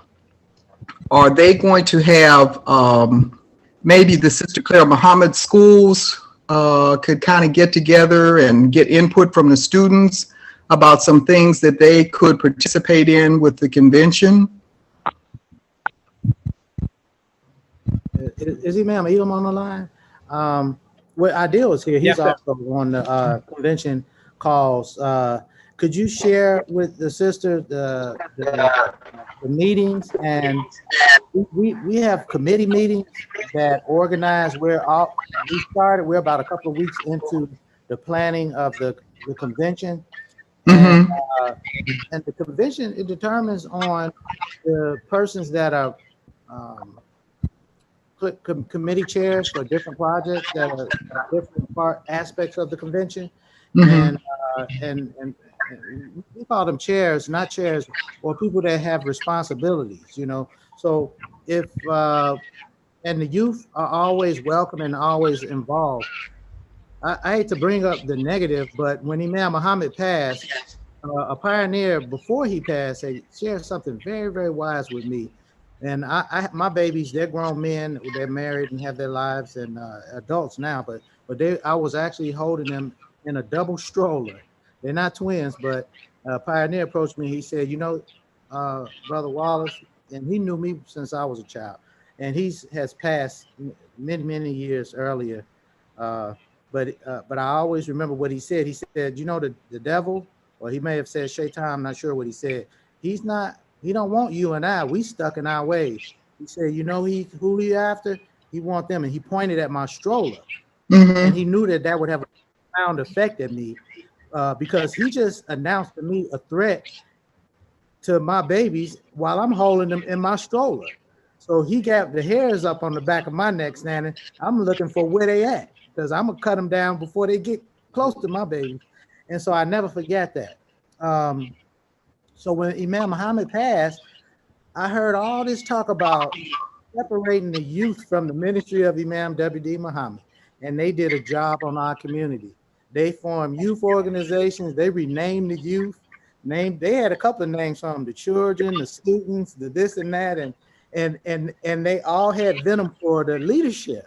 And it was leadership that were leading in our community before most of the youth that were calling them youth were even thought of, before they were born.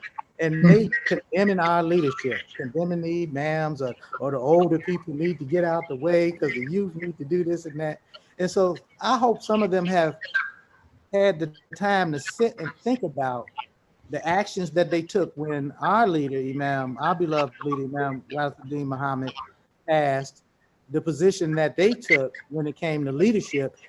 And I like to ask them, where's their leadership? And how come we don't hear from them? Or has Satan told them they too good for us? You know, that's real. That's real. There was a leadership, but that leadership, and usually it's the people, there's good people. The people are the victims of bad leadership. So the youth are victims of bad youth leadership. And we can't dictate to them. We can invite them, and the invitation is open. And Imam Elam is here on the line, and other committee members are here on the line, and the line is open. But we ask you to come in peace. That's the way progress is made throughout the history of humanity. Nothing really good in the way of progress happens without peace. Right. I like I don't to know why that's make a comment. response, but that's my response right now. Yes, ma'am. Yes, sir. Can I make a comment, Brother Imam? Brother Imam, Yes, can I sir, make please. a comment? Yeah, Please. I have Sister Brenda's telephone number. I don't know, I have an email, but we'll let her know when the next meeting is. But the main thing is, as what the Imam has said, But you take a look at the reflection of the leadership. Imam Warfadin Muhammad II, just like his father, had got his children involved. He has his children involved. They're involved with the convention, show up at the convention. My children, they're involved because I tell them to show up at the convention and so forth. Brother Hathik Muhammad, his son, Adil, he's right there next to the president, and his junior, and the rest of this family is parted. So the main thing is that where are the youth? Well, it's our responsibility. If we got 200, 300, or 1,000 people that's on this call, get our youth involved. There's a brother, Hassan Tariq, that's part of the Arabic class. He's got 2 of his children involved in the Quranic Arabic. And one of his children is on the program right now. And so we, they're our children. So where are they? So, but the door is open. We're waiting for them to come in and take our place. And more direct. I just wanted to vent something, because I don't like to see people do stuff and feel they got away with it. They didn't get away with it. I'm gonna bring it up to the day of judgment. But on a more serious note, that's real. That I'm Muhammad. Ask anybody that know us. My family come from the loins of Honorable Elijah Muhammad. We work. That's what we do. We don't have time to worry about problems or getting sick or what's gonna happen next. We just work, and that's what we do. And that's how we raise our youngsters. That's how we raise our children to be workers. Ask any of our children, they tell us we're workers, and the children, they're workers. So like Imam Elam said, that our youth are here. Sister Esther, and along with the Mosque Cares community, I don't know why, they go unnoticed sometimes, but they have done a wonderful job with the education and the schooling and the cultural life, and mostly at the base of it is their Islamic education. So they've done a wonderful job with the group of youth that we have here in Chicago, and we feature them. If you go to the Mosque's website, you can see the youth, and they usually all dress the same in some type of matching shirts and T-shirts, and they perform, and they do an excellent job. And they've been doing it ever since Imam Muhammad passed. And I believe it was us here at the Mosque Cares that had the sensitivity to do that.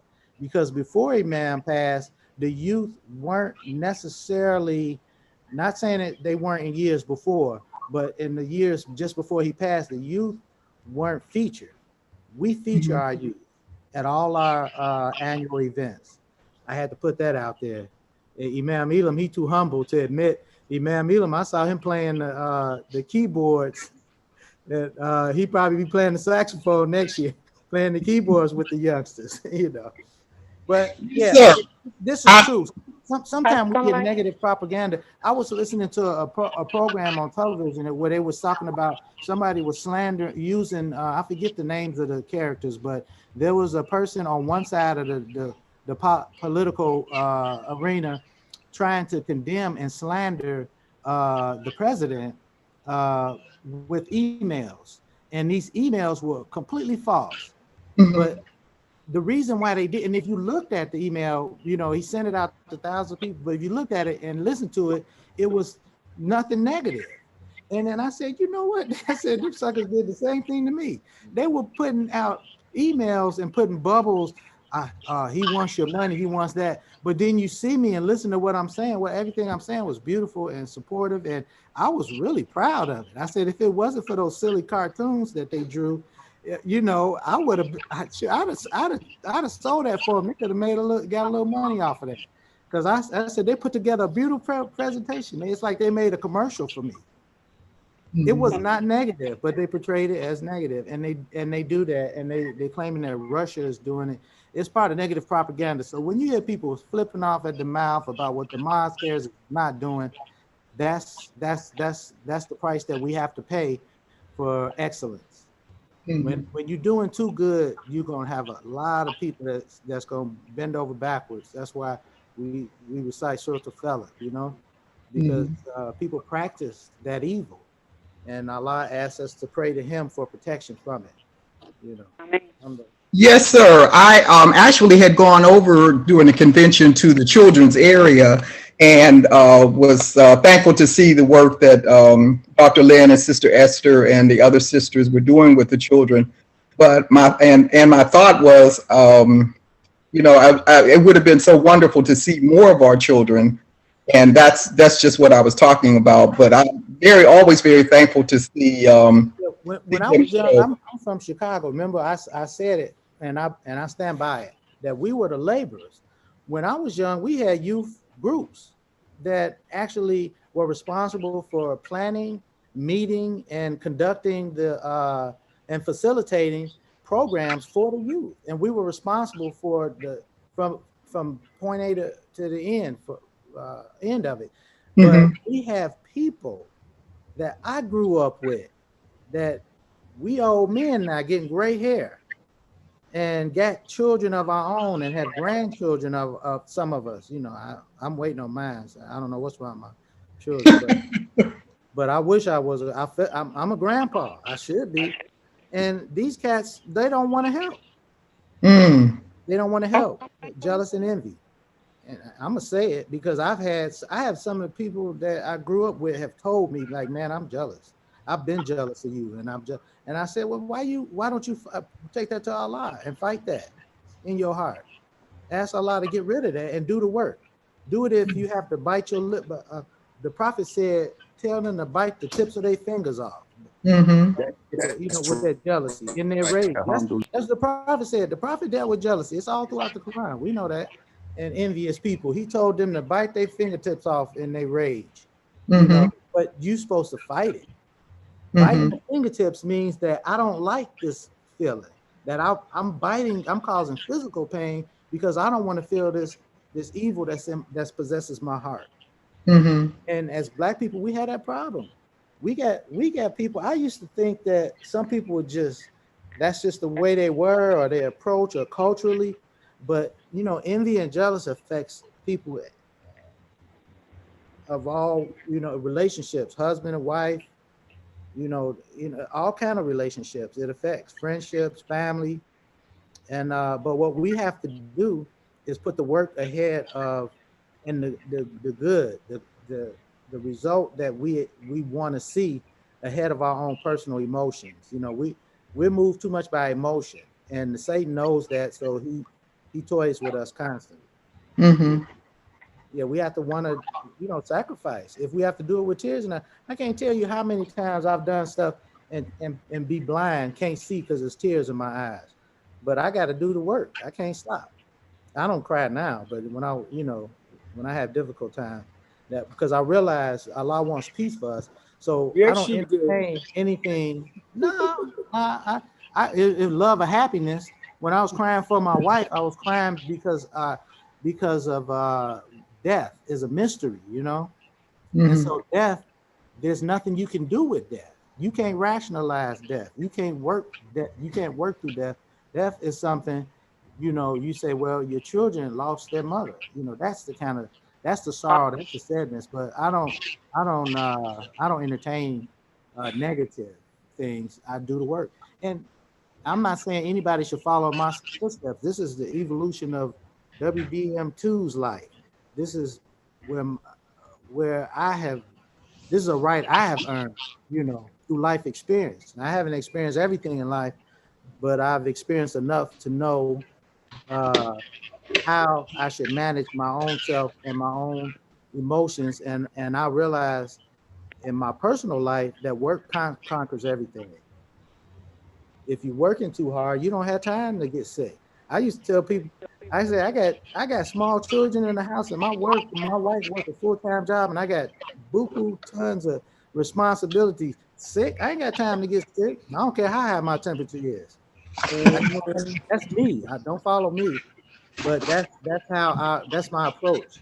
I don't have time to feel weak, to mourn, to be depressed or sad or anything.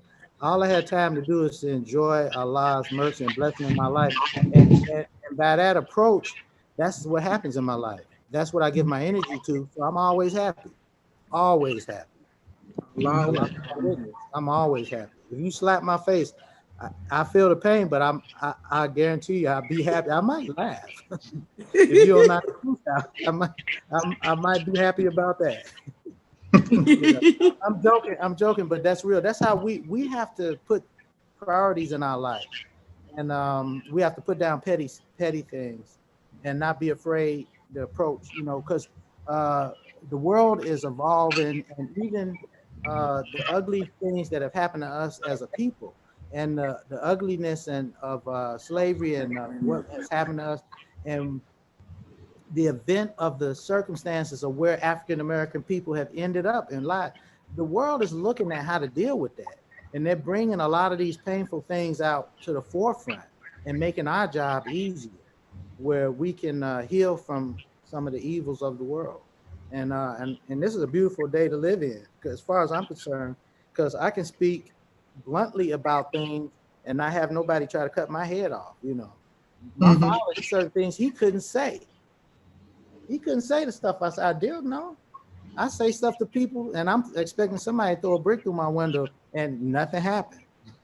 A lot of my witness, my father couldn't have said stuff like that, and they'd have people out of this house, you know. But the time has changed because the world wants to repent from the evil that has been done in the result of the ugly things that have happened to us as a people in America, as African American people, and we're evolving and healing, and I think we're going to all be better off in the future. You know, we just need to keep the faith and keep on the side of right and keep doing good. Work for the sake of Allah and for the sake of good. Yeah. Is Sister Tahida Sharif? Sister Tahida, I heard her earlier. Sister Tahida Mustafa, I'm sorry. I read her her report, and she needs to take that to some professionals, because if it's not already out there, that I visualized her invention, and not for the sake of money, but I think that an intelligent business person that wants to get wealthy and make a lot of money, her invention is needed. Is needed, and it's doable. It sounds like a really ingenious invention that she's come up with, and it's doable. It'll work. I believe it'll work. And if I can help her and support her, I want to talk to her someday about what has she done to seek people that have more abilities to see her invention produced, because somebody can get super rich off of that, and not just for the sake of money, super rich because it's needed and because it'll work.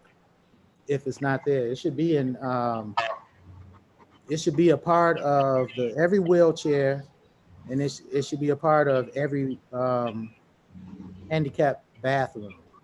And so the two should work together, from what I hear. And if she don't hear me, somebody will share it with her. Yeah. Well, thank you, Imam Muhammad, for all that you do, and those who are working most closely with you especially. Pray for you always and appreciate all that you do. Assalamu alaikum. Wa alaikum assalam. Thank you. Thank you, Sister Brenda. Okay, we have a couple more, and then we're going to close out, inshallah. We'll go with the 225 that has been waiting for a while, and then after 225, we'll go with Sister Tawanda. Go ahead with the 225 via phone. Assalamu alaikum. Wa alaikum assalam.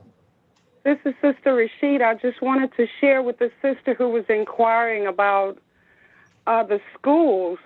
I'm on the youth committee, and one of the efforts that we're doing at this time is to bring in the Sister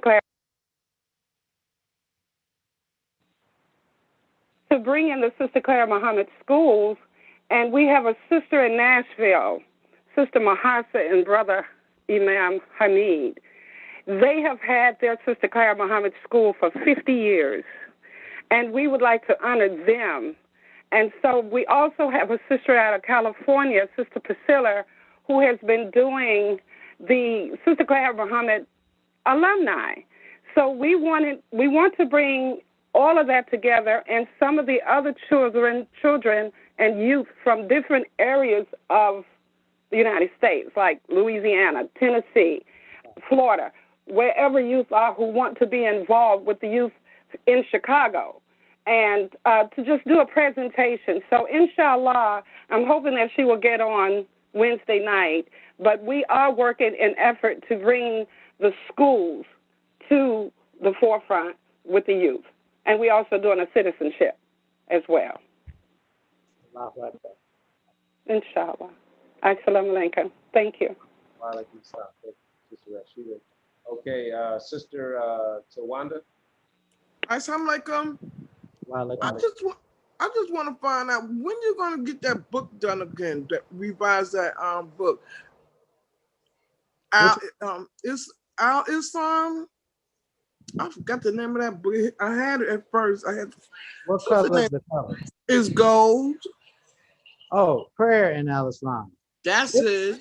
It was see, that's a tough thing about it. Maybe me and Adele, we'll take a look at it maybe for historic purposes. Imam Muhammad didn't want to reproduce that book, but we got a lot of scholars. We got some scholars out there. Y'all help me take your personal copy, read it, and help me understand, because Imam Muhammad didn't point out to me specifically. Now, maybe I might have to call my cousin Omar in order to know what Imam Muhammad pointed out specifically, because Imam Muhammad approved a second edition of it that was his brother Jabir financed, and that his nephew,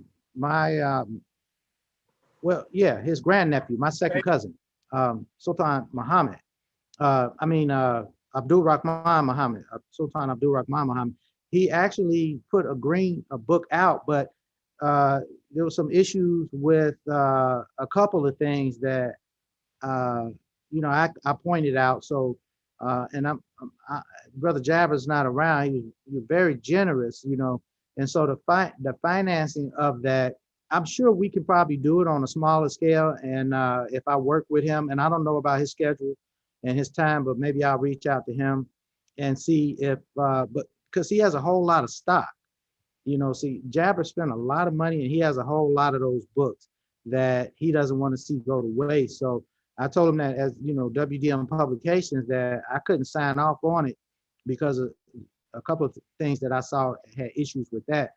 But I would have to find out from him what the issue was with the gold book. Imam Muhammad didn't want to redo the gold book. Maybe it was some things, revisions that needed to be made, but he never explained to me in detail. So he didn't want that gold book reproduced. Yeah, but it is an excellent book. And who'd have thought that even after the attempt that went on for a good 20 years to have it reproduced, and we finally got it reproduced, and now I have issues with it, so the cover of it has a small A before Al Islam, and it's a bold print. It's not a small something you're gonna overlook. It is the cover. It's basically the cover. It says Prayer and Al Islam with a small A. That's the problem. That's my problem.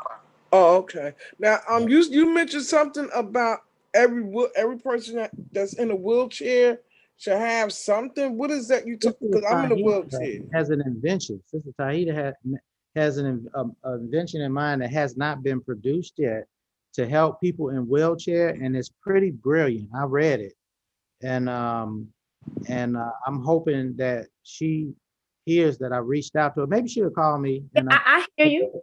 I hear oh, you. Yeah. That's brilliant, and that'll work. You probably sent that to me before, but I was able to read it and think about it as I'm reading it, and the mechanical portion of it.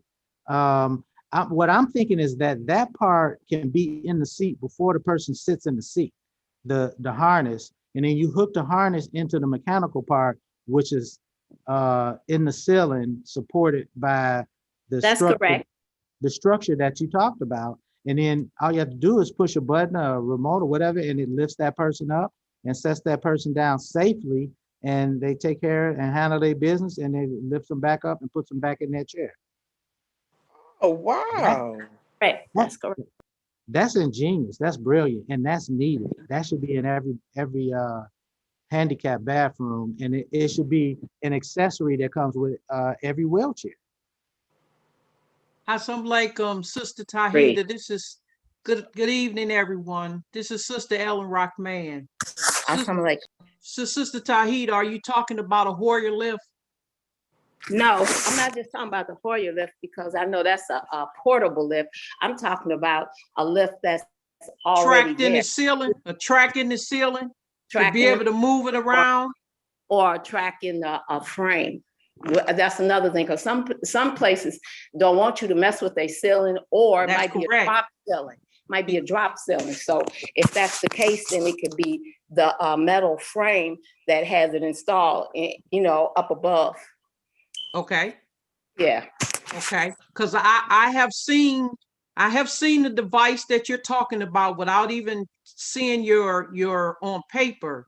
But I know for in handicap accessible homes, I've seen it a lot for veterans, okay, where the track is built from the ceiling from the bedroom all the way into the bathroom, where it's either going to put him on the toilet, and you're right, Imam Warfdeen Muhammad II, it has a harness already up under the person.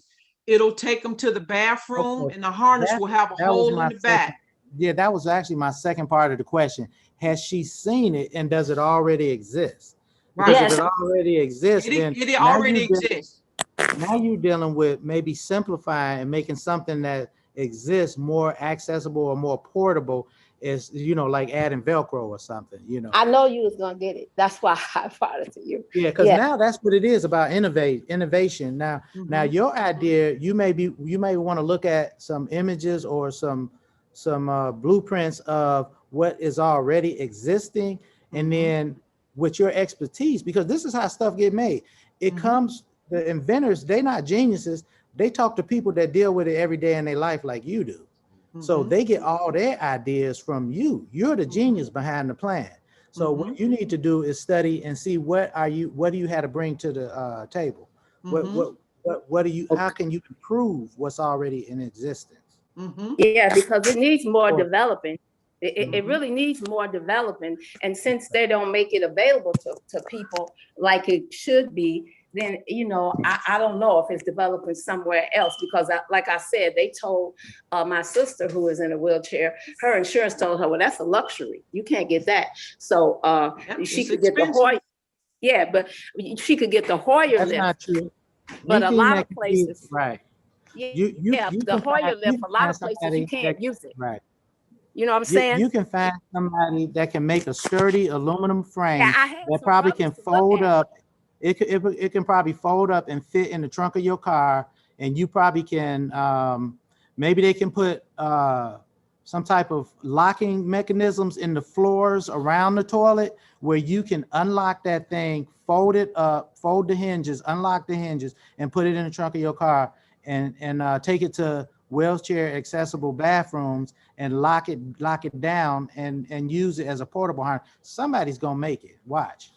Somebody's gonna make it. But it should be you. It should be you adding. But what you have to do is the part of it is you have to draw up. If you draw up a blueprint for it and then patent it, because as we're speaking about it, somebody else is going to draw up a blueprint and patent it and say they never heard of what you're talking about. So you have to. I would think if you draw it up, even if you don't draw, just picture it in your mind, something that folds up and puts in the trunk of your car, but it bolts securely to the ground. Like you lock a seat bike in where you can sit the weight of a 200-pound man like me on it. And I say, how this little thing holding me? It's just a little lock, a little thing you lock down, and the pressure holds it. So maybe it's something you can lock down and lock that frame to the floor where it won't move. And it should be sturdy enough where it'll hold the weight of a person, up to what the maximum weight is for the average wheelchair. Okay, and I want to tell Sister Ellen, I appreciate you making your comments, but I know when I use the Hoyer lift and I go to hotels and places, sometimes the beds and the things that they have in some places, it won't even go under the bed because they have the bed up underneath boxed off. And you can't even get it all the way under. It's real inconvenient. And you're putting the person at risk, and you're putting yourself at risk too. That's true. That's true. That's true. That's true. And brother Imam Ward II, when you on your device, Sister Tawhida, do you have where the lock is on the frame? The lock is on the frame where you can widen or narrow the base of your Hoyer lift, and then you lock it in place to be able to lift the weight up and guide them to wherever they're going to be. But I agree with you, and it's because so many people have left so many things up under the beds. That's why they changed the frame. But I agree with you that now your Hoyer lift cannot go up under the bed, because then you can widen the base and then place your loved one wherever you want in the bed, okay, safely. So you're correct. Hotels have changed tremendously. Their beds in hotels are not like our beds at home. You know. Okay. All right. Thank you. Thank you. Oh, yeah, we got some. Inshallah, Sister Tawhida, that the comments by the president have assisted you in giving you a little bit more clarity in the direction that you can head, as well as the comments by Sister Ellen and the other believers in the comments and in the community. So we thank you all for that.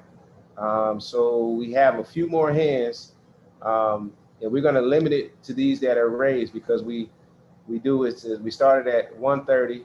It's 10 minutes to 7 now. Yeah. So we do have other responsibilities. We want to respect the time of our leader. So we're going to limit it to these few hands that we have left. I think we have Brother Hafiq Muhammad and then Sister Amira Muhammad. And then we'll allow, provide the opportunity. Our president will make final closing remarks, and then we'll close out with Imam Elam and Dua, inshallah. So I'm going to lower all the hands at this point, and then we're going to go to Brother Hafiq, and then we're going to go to Sister Amira.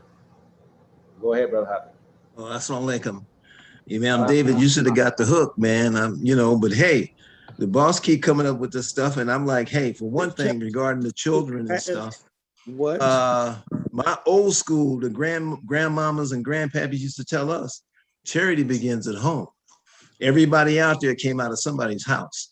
I know a lot of this foster homes now, a lot of those people are in it for money only. So you might have some bad apples coming out of them houses. But with regard to the youth, even today, like at the health consortium mentioned that the young people are, they're kind of resistant. And the main reason is because of the social networking.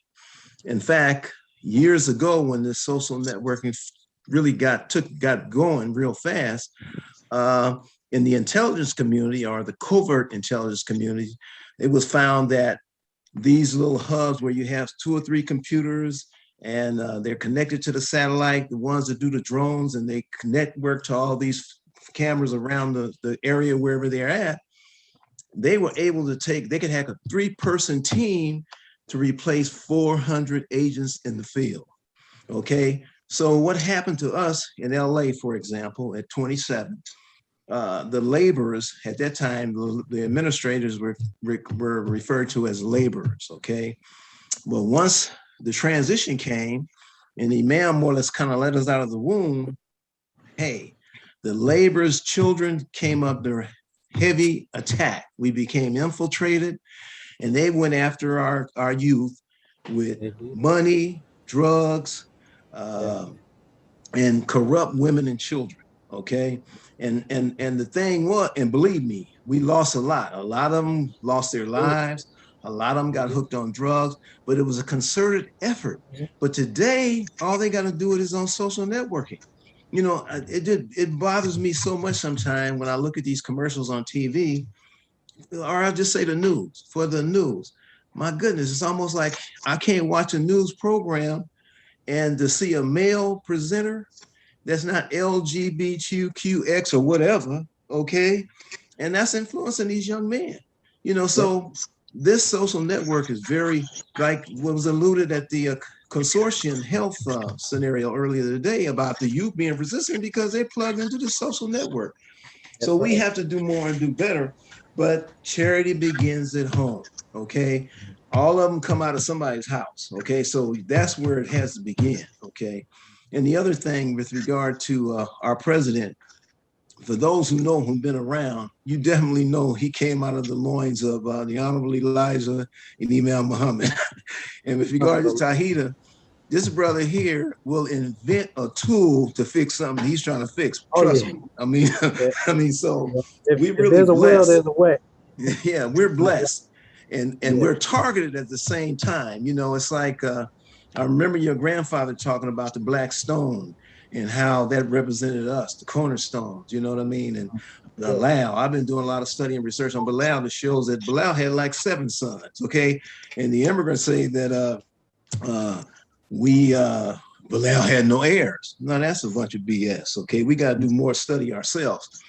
And with regard to that book, the gold book, I used to have cases of them. In fact, I had about 50 of them that the champ signed himself.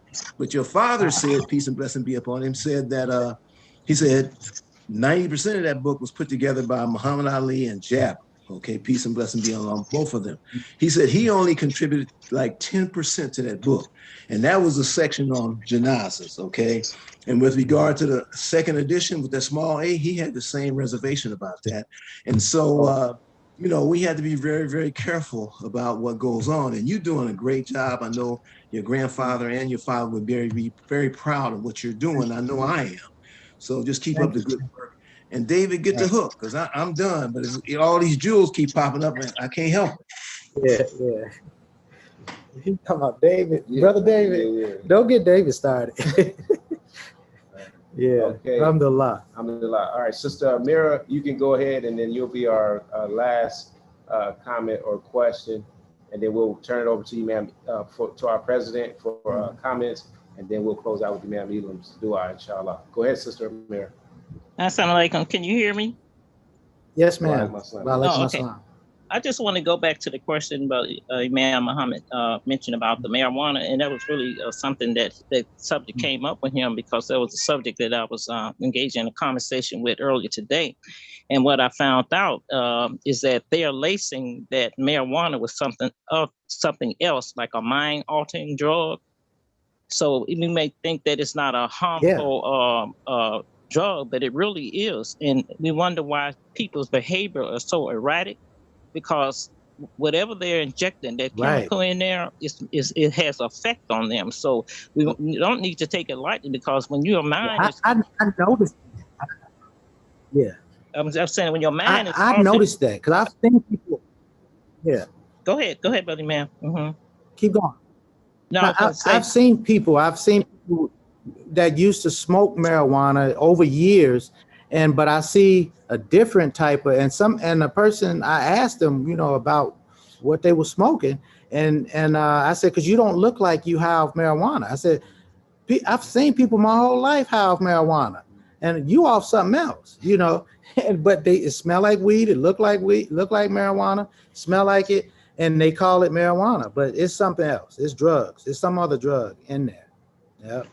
And we not to take it, people who use that, not to take it lightly, their behavior and in their company or around them, because you don't know what they might do. You really don't, because they really not in control of their mental faculties. So it's mind altering. Yeah, I believe that. I believe it's mind altering. This from the person Yeah. Assalamu alaikum. Wa alaikum assalam. This is Sister Najma.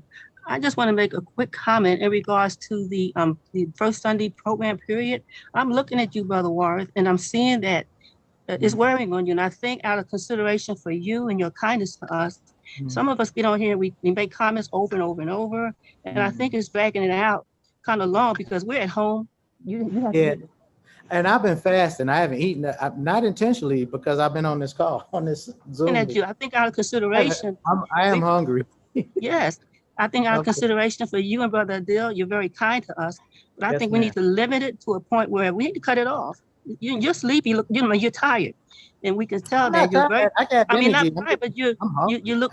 You're just kind to us, and I think at some point somebody needs to say we need to shut it down, because I think it's getting a little long because we're all at home, and we can stop for prayer. You can't stop for prayer. You right there. I just think out of consideration, I wanted to make that comment. May Allah forgive me if I'm wrong, but I just had to say it. Thank you. It's considerate because No, you're and true. And Ideal, you helping Ideal out because that's Ideal's job. He's usually one looking out for my interests. Because yeah, I will go. I'm like my dad. My dad was the same way. As long as you need me, I'm gonna be here for you. And I think but I think shouldn't that do that.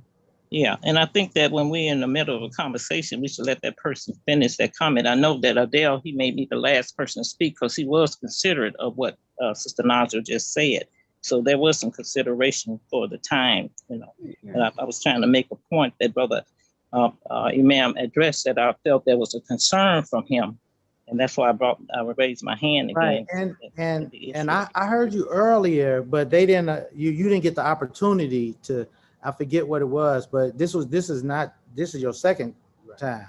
Yeah, because I did. I appreciate you. I appreciate you bringing that up because that's a serious health matter, and it's a serious, really, it should be on the level of, protecting human rights. A person should be safe from things that have the potential to alter their mind without them knowing it. They should name it or label it something other than marijuana. Maybe it's marijuana based or it's, but once it becomes something that's mind altering, and I've asked people and I've talked to people, they said there's all kind of marijuanas now out there. And I remember when I was younger, before they had these extreme, that marijuana over the years, I've heard older people, pioneer people tell me that when they were younger, the marijuana is 10 times to 100 times stronger than it ever was. Because you go back to watching television about the Vietnam, you see the shows about the soldiers. This is when they tried to glamorize smoking marijuana. They would show the people in Vietnam, the soldiers, the American soldiers, as the black. They targeted to us. You see the African American soldiers sitting around laughing and smoking marijuana. It made them silly or happy, and they seemed cool. So this made it attractive. And then it hit the streets as an illegal drug. And I hear them saying that the marijuana evolved from I guess that was the 70s or the early 70s or 60s to the 90s, where it was so powerful, it was like a narcotic, and now, even now, it's extremely powerful, Yes, and, it is. And they're telling the children it's a recreational drug, like, like it's okay, like when they're 21. I don't know how okay it is. I thought it was still illegal, so I don't know. Maybe I need to study up myself, but we should be aware of it and treat it like we've always treated it, like something we don't want around us, our families, and in our communities. Yes, sir. Thank you, Brother Imam Muhammad. Thank you so much. Okay, so we thank you all. At this time, if those weren't your closing remarks, That was my closing remarks. Okay, so I'm too hungry to think about anything else. So thank you all for joining us. At this time, we're gonna the next First Sunday, inshallah, will be the 4th of July. That's the next First Sunday. So that's what we traditionally celebrate and acknowledge as New World Patriotism Day, as given to us by our leader, Imam W.D. Muhammad, and we carry on that tradition in celebrating New World Patriotism Day. So we'll acknowledge that New World Patriotism Day on the 4th of July, which coincides with the First Sunday program. So that'll be, inshallah, we'll do that via Zoom and via Imam W.D. Muhammad YouTube channel, and at the physical location, the Mosque Cares Ministry of Imam W.D. Muhammad in Hazelcrest, Illinois. So with that being said, thank you all for joining us, and we're going to turn it over. We look forward to seeing you next First Sunday, and we'll be turning it over to Imam Elam Muhammad to close us out in dua, inshallah. Yes, sir. Thank you, Brother Imam Adil.